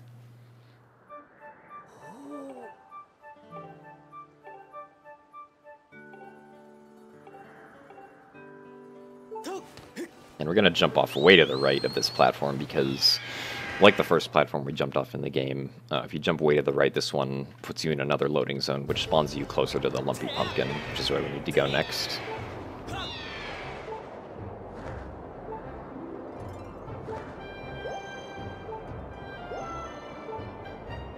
Also, since we're going to be... not much is going to happen for the next few minutes, so I'm going to explain... probably something I should have explained a lot earlier, but it's this program I'm using on the left. If you don't know what it is, it's called Live Split, and it's basically just a way of tracking my speedrun as it goes and comparing certain points in my run to how they were in my previous best attempt at the game.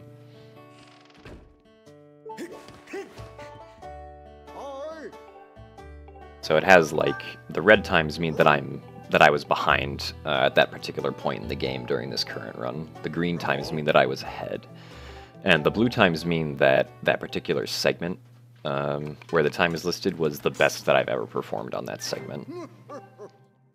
So for example, the whip segment, everything between scale, the water dragon scale specifically, and getting the whip was the best that I've ever done it, pretty much.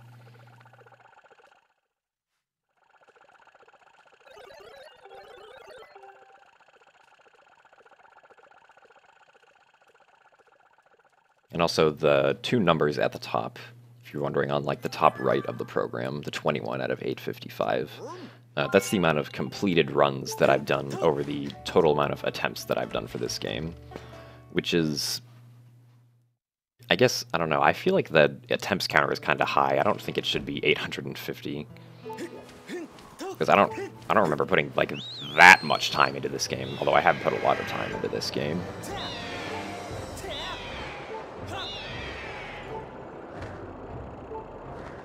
So anyway, now we get to the longest flying sequence of the game, which is the Lumpy Pumpkin all the way to the Rainbow Island inside the Thunderhead.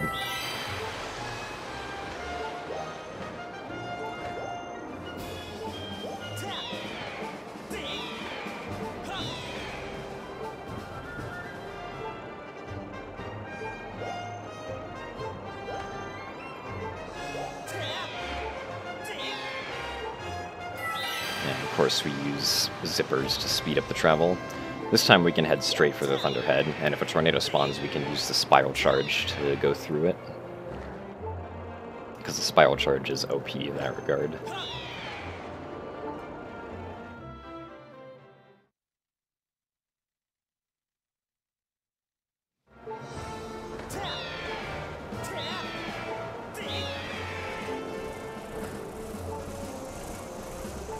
So thankfully we don't really have to worry about Skytails, because we're not flying along the path of the blue light, which is where most of the Skytails are.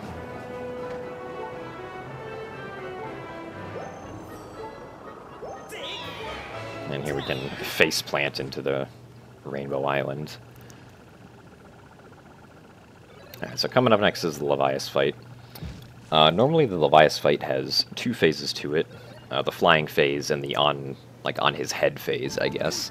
We're actually going to completely skip the flying phase by placing a, or not by placing a bomb, that's the old strategy, but we're going to spin attack his blowhole, and then doing that will actually activate Bylosight, but because Bylosight isn't normally loaded right now, he's like invisible. So we're just going to be fighting this invisible boss right here who emits purple saliva. And thankfully, because of the fact that he emits the purple saliva particle effect, it's actually easy to see where we need to shoot him. Also, now that we have a fully powered up Master Sword, our Skyward Strikes charge instantly. So Levias was turning right here, which caused me to miss that shot. You have to watch out for how Levias is turning, because that affects the direction that your arrow's gonna go once you shoot it. So that's 2 cycles out of 3 for this first phase of this fight, specifically the fight with Bylosight.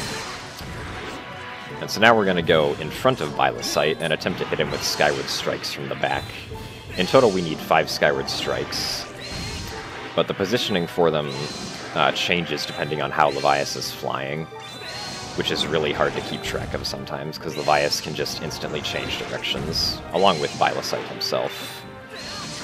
Alright, so there's 5 Skyward Strikes, and that finishes up the fight, and the invisible monster just kind of explodes out of nothing.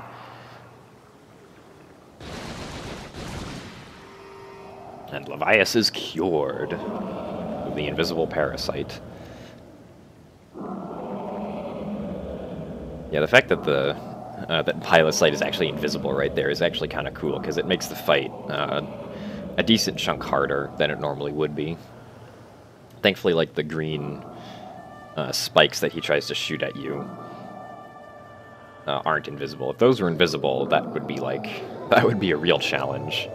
But thankfully, those get loaded separately.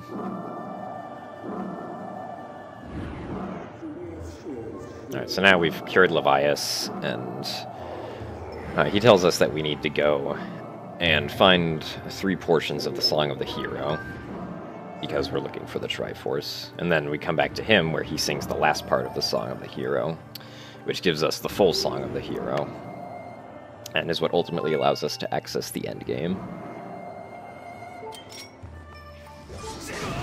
So right here we can actually kill ourselves off of Levias, and falling down off of him besides landing on the ground and like doing that weird grunt animation actually gets the game over screen out quicker.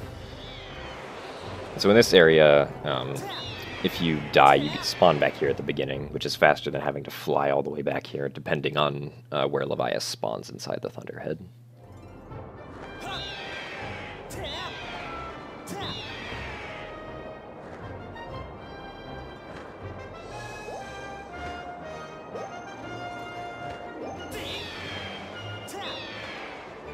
Because Levias's spawn point after the fight is actually RNG, he can sometimes spawn really close to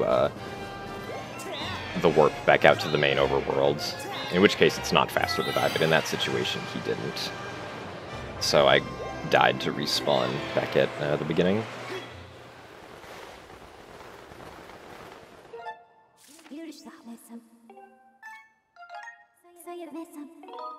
Alright, so now we go through what is probably the most actively boring section of the run, which is the minecart escort.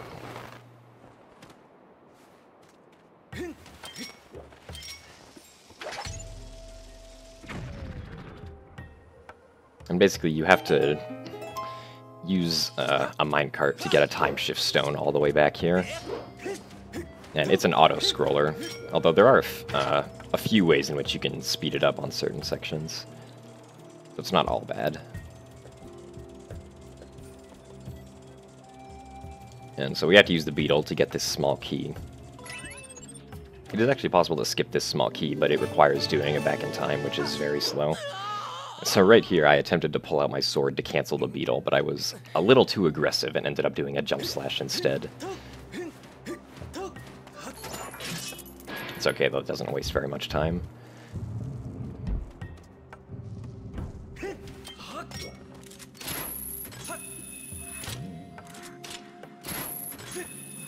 And right here, again, we have to aim the claw shots downwards, which is, again, awkward. Alright, and let the auto-scroller begin.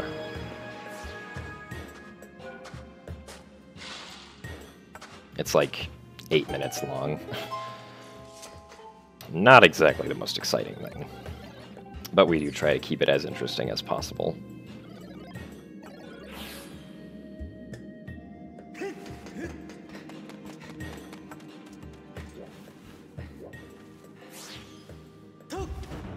If you roll over those switches properly, normally a cutscene is supposed to play at the door opening, but if you roll over them with the correct timing, then no cutscene ever plays. Also, because of the extended range of my sword now, I ended up picking up that rupee. The good news is, though, is that if I get any rupees later in the run, I won't get a text box for them. Also, a way that I can calibrate my sword right now while I have downtime is by doing a bunch of vertical slashing, like I mentioned earlier.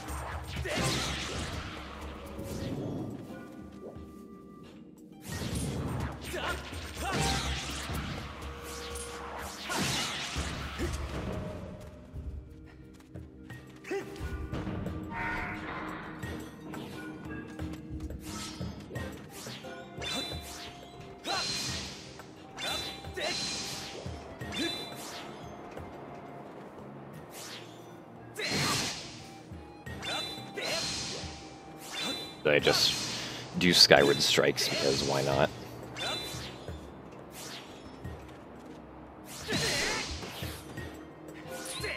That guy didn't entirely die, so I just made sure to kill him.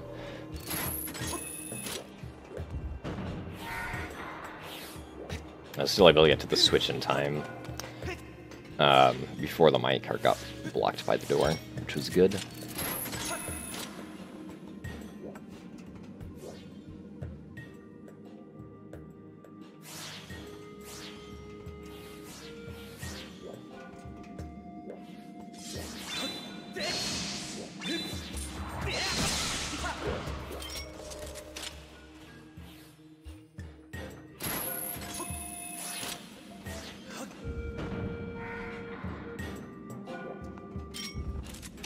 So now we come to the vine climbing section of the auto-scroller.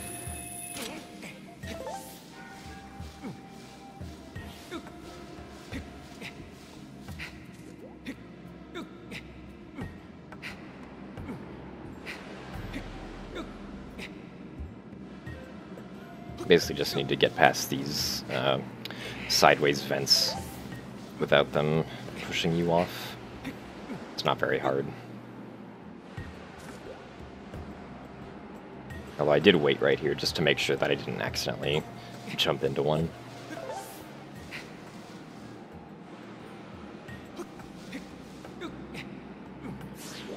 Alright, so right here, I'm actually going to precisely time a side hop so that I get there right as the next platform appears, and then void out over here. Because if you void out over here, you actually spawn up at this platform here, which saves you having to claw shot 2 separate targets, and saves like 10 seconds.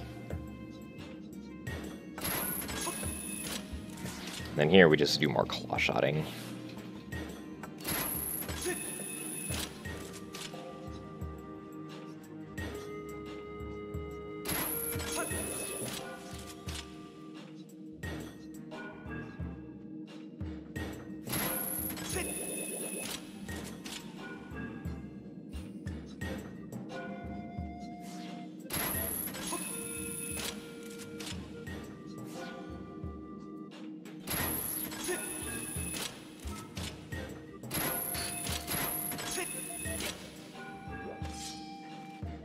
So right here, we're going to wait for the minecart to pass, because normally there are a bunch of chews that spawn on the ceiling to this room, and we don't want to have to deal with them.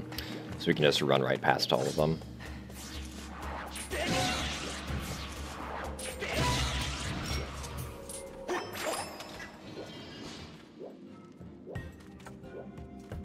Alright, so right here, we're going to make an attempt to run all the way to the void that's in front of us. And by voiding out, specifically in this one, we can actually push the minecart ahead a lot. So now it's right here at this void with us.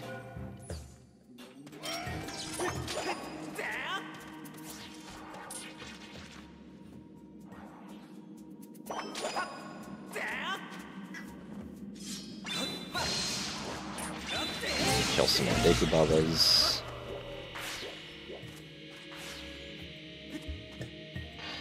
Maneuver past these spiked machines. I don't remember what the exact name of them is.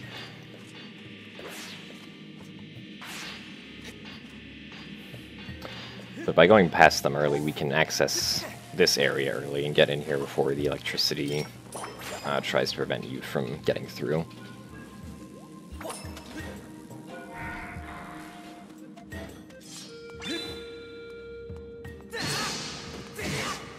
Which allows us to open up this room without fear of the minecart stopping.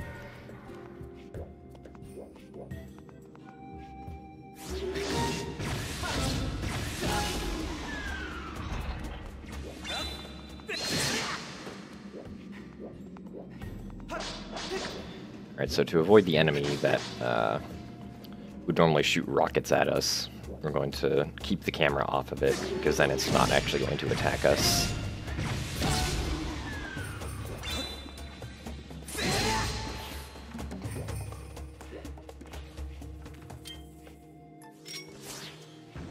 And right here we want to make sure we're far enough away so we don't activate the BMOS on the right to try and hit us.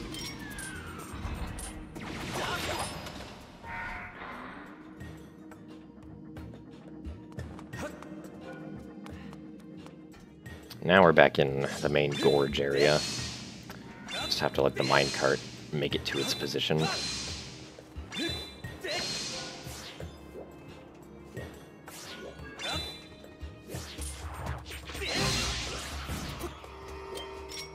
Right here, we're going to use a bomb to blow up these rocks, let the minecart pass.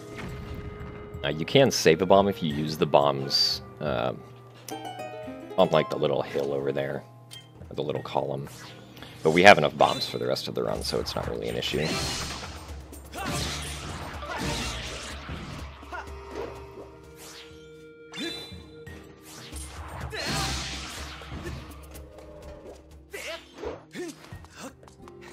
So right here, we're gonna run over to this stool over here and sit down, because sitting down on stools actually restores your health. Gives us an extra heart. Which is actually important, because the difference between, or that heart is the difference between 3 hits to death and 4 hits to death.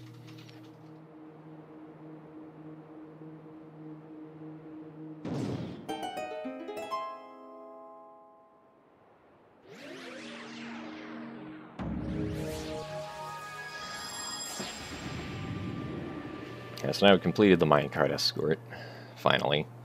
Normally here you'd have to go get the life tree seedling and bring it back to the Thunder Dragon later, but because we already have the life tree fruit, we can just give it to him immediately and be done with it, thankfully.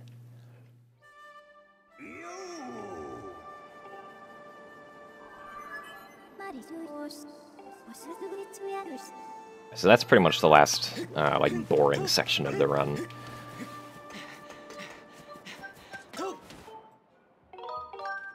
From here, it just kind of gradually gets more exciting as we go along.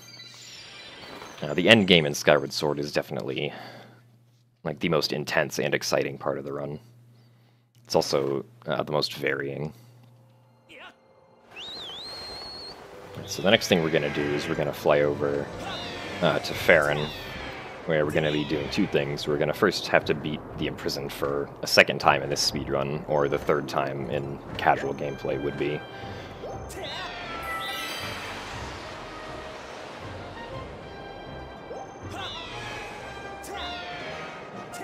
Except this time we're actually going to use Groose, unlike last time. Unfortunately, you can't beat the third Imprisoned the same way that you beat the second Imprisoned, because the third Imprisoned has a very scripted fight and a scripted final hit where you need to be shot off of Groose's cannon, or Groose's catapult. I guess otherwise known as the Groosinator.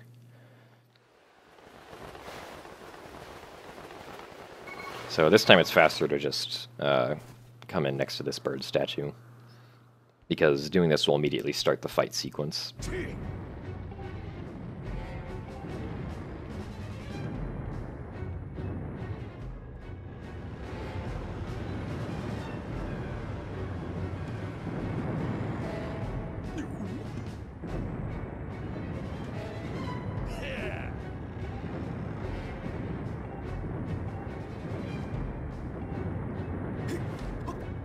Alright, so once again, we're going to hop down and use the sailcloth each time to stop damage. You want to make sure you don't jump right over that vent, because otherwise it'll push you back up to the ledge.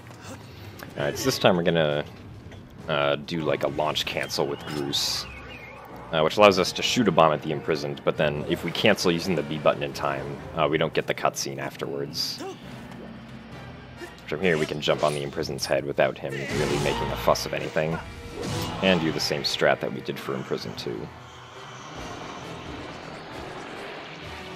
The reason that we can't really do this strat again is because after we push in the spike the next time, the Imprisoned is actually going to fall to the ground, because right now he's going to start flying. But we're still on his head, though. So just take care of that immediately. But now he's going to fall to the ground and take us with him.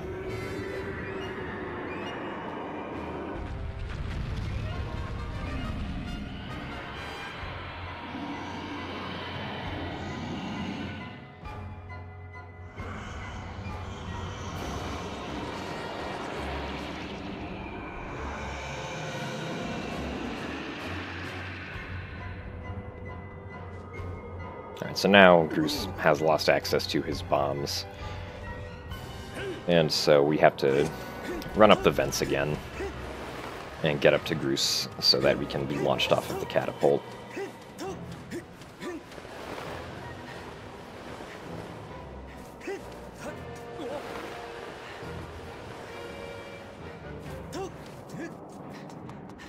Thankfully, the Imprisoned's flying is pretty slow.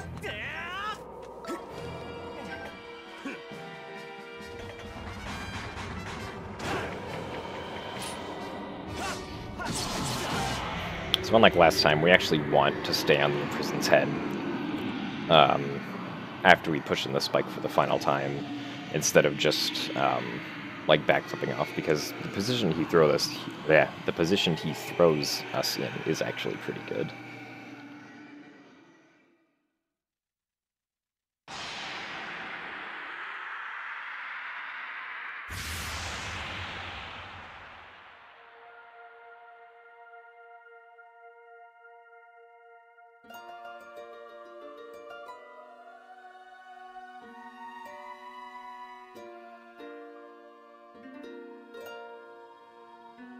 The Imprisoned's been sealed away again, thankfully, for the final time now.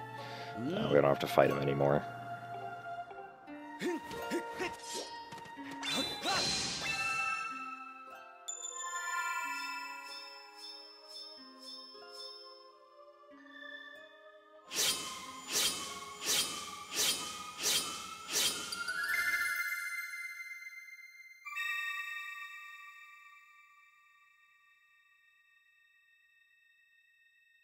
So yeah, like I said earlier, the symbol this time is actually correct. It's the third imprisoned.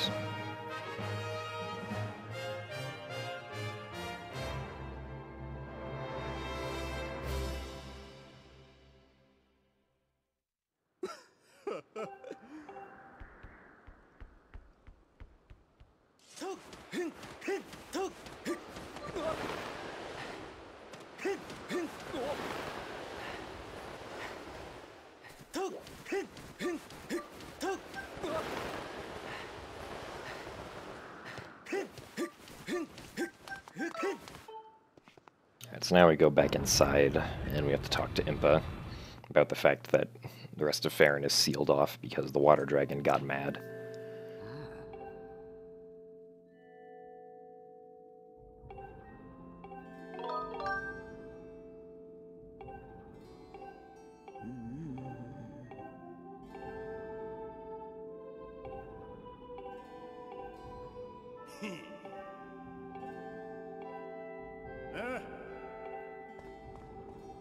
So then Groose gets the brilliant idea of launching us into flooded Farron. Also, right now the game decides to tell us that we spawned a tree over there, instead of telling us earlier. And then the camera goes to that weird position where you can see Groose for a frame. That's a little strange, how it does that, instead of doing it like the first time. Although normally the game wouldn't have to, until you get there the second time. Alright, so now we're going to drink the air potion, which we're going to be using very shortly, because Groose is going to launch us right into water, and right then and there we want to start going as fast as we possibly can.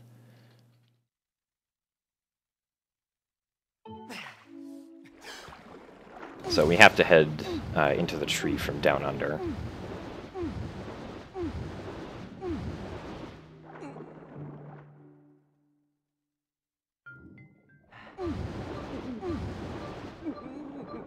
And so the increased air time allows us to do a lot more spins before we run out of air, which allows us to travel much faster through water.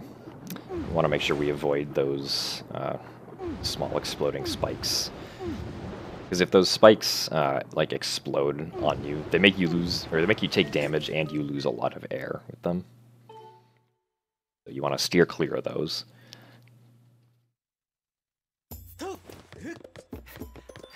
So now that we're actually up here, we can begin the Tad Tone collection sequence.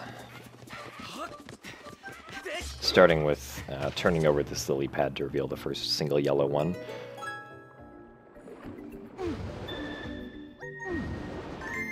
The route for Tad Tones has been changed a lot over the years also, because the Tad Tones are everywhere.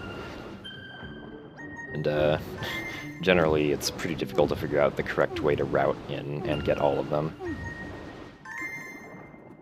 This one we don't want to spin immediately to get, because usually if you try to do that, the blue ones simply won't get attracted to you. Because spinning around with the spin move actually makes the Tad Tones sort of attracted to you. And makes them easier to collect if you're slightly farther away.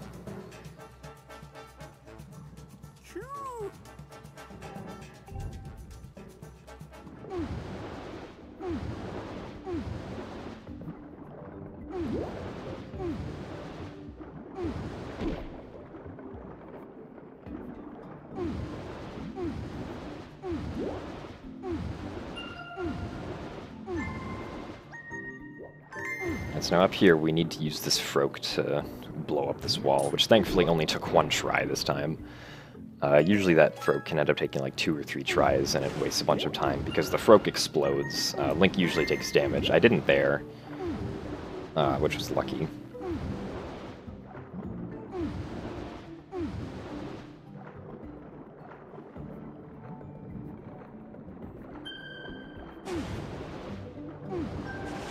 That took a little longer to get than usual, because my route got slightly weird.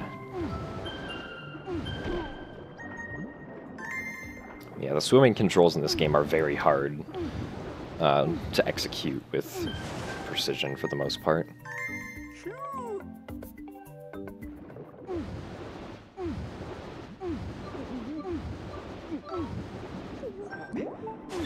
And if you run out of air, you do take 2 hearts of damage periodically every, like, I think 2 seconds or so.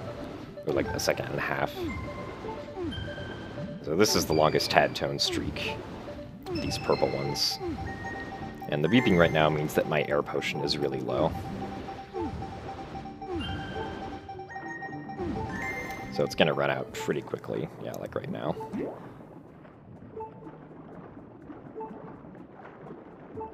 So right here, I'm attempting to free the purple tad tone that's inside this trunk and then get it with a spin move. Unfortunately, it didn't work because I wasn't quite in the proper position. But it's okay, because I can just go around inside the trunk again as soon as I get more air. Interestingly, that crawl space acts just like a normal crawl space if you're underwater. Like, you still go through the crawling animation to get through it. Alright, so this is the last set of tad tones. It's these pink ones. And ideally, right after getting the last pink one, we would die. Unfortunately, I had too many hearts to die, so I only took 2 hearts. But if we die before this song plays, we can potentially save like a second or so, because we'd warp back to the top of the great tree, and then this song would play, instead of us waiting after collecting the last tad tone.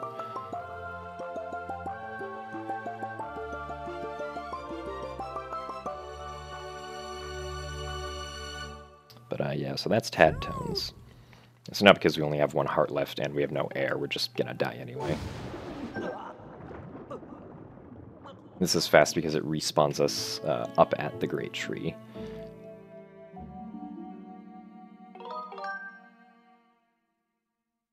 And then we can just go back into the loading zone and get the second part of the Song of the Hero.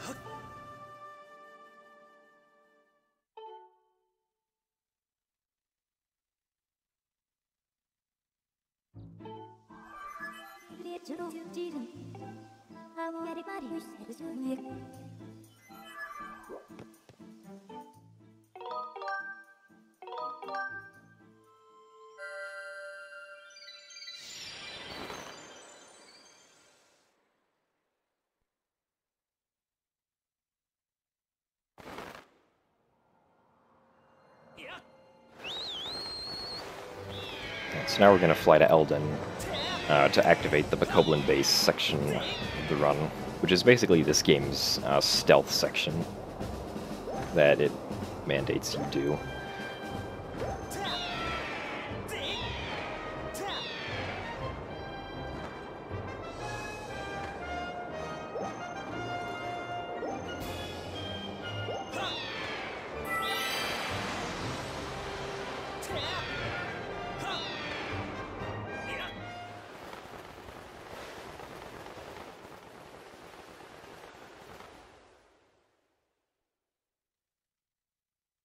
For some reason, Link just decides to pull his sailcloth really early before this area, while the volcano's erupting, which doesn't work out very well.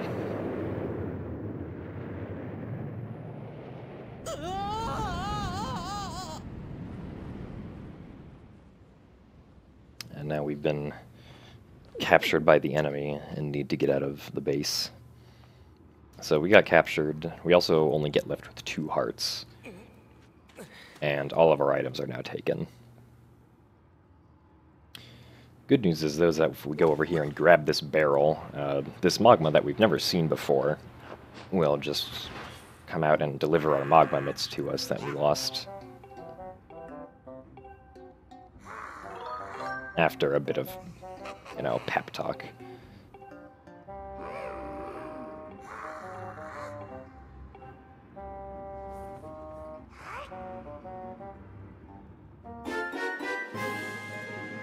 Got the magma mitts back. And so now we can escape from the enemy territory. Or rather, get out of our prison.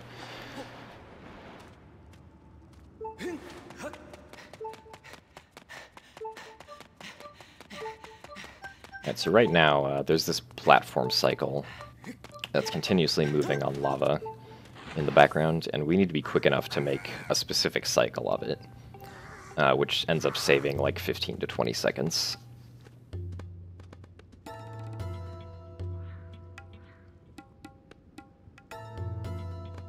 And to do that, we need near perfect movement for like the next 2 minutes.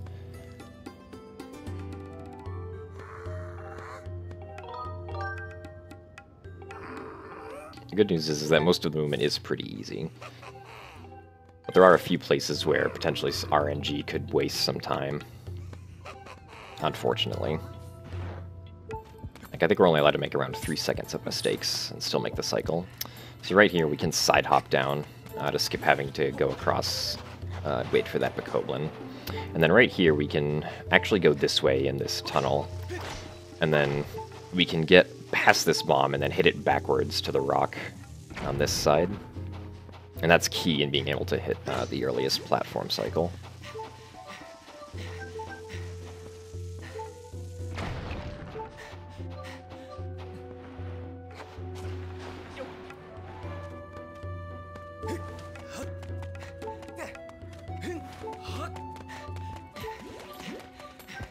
So, right as we run out of stamina, we can roll into that cutscene, which is... It's just like the perfect length between getting out of that hole and getting to this cutscene, where your stamina runs out. It's pretty good. And drop down to another one over here.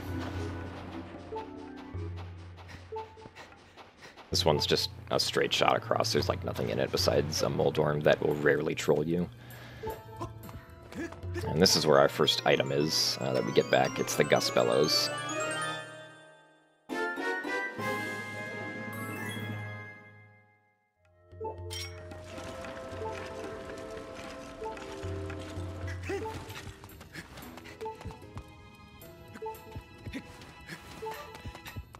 Alright, so because here we can roll into a cutscene, this Bokoblin actually won't notice us, even though normally if we were that distance away he would. But because we're in a cutscene, he just keeps on walking by us, and he doesn't notice.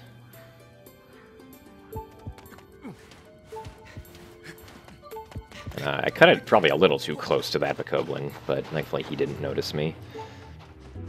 If a Bokoblin notices you, that means that your run is kind of over, because you waste like a minute and a half. Because if you get noticed by a Bokoblin, they blow their horn, signaling that like there's an intruder in the base, and then you get a boulder launched on top of you that deals 4 hearts of damage. Alright, so this is the second item we get. This is the Claw Shots.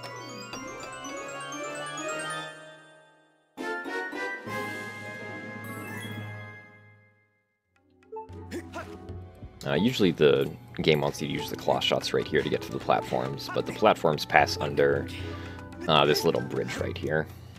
So this is the earliest platform you can get, and thankfully I made it pretty good with a few seconds to spare. Also, the enemies for some reason didn't take our harp, so we can just play it right now.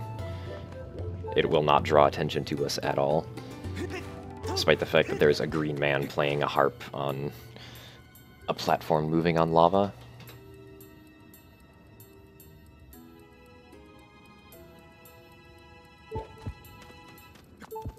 So right here we can just roll around this guy. These Bokoblins are blind when they're moving, but if they're like standing still, they can notice you pretty well. Here we can use our Claw Shots to blow up this bomb earlier. Destroy the tower faster.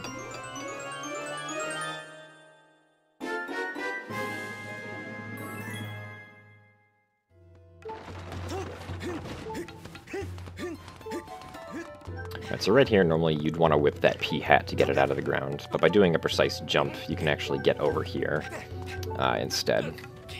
It saves a few seconds, and it's actually kind of risky, so it's probably like not something you'd want to try to do in like a marathon run or anything.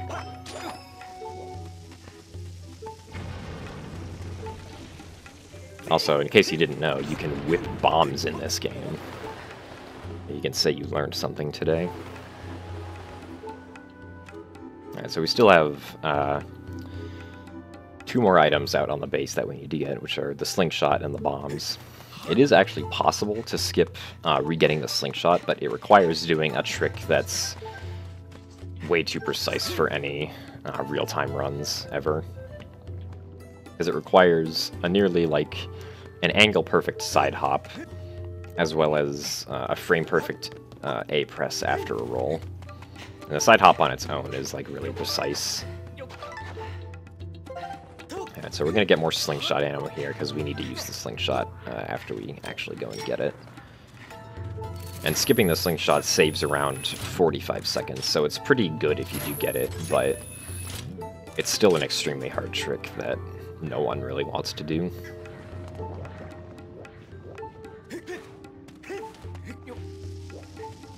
So here again, I try to use the claw shots to blow up the bomb faster, but I missed. So I'll just wait for the bomb to blow up normally.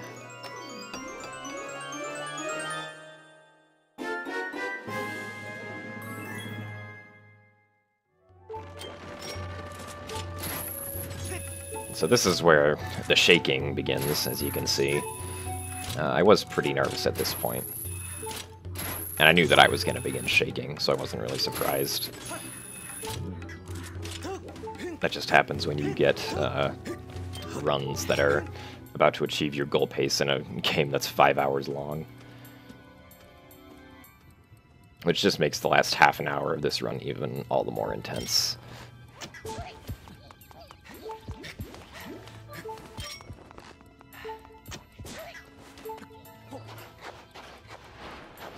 Alright, we use the slingshots to stun the bokoblins and get past them. The slingshots, or the slingshot, singular, can actually stun bokoblins for a really long period of time, like, I think it's like 10 seconds or something. It's pretty long. Which is kind of strange, but I guess they did that specifically for bokoblin base, but I don't know.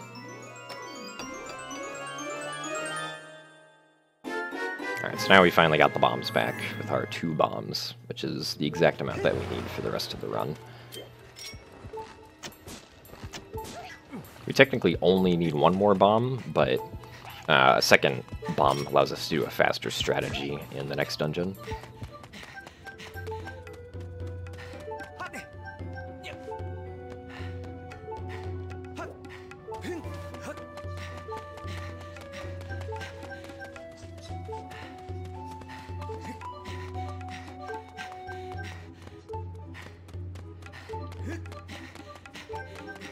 So we needed the bombs to blow up that rock right there so we could get past it and get into like the Elden Caves before the Fire Sanctuary. So we finally get reunited with annoying Blue Spirit Lady after being thankfully without her for around 10 minutes.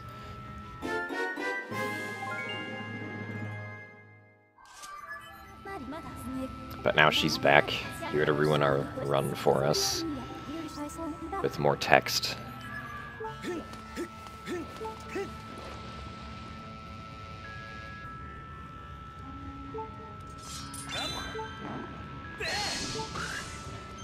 Now you want to make sure that when you kill that spume that you don't angle yourself the wrong way, otherwise you'll hit the goddess cube that's behind the spume. And that causes like a long cutscene to happen, which you don't want. Anyway, we're still at 2 hearts, so right here we're going to go into this loading zone, again with the jump slash, because we're going to be coming right back out. We just want to set that zone as our respawn point, because after we get the rest of our items, we can do a death warp back there. We're going to use another water pod again.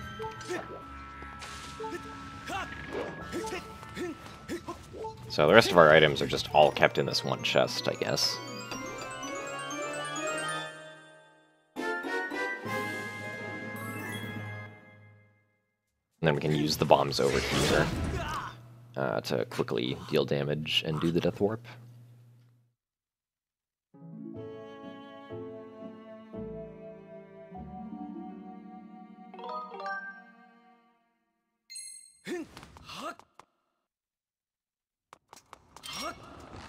And here we can use the bow to shoot these ropes quicker, instead of using like the beetle.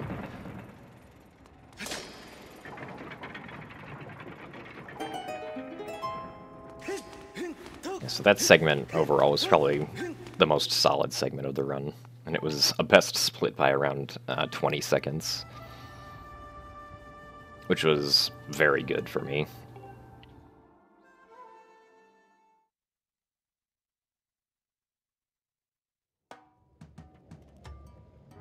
Alright, so now the Bokoblins have abandoned their base.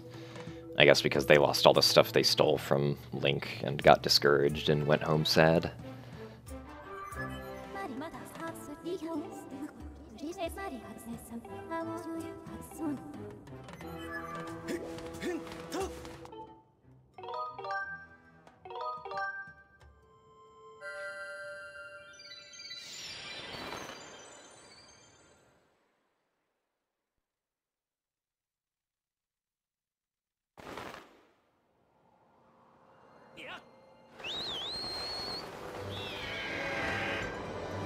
Alright, so now that we have all three parts of the Song of the Hero, we can finally go back to Levias to get the final part and complete the song.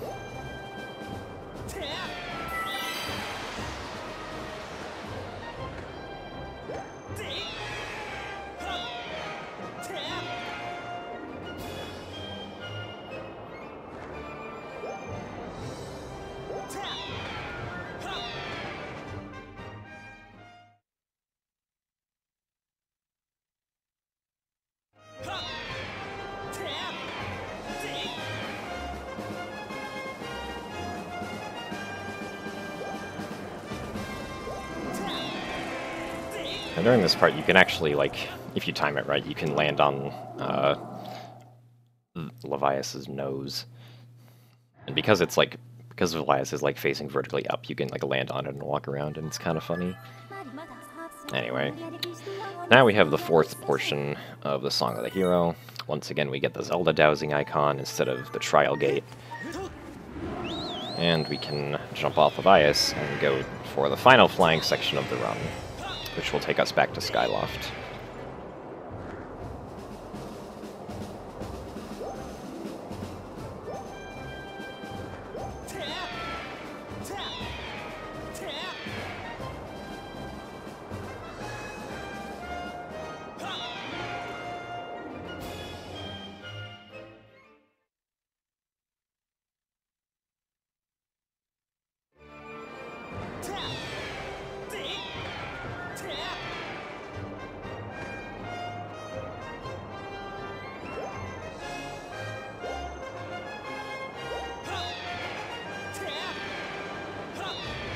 So thankfully, again, because of the spiral charge, we can just plow right through those tornadoes and not have to worry about them.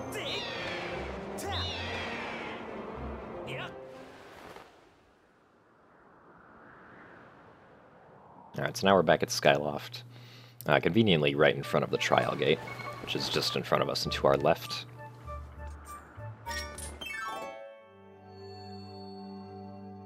And for the final time, we get to play the harp.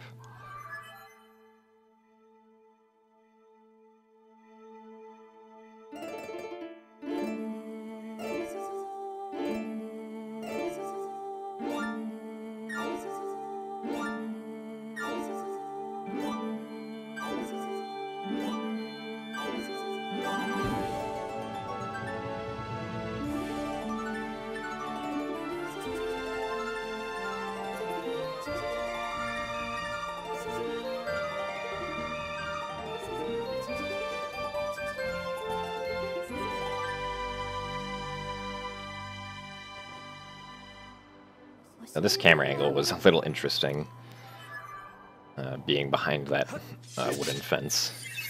I've never had that before, so I thought that was funny. Alright, so now it's time for the Skyloft Silent Realm, the last of the Silent Realms.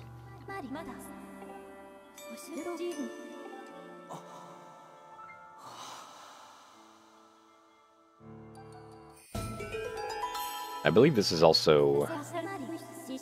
I think it's the shortest trial, though I'm not sure how it compares to Farron. Anyway, the route for this one, it's gone through a few changes, but for the most part it's pretty straightforward.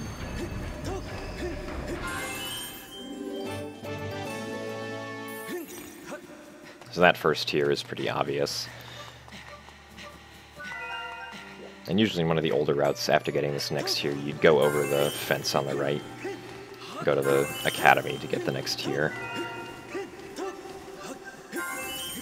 Well, this time you go over to the right later, and then go to the academy.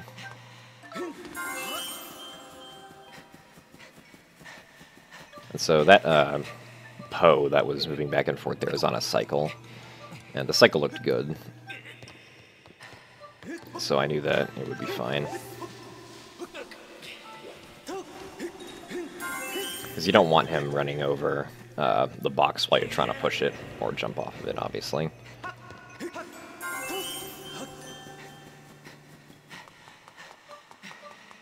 Then right here we can run over this fence to take us down to this next tier. And then cue the non-stop rolling.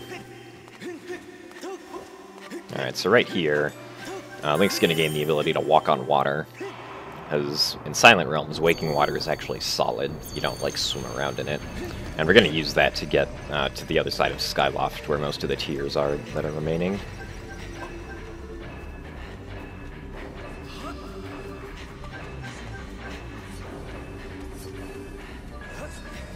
And it's pretty easy to avoid all those guardians. It's generally never a problem. Right here we can hop past this fence because it doesn't have collision from the side, though obviously I failed once because I was angled slightly too far left. There we go.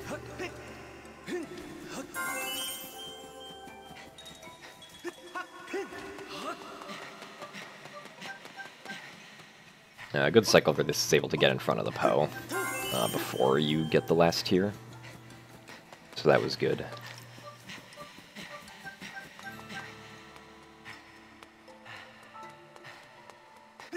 And the final tier is located up the top of this tower.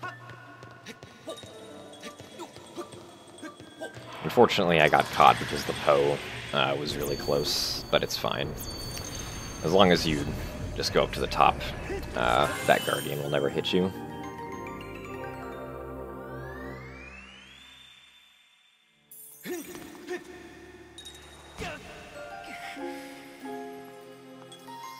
Alright, so now we've made it back down. And that's the end of all the Silent Realms.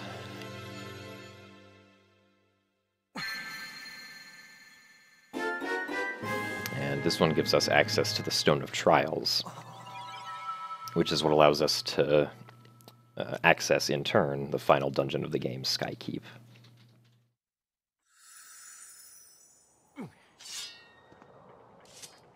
Now we have officially entered the end game.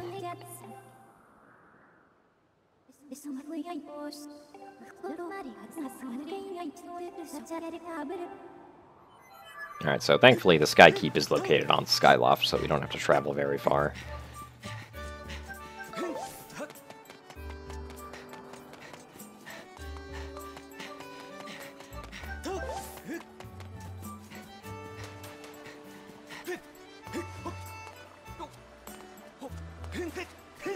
Literally just, excuse me, literally just right over here.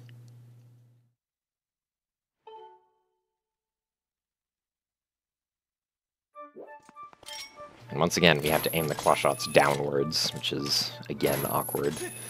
Though I did a pretty good job of it here, I think. Wasn't too slow.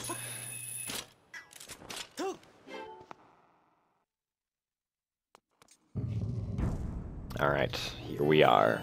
The Skykeep. Now, this is the only dungeon in the game that actually forces you to get the map.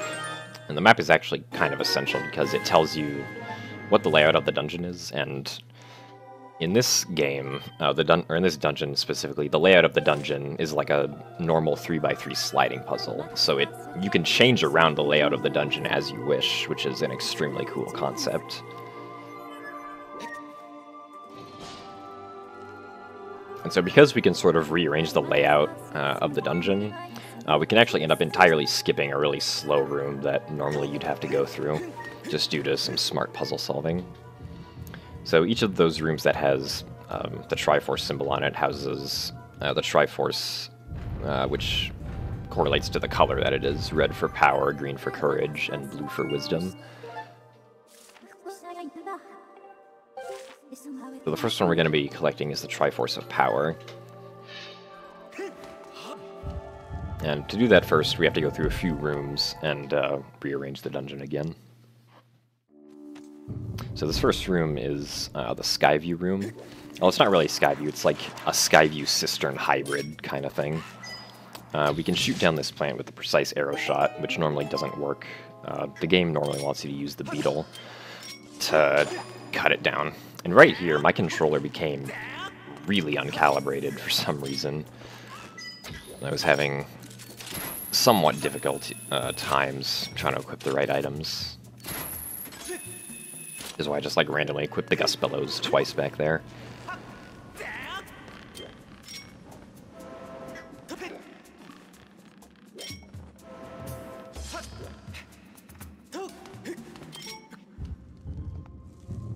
Alright, so that's the Skyview room. We will go back through that room, except there's a shortcut we can take, which makes it take like 10 seconds, which is cool. Anyway, this is the linear mining facility room, with a time shift orb that we have to carry through.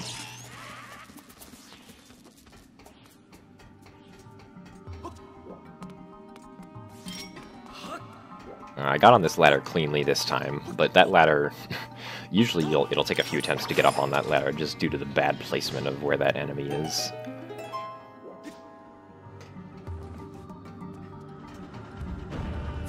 It's like right here when I try to climb it up again, it's a little bit difficult.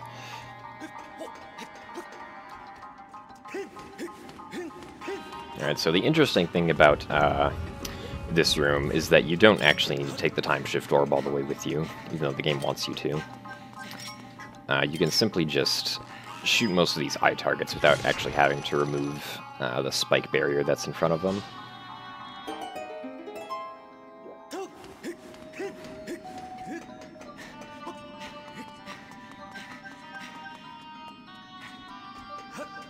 Now there are 5 more targets with spike barriers in front of them.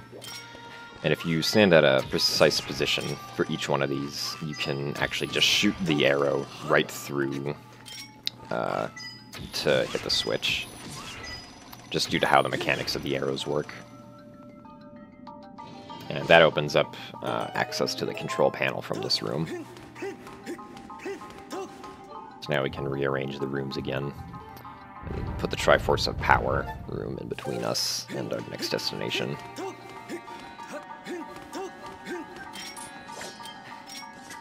Once again, I was having trouble with the calibration here. I still wasn't able to fix it in between the rooms, unfortunately. Usually it doesn't, like, sometimes when I go into Skykeep it'll be kind of bad, but it's usually not, like, this egregious. Like, I don't know what happened this time.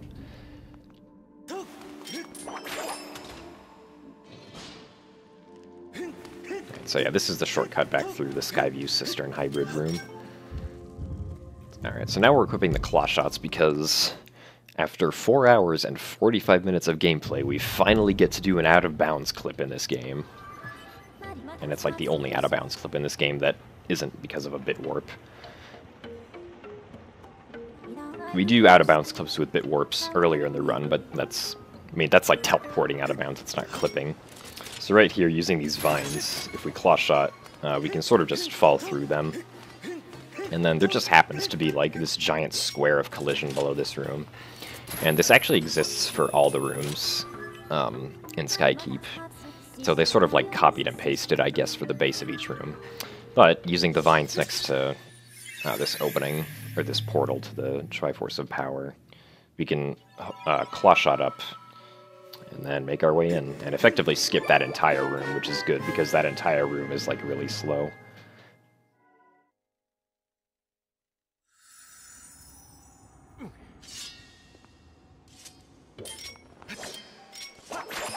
Once again, the game tries to coax me into equipping the Gust Bellows. So those are our last arrow drops of the run that we're gonna get. It gives us full arrows.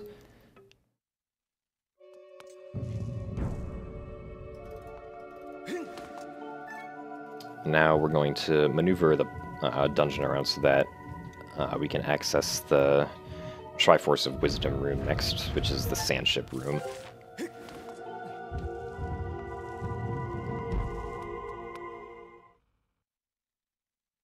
And so in this room there's quite a bit of sand, which means that brake sliding will be put to good use. This room also includes a time shift orb that we have to maneuver around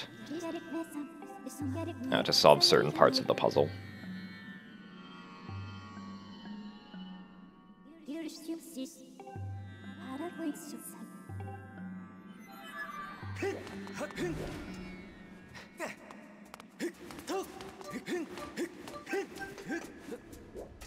So we take the time shift orb down here, and we use it to unblock a spike barrier right there. And we can actually do a really precise arrow shot on it from here, where you can't really even see the target, but you can still shoot it, so there it is. And it skips having to go back up and around on the elevated platform behind me.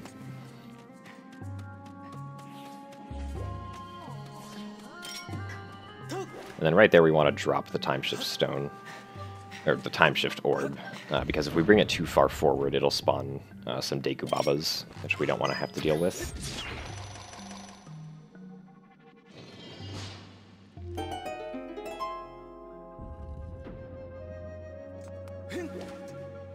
Do more brake sliding.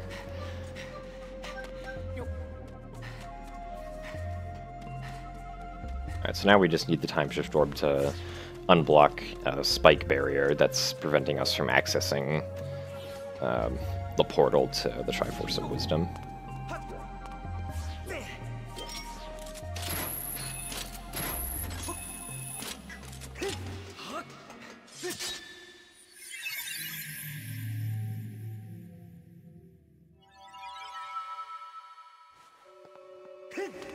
Alright, so 2 down, 3 to go, or 2 down, 1 to go, not 3 to go. What am I saying?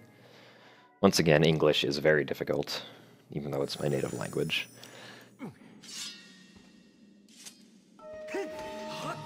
And once again, more brake sliding. If you can't tell, brake sliding, like, is really good in sand.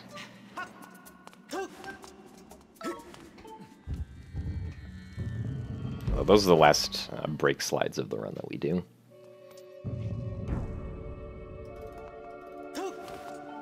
Alright, so now we're going to maneuver the rooms around in such a way so that we get access to the room that has the small key, followed right away by the room with the Triforce of Courage, which you need a small key to get into.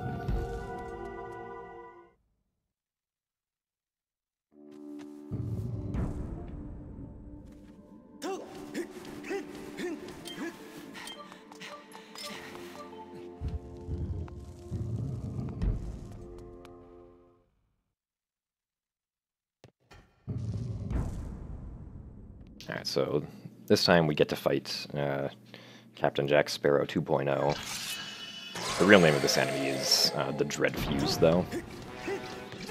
And it's pretty much the exact same as the mini-boss on the Sandship, Skirbo. The only difference in this fight is that it's a lot easier now that Link's sword is longer. So it's a lot easier to hit Dread Fuse and push him back. Also, this fight gives you a really good chance to actually calibrate the Wii Remote. Because at the start of this fight, you might have noticed that the Wii Remote, or that Link's sword, was like way over on the left, because that's where the game thought the like where I was pointing. But because I was doing lots of like up and down movements and stabs, the game realized, oh wait a minute, that's not where the Wii Remote is. Alright, so now we get access to the small key.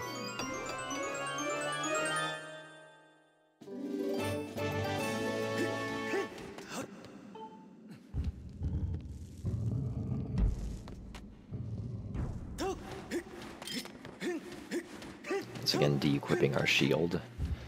De-equipping? Unequipping. I don't even know if de-equipping is a word. Anyway, this is like the basement of the cistern room kind of thing.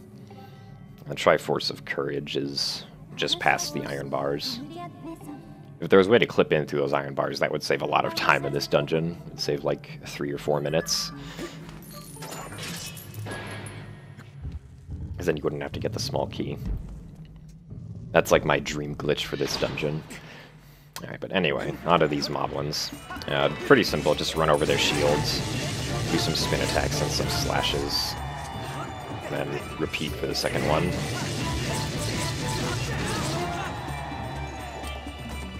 We're going to be firing a lot of bow shots in this next room.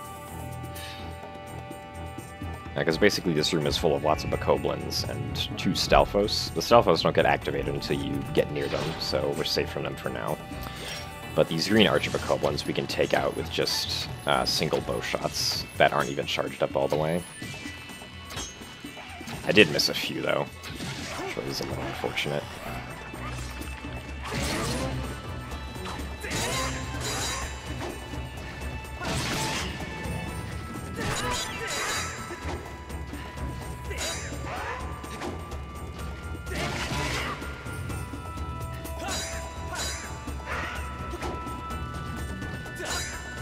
I was having a lot of trouble with this Stalfos because I just generally tend to have trouble with impromptu up to down slashes. I'm like much more of a sideways slashing kind of guy. Anyway, this is the last part of the like 3 series fight with the Stylemaster plus a few cursed bokoblins. This is where we're going to use our last bomb. If we put it down here and then just kind of wait, the bokoblins will walk towards it, and the bomb will kill all of the bokoblins just instantly, so we won't have to worry about them. The strategy for Stylemaster is the same again, with doing damage, having him blocking to do 2 stabs, and then blocking and just rinse and repeat.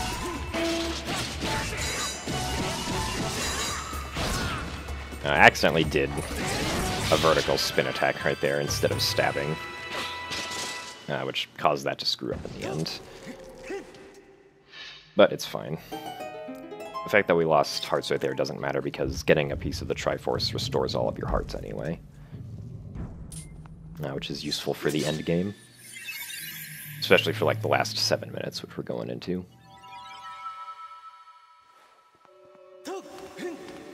Alright, so we've got the full Triforce. Now it's time to take on the final boss Gauntlet.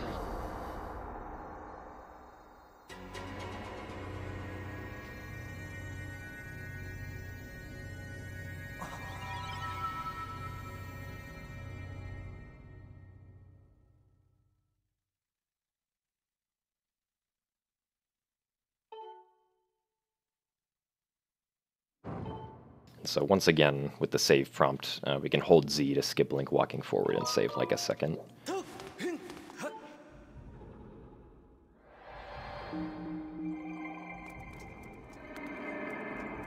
Now we go through the Gate of Time again.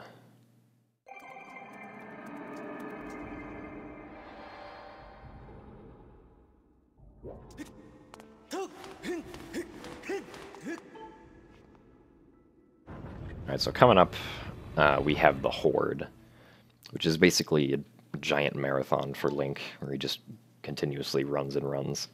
Most of the enemies in the Horde you can just skip past, they don't matter. Although it's like 99% just plain bokoblins that Girahim spawns. And so this first mini battle we have to do is with, I believe, 5 blue-capped bokoblins. And I entered this area in such a way so that I can try to get in front of all of them and slash them all at once. Which, for the most part, seems to work rather well, but one of them got away on the side right there. So I had to go over and get him again. That was a few seconds lost, but that's fine. Alright, so coming up next we have the infamous Horde skip. And essentially what this will do is it'll skip having to do a rotation around the sealed grounds, running past the Horde. By running into this battle, specifically in this position, we spawn a Moblin in that corner right there, and we can run up his shield, jump over this fence, and be on our merry way down the Horde. And that's pretty much the final trick in the run that we do, but we still have some intense battles coming up.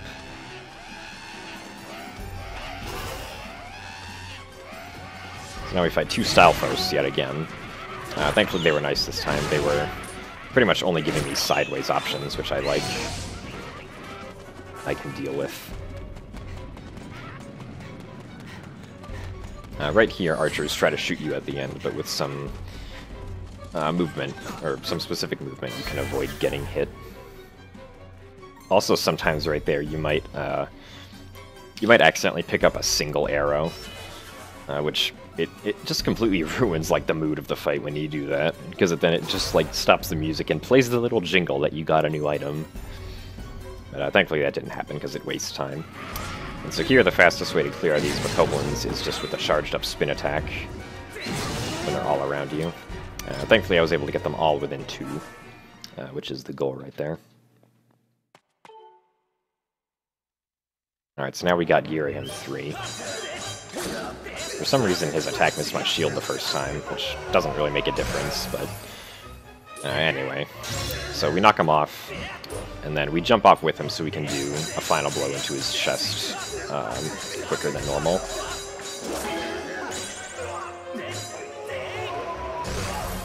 Unfortunately that time I didn't quite jump off the platform. So I was still up there and had to do a slow final blow.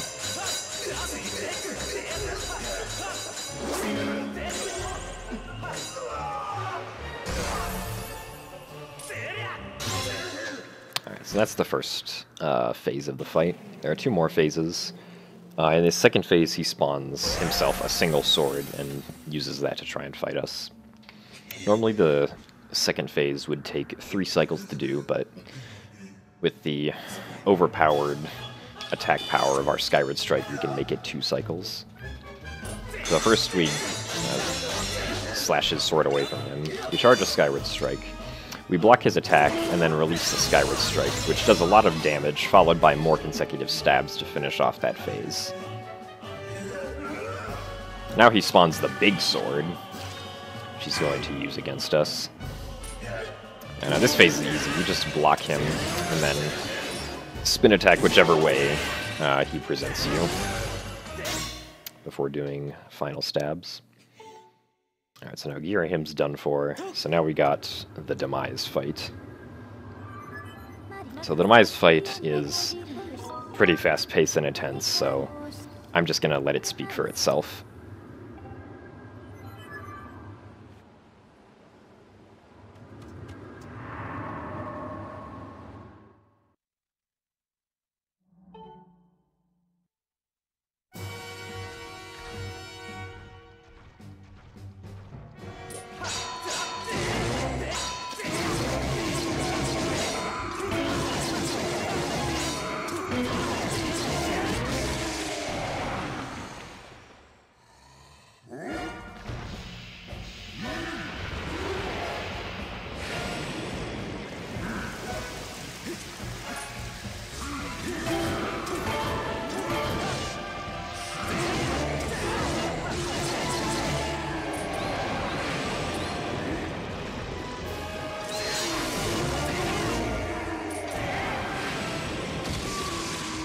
And with that, we have successfully completed Skyward Sword in 4 hours, 59 minutes, and 41 seconds.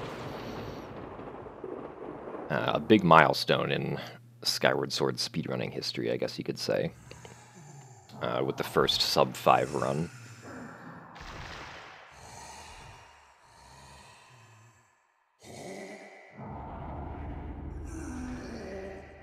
But, so yeah, that is Skyward Sword in under 5 hours.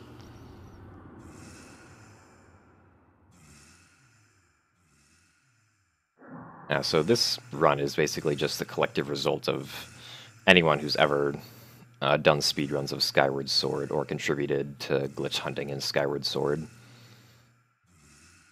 Compared to most communities, the Skyward Sword community is generally rather small just due to the game's sheer length of how long it takes to run and how much free time you need to have to be able to do runs of it.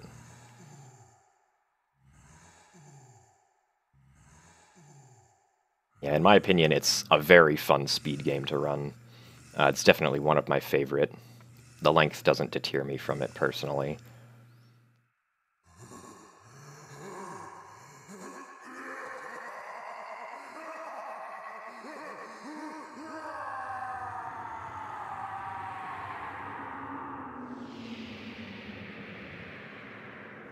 But, yeah, I don't really have much else to say, I guess. Other than the fact that that was... Or, like, this is the first time I've ever done, like, post-commentary for a run, so there were definitely a few hiccups here and there, especially since this was done just all in one take. I unfortunately don't have time to write out a 5-hour script for commentating something like this. But yes, the evil has been sealed away. And, yeah, thank you very much for watching. I hope you enjoyed this. And I guess I could make more of these in the future if people feel that they enjoyed this. Provided that I get, like, runs that I feel qualify for post-commentary. Or tasks, obviously, that probably qualify for post-commentary.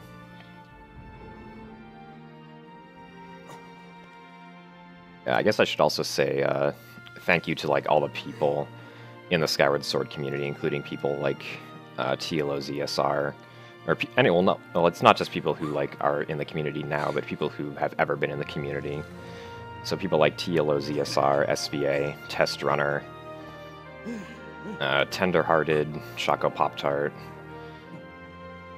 Hero Fred, Thursday, the list just goes on and on. I don't know how many people I can just remember off the top of my head.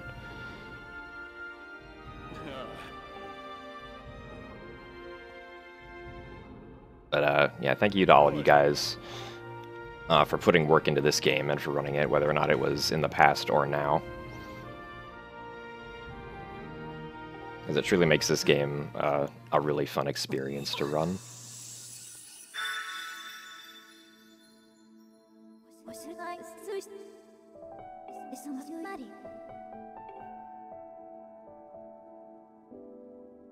So yeah, if that's it, then I guess I'll just let this cutscene play because it's a good cutscene.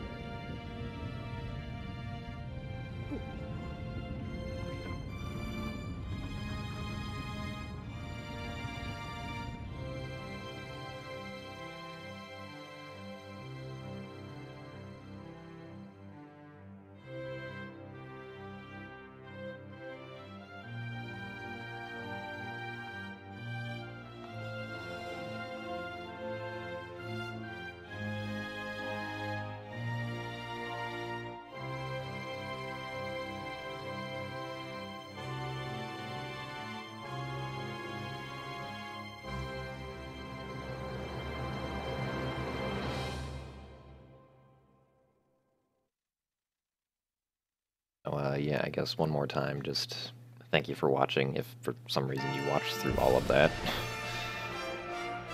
And hopefully I can make more stuff like this in the future with post-commentaries. So thank you very much, and goodbye.